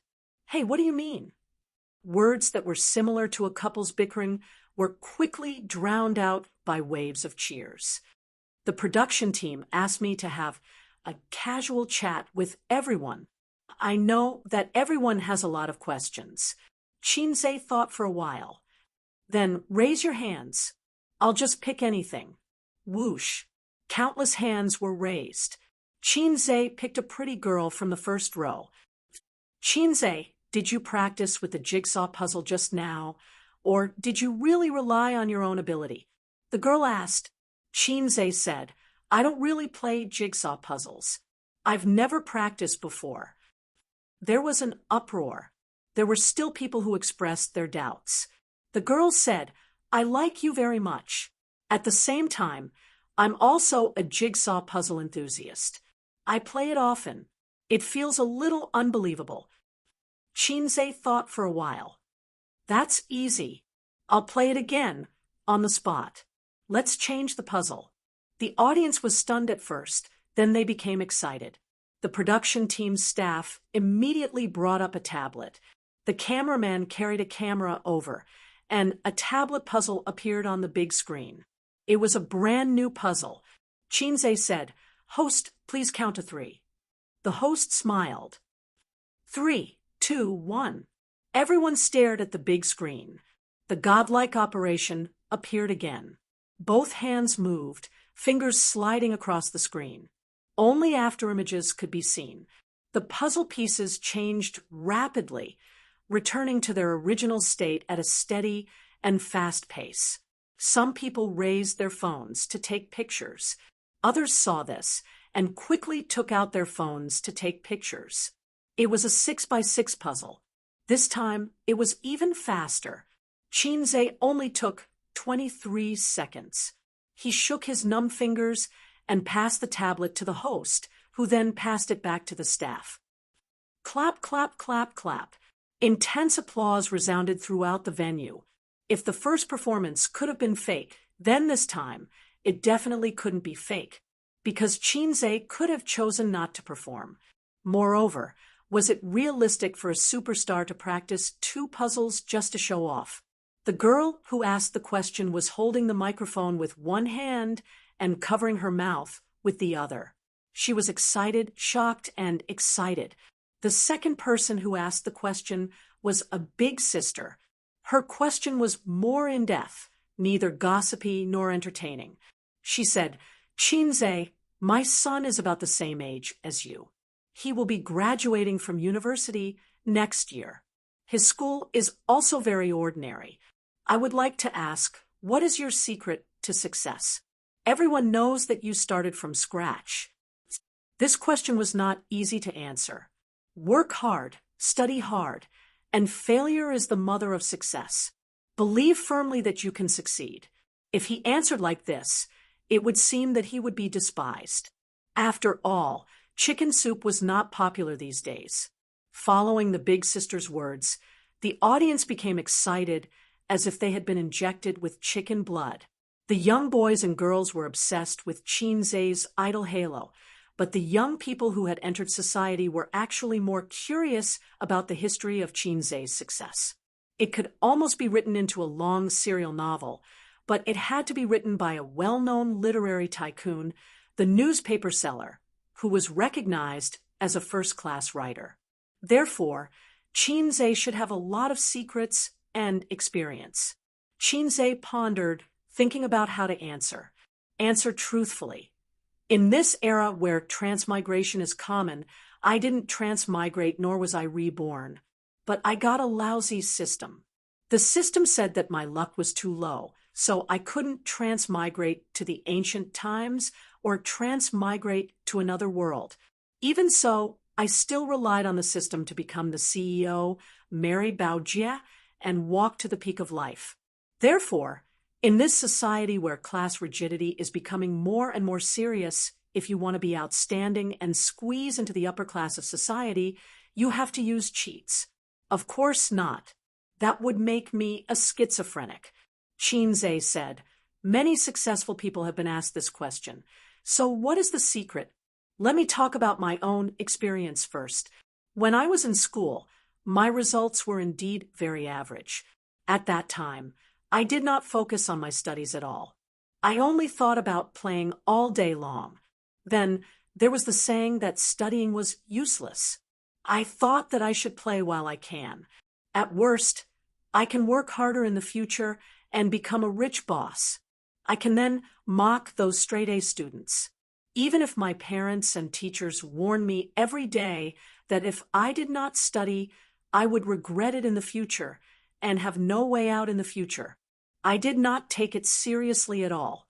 Similar situations should be encountered by everyone, right?" Many people nodded, feeling the same way. Actually, those who want to study will naturally study. Those who do not want to study, even if you use a knife to force them, it is useless.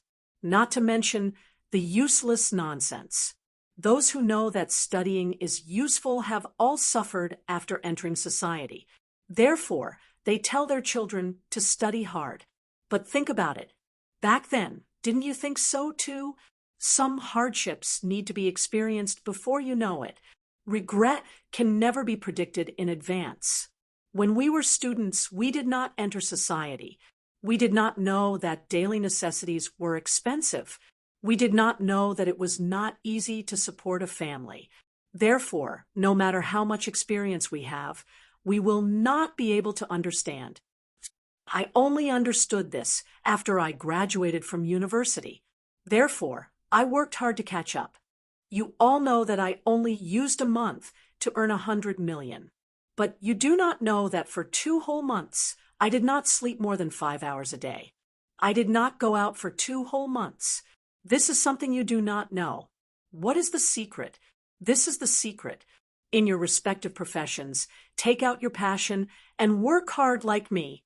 I dare not say that you will definitely earn 100 million, but I can guarantee that you will definitely earn a lot. Some people pondered, some agreed, and some exclaimed. Big Sis was indignant.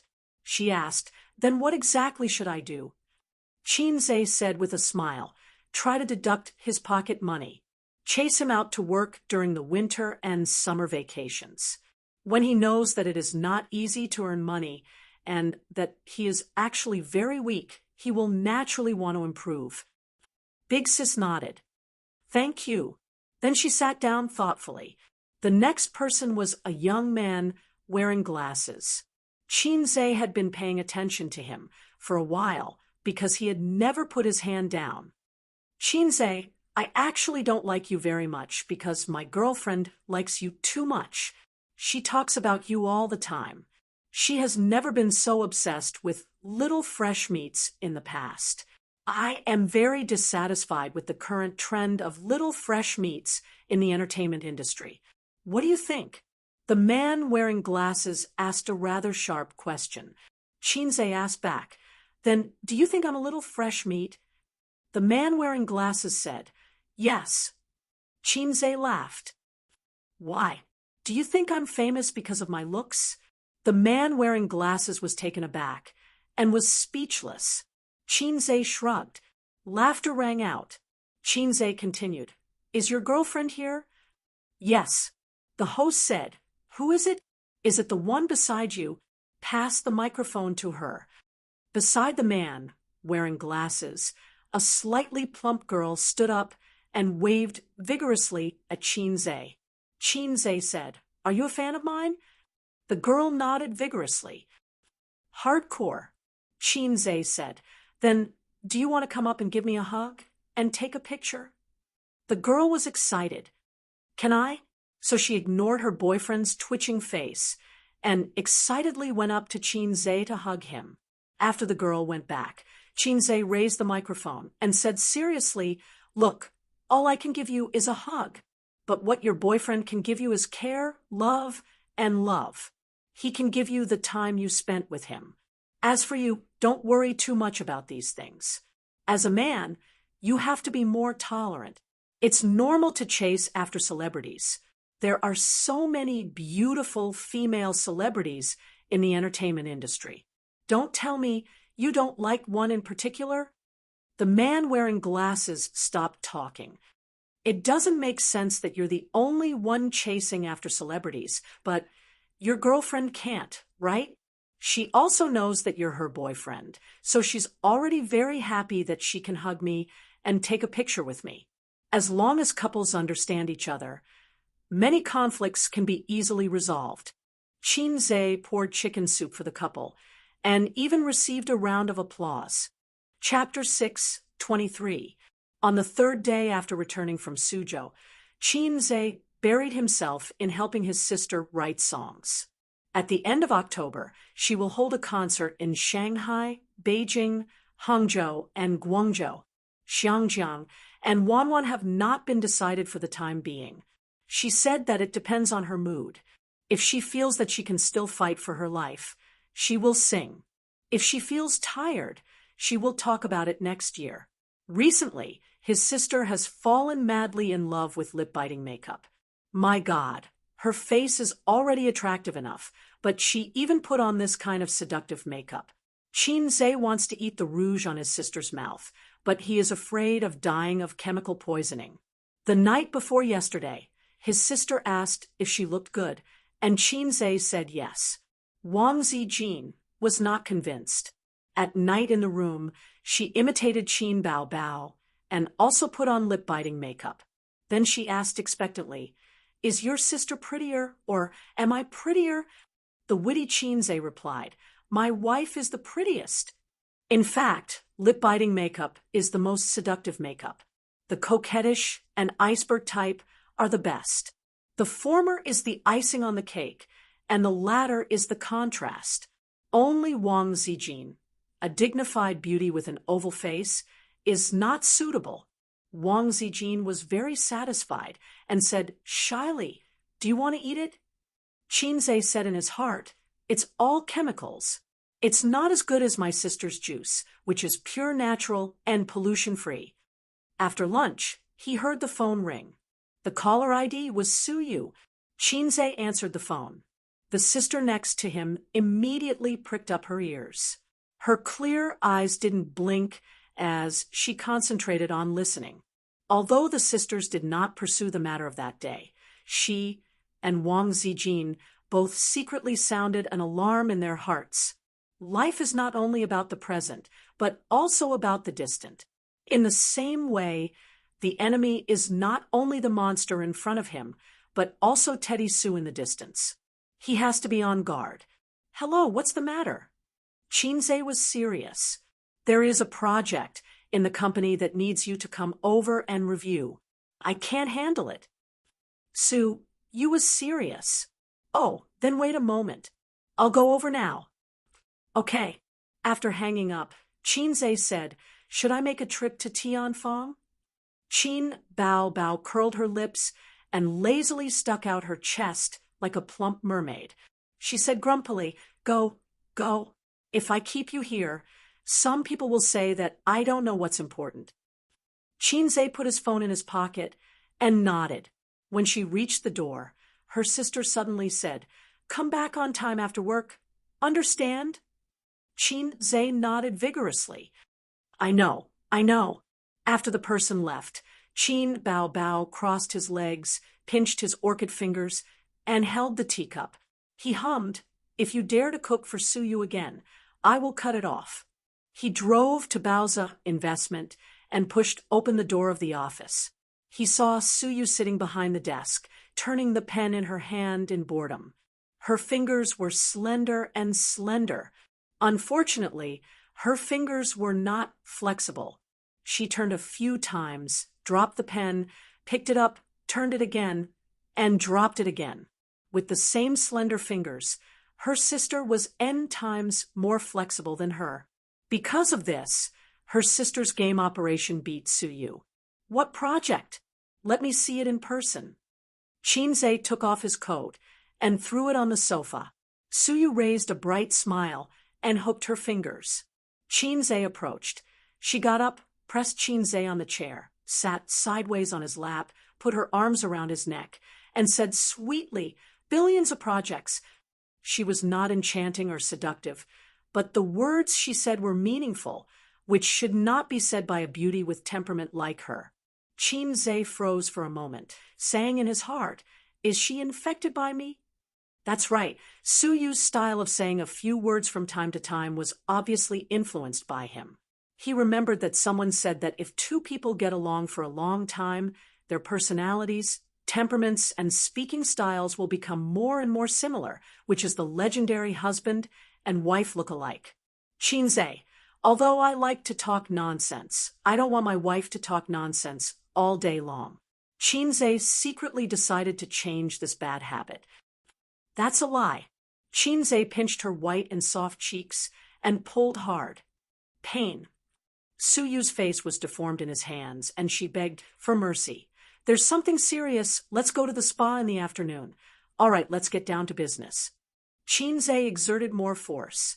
"Sister Man wants to discuss with you again. We're going to have tea in the afternoon. I said I'm looking for you, and we can talk about things by the way." Suyu said, "What's the matter with Sister Man?" Qinze frowned. "She'll talk to you herself. You'll know when you get there."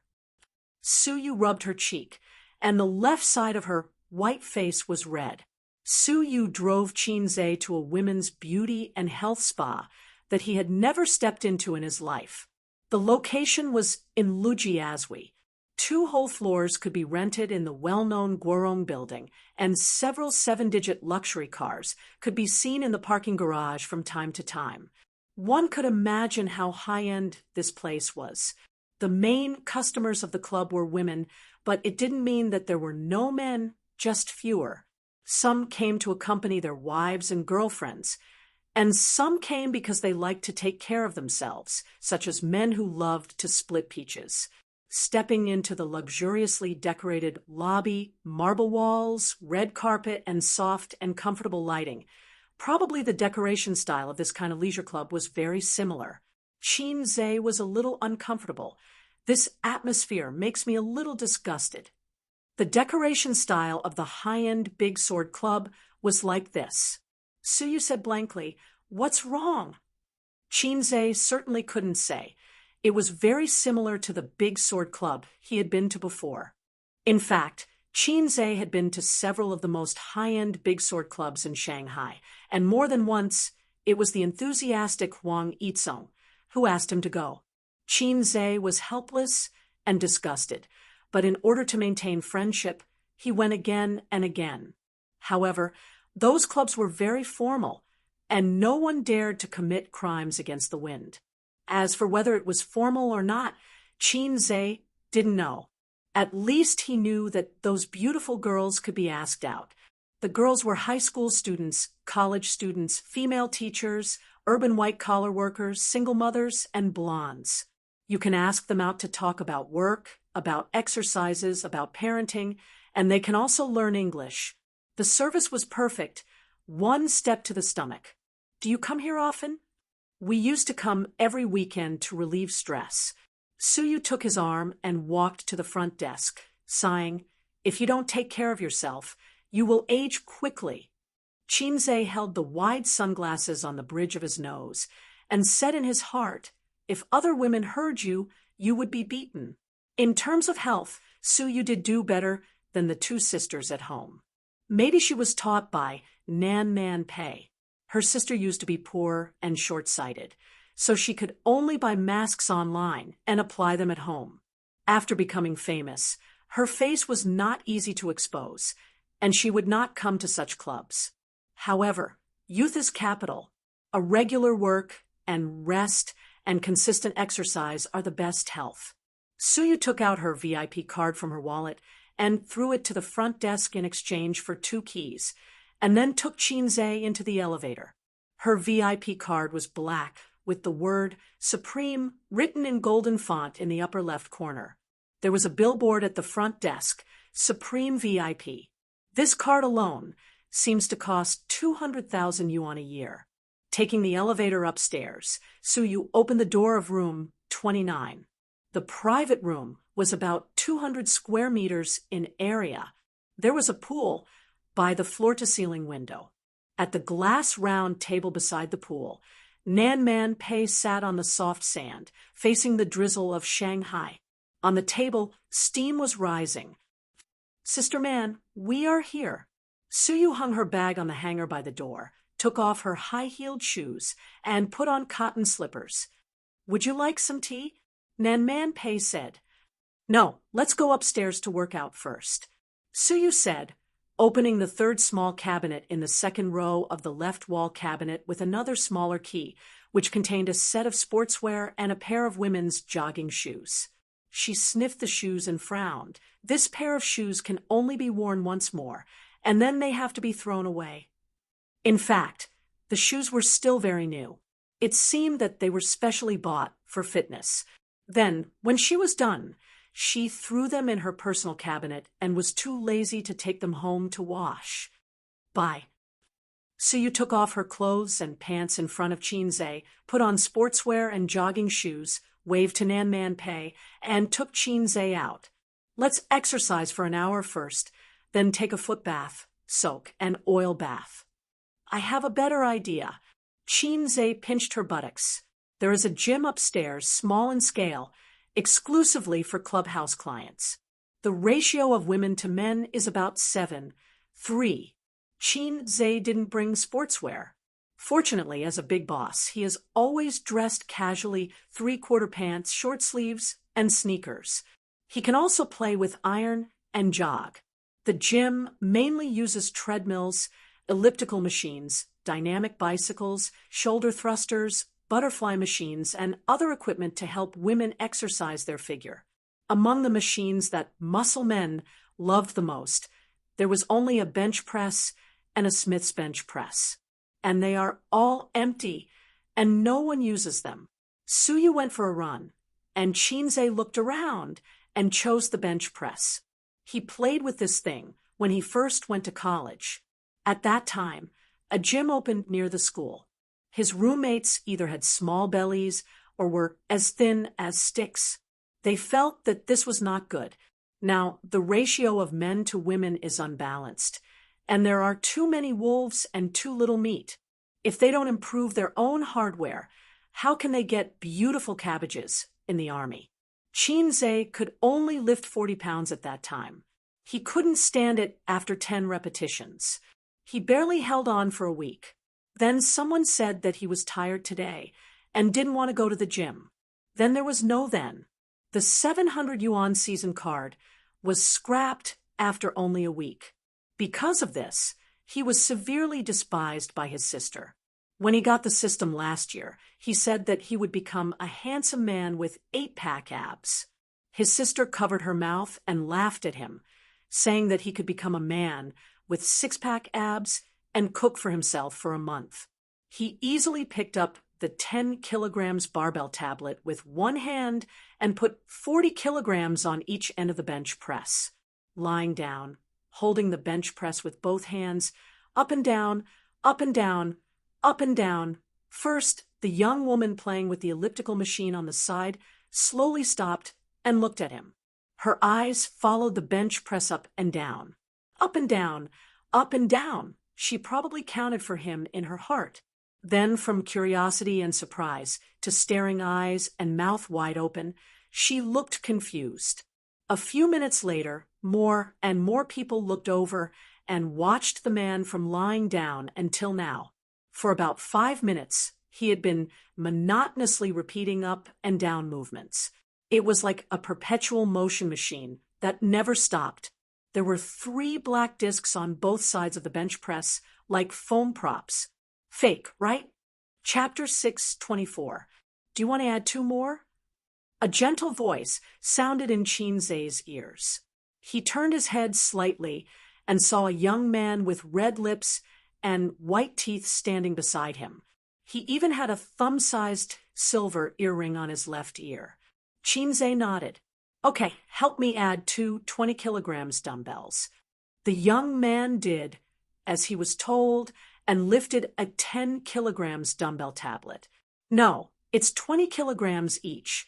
Shinzei corrected him. Can you do it? The young man was stunned. A man can't say no. Shinzei's lips curled up. It was a pity that he was wearing sunglasses. Otherwise, the young man would have seen him winking at him. Shinzei didn't know if it was an illusion, but he noticed that the young man's face was red.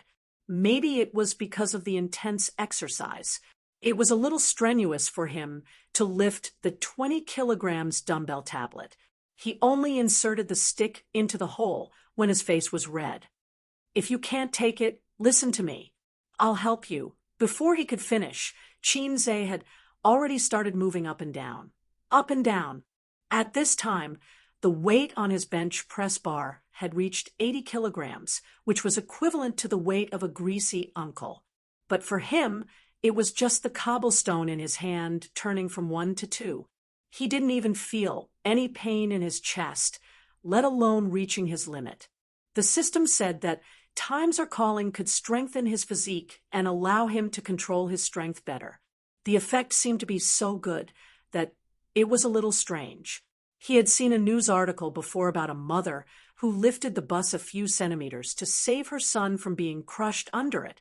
According to the report from many years ago, according to the experts, if all the cells in the human body were to exert force in one direction at the same time, they could move 30 tons of weight. Was this the rhythm of a salted fish breaking through the heavens? In the gym, the men and women stopped what they were doing and stared blankly at Chinze. There were plenty of men who could lift 80 kilograms, but someone like Chinze, who could do it over and over again for such a long time, was simply terrifying. This scene deeply subverted everyone's common sense. It was a pity that he didn't have a cell phone with him and left it in his personal cabinet. Otherwise, he would definitely take out his cell phone to take a video. The young man with the silver earrings gradually broke free from his shock. His gaze naturally fell on the lower half of Chinze's face that wasn't covered by the sunglasses. His healthy, wheat-colored skin wasn't as rough as a man's, but delicate. Her lips were thin and bright. The contours of her cheeks were pleasing to the eye. Further down, under his short sleeves, there was a firm chest. Every time the bench press was pushed up, his chest muscles would swell. He was mesmerized. She really wanted to take off the sunglasses on her face to see what he looked like, but she was afraid of offending the beauty. This process lasted for half an hour. Chinze felt his biceps and chest muscles begin to heat up and ache. So he stopped. During this process, not only did the people in the gym have their eyes open, but even 2 coaches joined the crowd and were dumbfounded. Lifting an 80 kilograms barbell for half an hour, was he even human? No one would believe it even if he told them. What was scary was not strength, but endurance. When Chinze finished, the 2 muscular coaches approached him, but Chinze waved his hand and ignored them. Amazing! The young man with red lips and white teeth gave him a thumbs up. As a layman, he only felt that Chinze was too strong. He didn't feel as shocked as the 2 coaches. Not bad. Chinze responded with a smile. Brother, let's add each other on WeChat. Sorry, I don't have my phone. It's okay. Tell me your WeChat ID, and I'll add you. Seeing Chinze smile and remain silent, he hurriedly said, Why don't you add me? My WeChat ID is more flirtatious than Yangmi. What else could I say? Chinze said, Okay, I'll add you later. Since you're so strong, take me to the gym, the young man said, his gaze slightly aggressive. Sorry, I'm going for a run. Chinze declined. The young man's eyes followed Chinze's back and saw him walking towards the tall and slim figure on the treadmill, talking with exultation. The woman was very beautiful and had a cold temperament. As soon as she came in, she overshadowed the young women and older sisters who were originally good-looking. Little bitch, he cursed in his heart. Why are you so strong? Suyu's tone was full of admiration. That's strange. Don't you know whether I'm strong or not? Chinze stood on another treadmill and jogged. Sister Man also played with this thing. She can lift a 100 kilograms weight 50 times. That's amazing. Suyu said, in the past when we came to the gym to play, although there weren't many men, they often came to talk to us. The coaches were also looking forward to giving us private lessons and said that they would give us a discount. But Sister Man directly went there and lifted it 50 times. After that, everyone knew what was good for them. Chinze recalled the sparring session with Big Sister Man that night.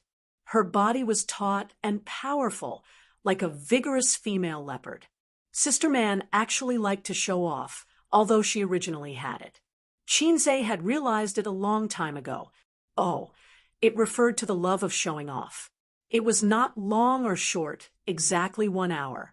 The gym had central air conditioning, but Suyu was still sweating all over. Her beautiful face was sweaty, and her hair was close to her cheeks. This made her temperament a little more delicate. Sure enough, a woman who exercised was the most beautiful. In general gyms, the bathrooms were the same as the toilets, separated into male and female toilets, but here it was different. The bathrooms here were like hotel rooms, from number 1 to number 4, independent. Chinze and Suyu, of course, took a shower together, without any pretense. The bathroom was not big, 20 square meters, with a small compartment with a wardrobe, a bathtub, and a shower head. Suyu put warm water in the bathtub. Chinze soaked in the bathtub, and she chose to take a shower herself. Why don't you come? Chinze was at a loss. I don't want to take a bath. Suyu explained. Chinze chuckled. He understood. After all, it was not good to be in the water. It was not hygienic. So he soaked for a few minutes and felt that the soreness in his chest gradually faded away. He stepped out of the bathtub, pushed open the glass door of the shower compartment, and hugged Suyu from behind. What's the matter with Sister Man? She usually calls me directly when she has something to do. Chinze said, You can talk about it later. It's not appropriate for me to say it. Suyu replied, So mysterious. Chinze was surprised. Is it about quality? At Sister Man's age, she really should have a child or something to make up for the shortcomings in her life. No, Sister Man can't have children. Suyu's body in his arms was stiff. Without saying a word, she grasped Chinze's weakness and said angrily, Oh, you really miss Sister Man? No, there is. It's just a quick mouth. Don't take it seriously. It's true that it's a quick mouth. What you think about in the day, you dream at night. You're a pregnant woman giving birth. Acupoints. Are you slandering me? Well, it's better that way, or I will. I won't give birth to a child for you. The two bickered for a while. Chinze helped Suyu wipe her back, and then slapped her little, but it's your turn to wipe my back. Suyu was very good at it. She hugged Chinze from behind and let him enjoy the best quality shower gel in his life. She also made trouble. When Chinze turned around and pressed her against the wall, Suyu panicked. Don't, I'm on my period. Come on. Really? You still run and take a bath during your period? Who said I can't run during my period? I don't have dysmenorrhea. I can take a shower, but I can't take a bath. I don't seem to see sanitary pads. Oh, sanitary pads are not the only choice. I don't believe it. My sisters have used them for more than 20 years. Two illiterate women have limited your imagination. Chinze didn't understand, but he didn't care about it anymore. He said angrily, You're on your period and you're still making trouble? Suyu stuck out her tongue. I'm familiar with it. Chinze, it's not good to let his brother fight a bloody battle, so it's not so tragic. Do you want me to help you? I'll use my hands to achieve your dream. Forget it. Chinze shook his head. When you're refined, you rely on your hands. When you're rich, you still rely on your hands. What a painful realization. So, save as much as you can. No matter how rich or refined you are, you must know how to save.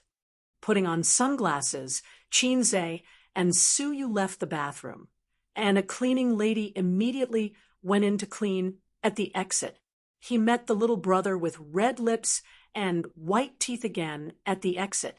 He had obviously just finished bathing and changed out of the sportswear. At this time, he was wearing a plaid shirt, shiny tights, and coquettish small leather shoes. I'm done.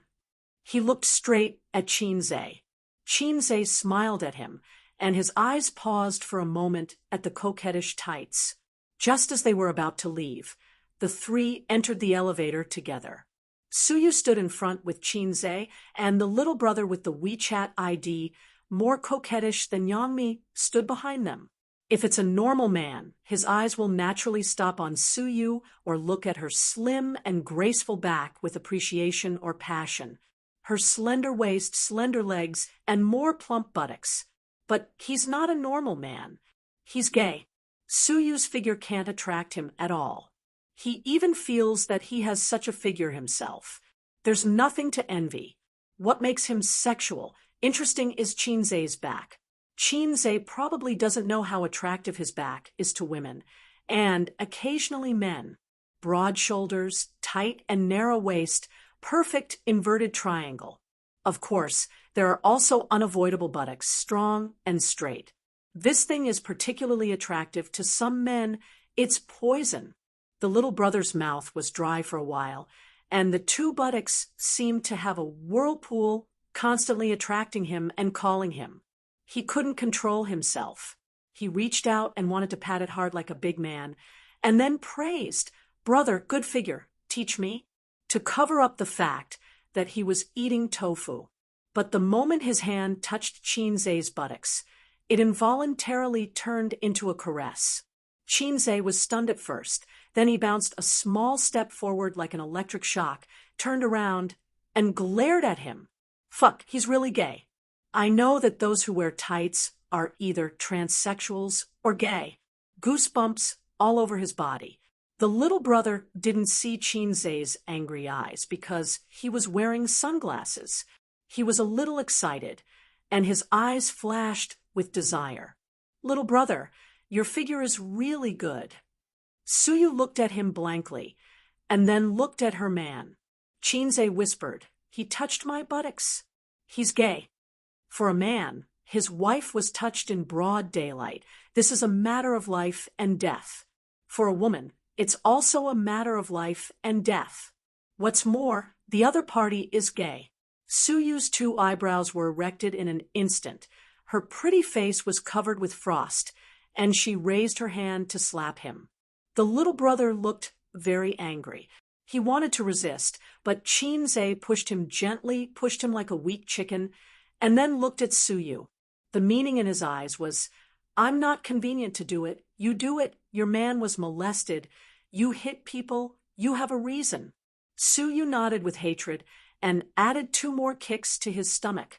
The little brother covered his stomach, curled up, and his face was white. Just at this time, the elevator stopped and the door opened. There were 3 or 4 people standing outside. When they saw the elevator, they subconsciously stepped back a few steps. Suyu wanted to burst out with a swear word, "I'll fuck your whole family," but there were people standing outside the elevator, and the swear words couldn't be said. She thought about it and said, "Shake." She grabbed Chinze's arm and quickly slipped away. "Let's change places. That guy may call the police." On the way to the private room, Suyu said with a frown, if she was beaten, she would definitely call the police, and then let the person who beat her know how expensive that slap was. It's the practice of ordinary people to keep the peace. Rich people will only kill you. Call the police and say you're gay, molesting a man, and being beaten? Chinze rolled his eyes. Men also have human rights, okay? In fact, he was not sure. After all, there was a crime of rape in the law, but there was no crime of tearing the chrysanthemum. It can be seen that this society is unfair to men, and this is